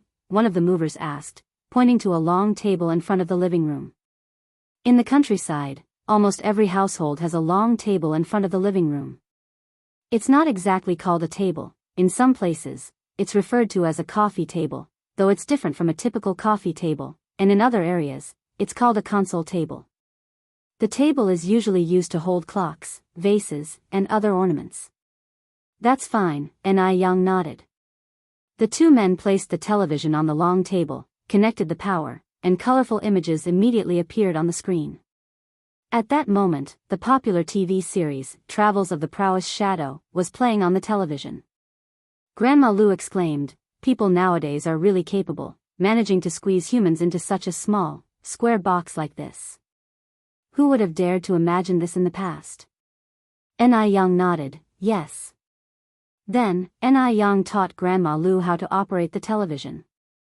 Although Grandma Lu was elderly, her responses were not dull, and though her hearing was occasionally poor, her mind was sharp, and she quickly learned.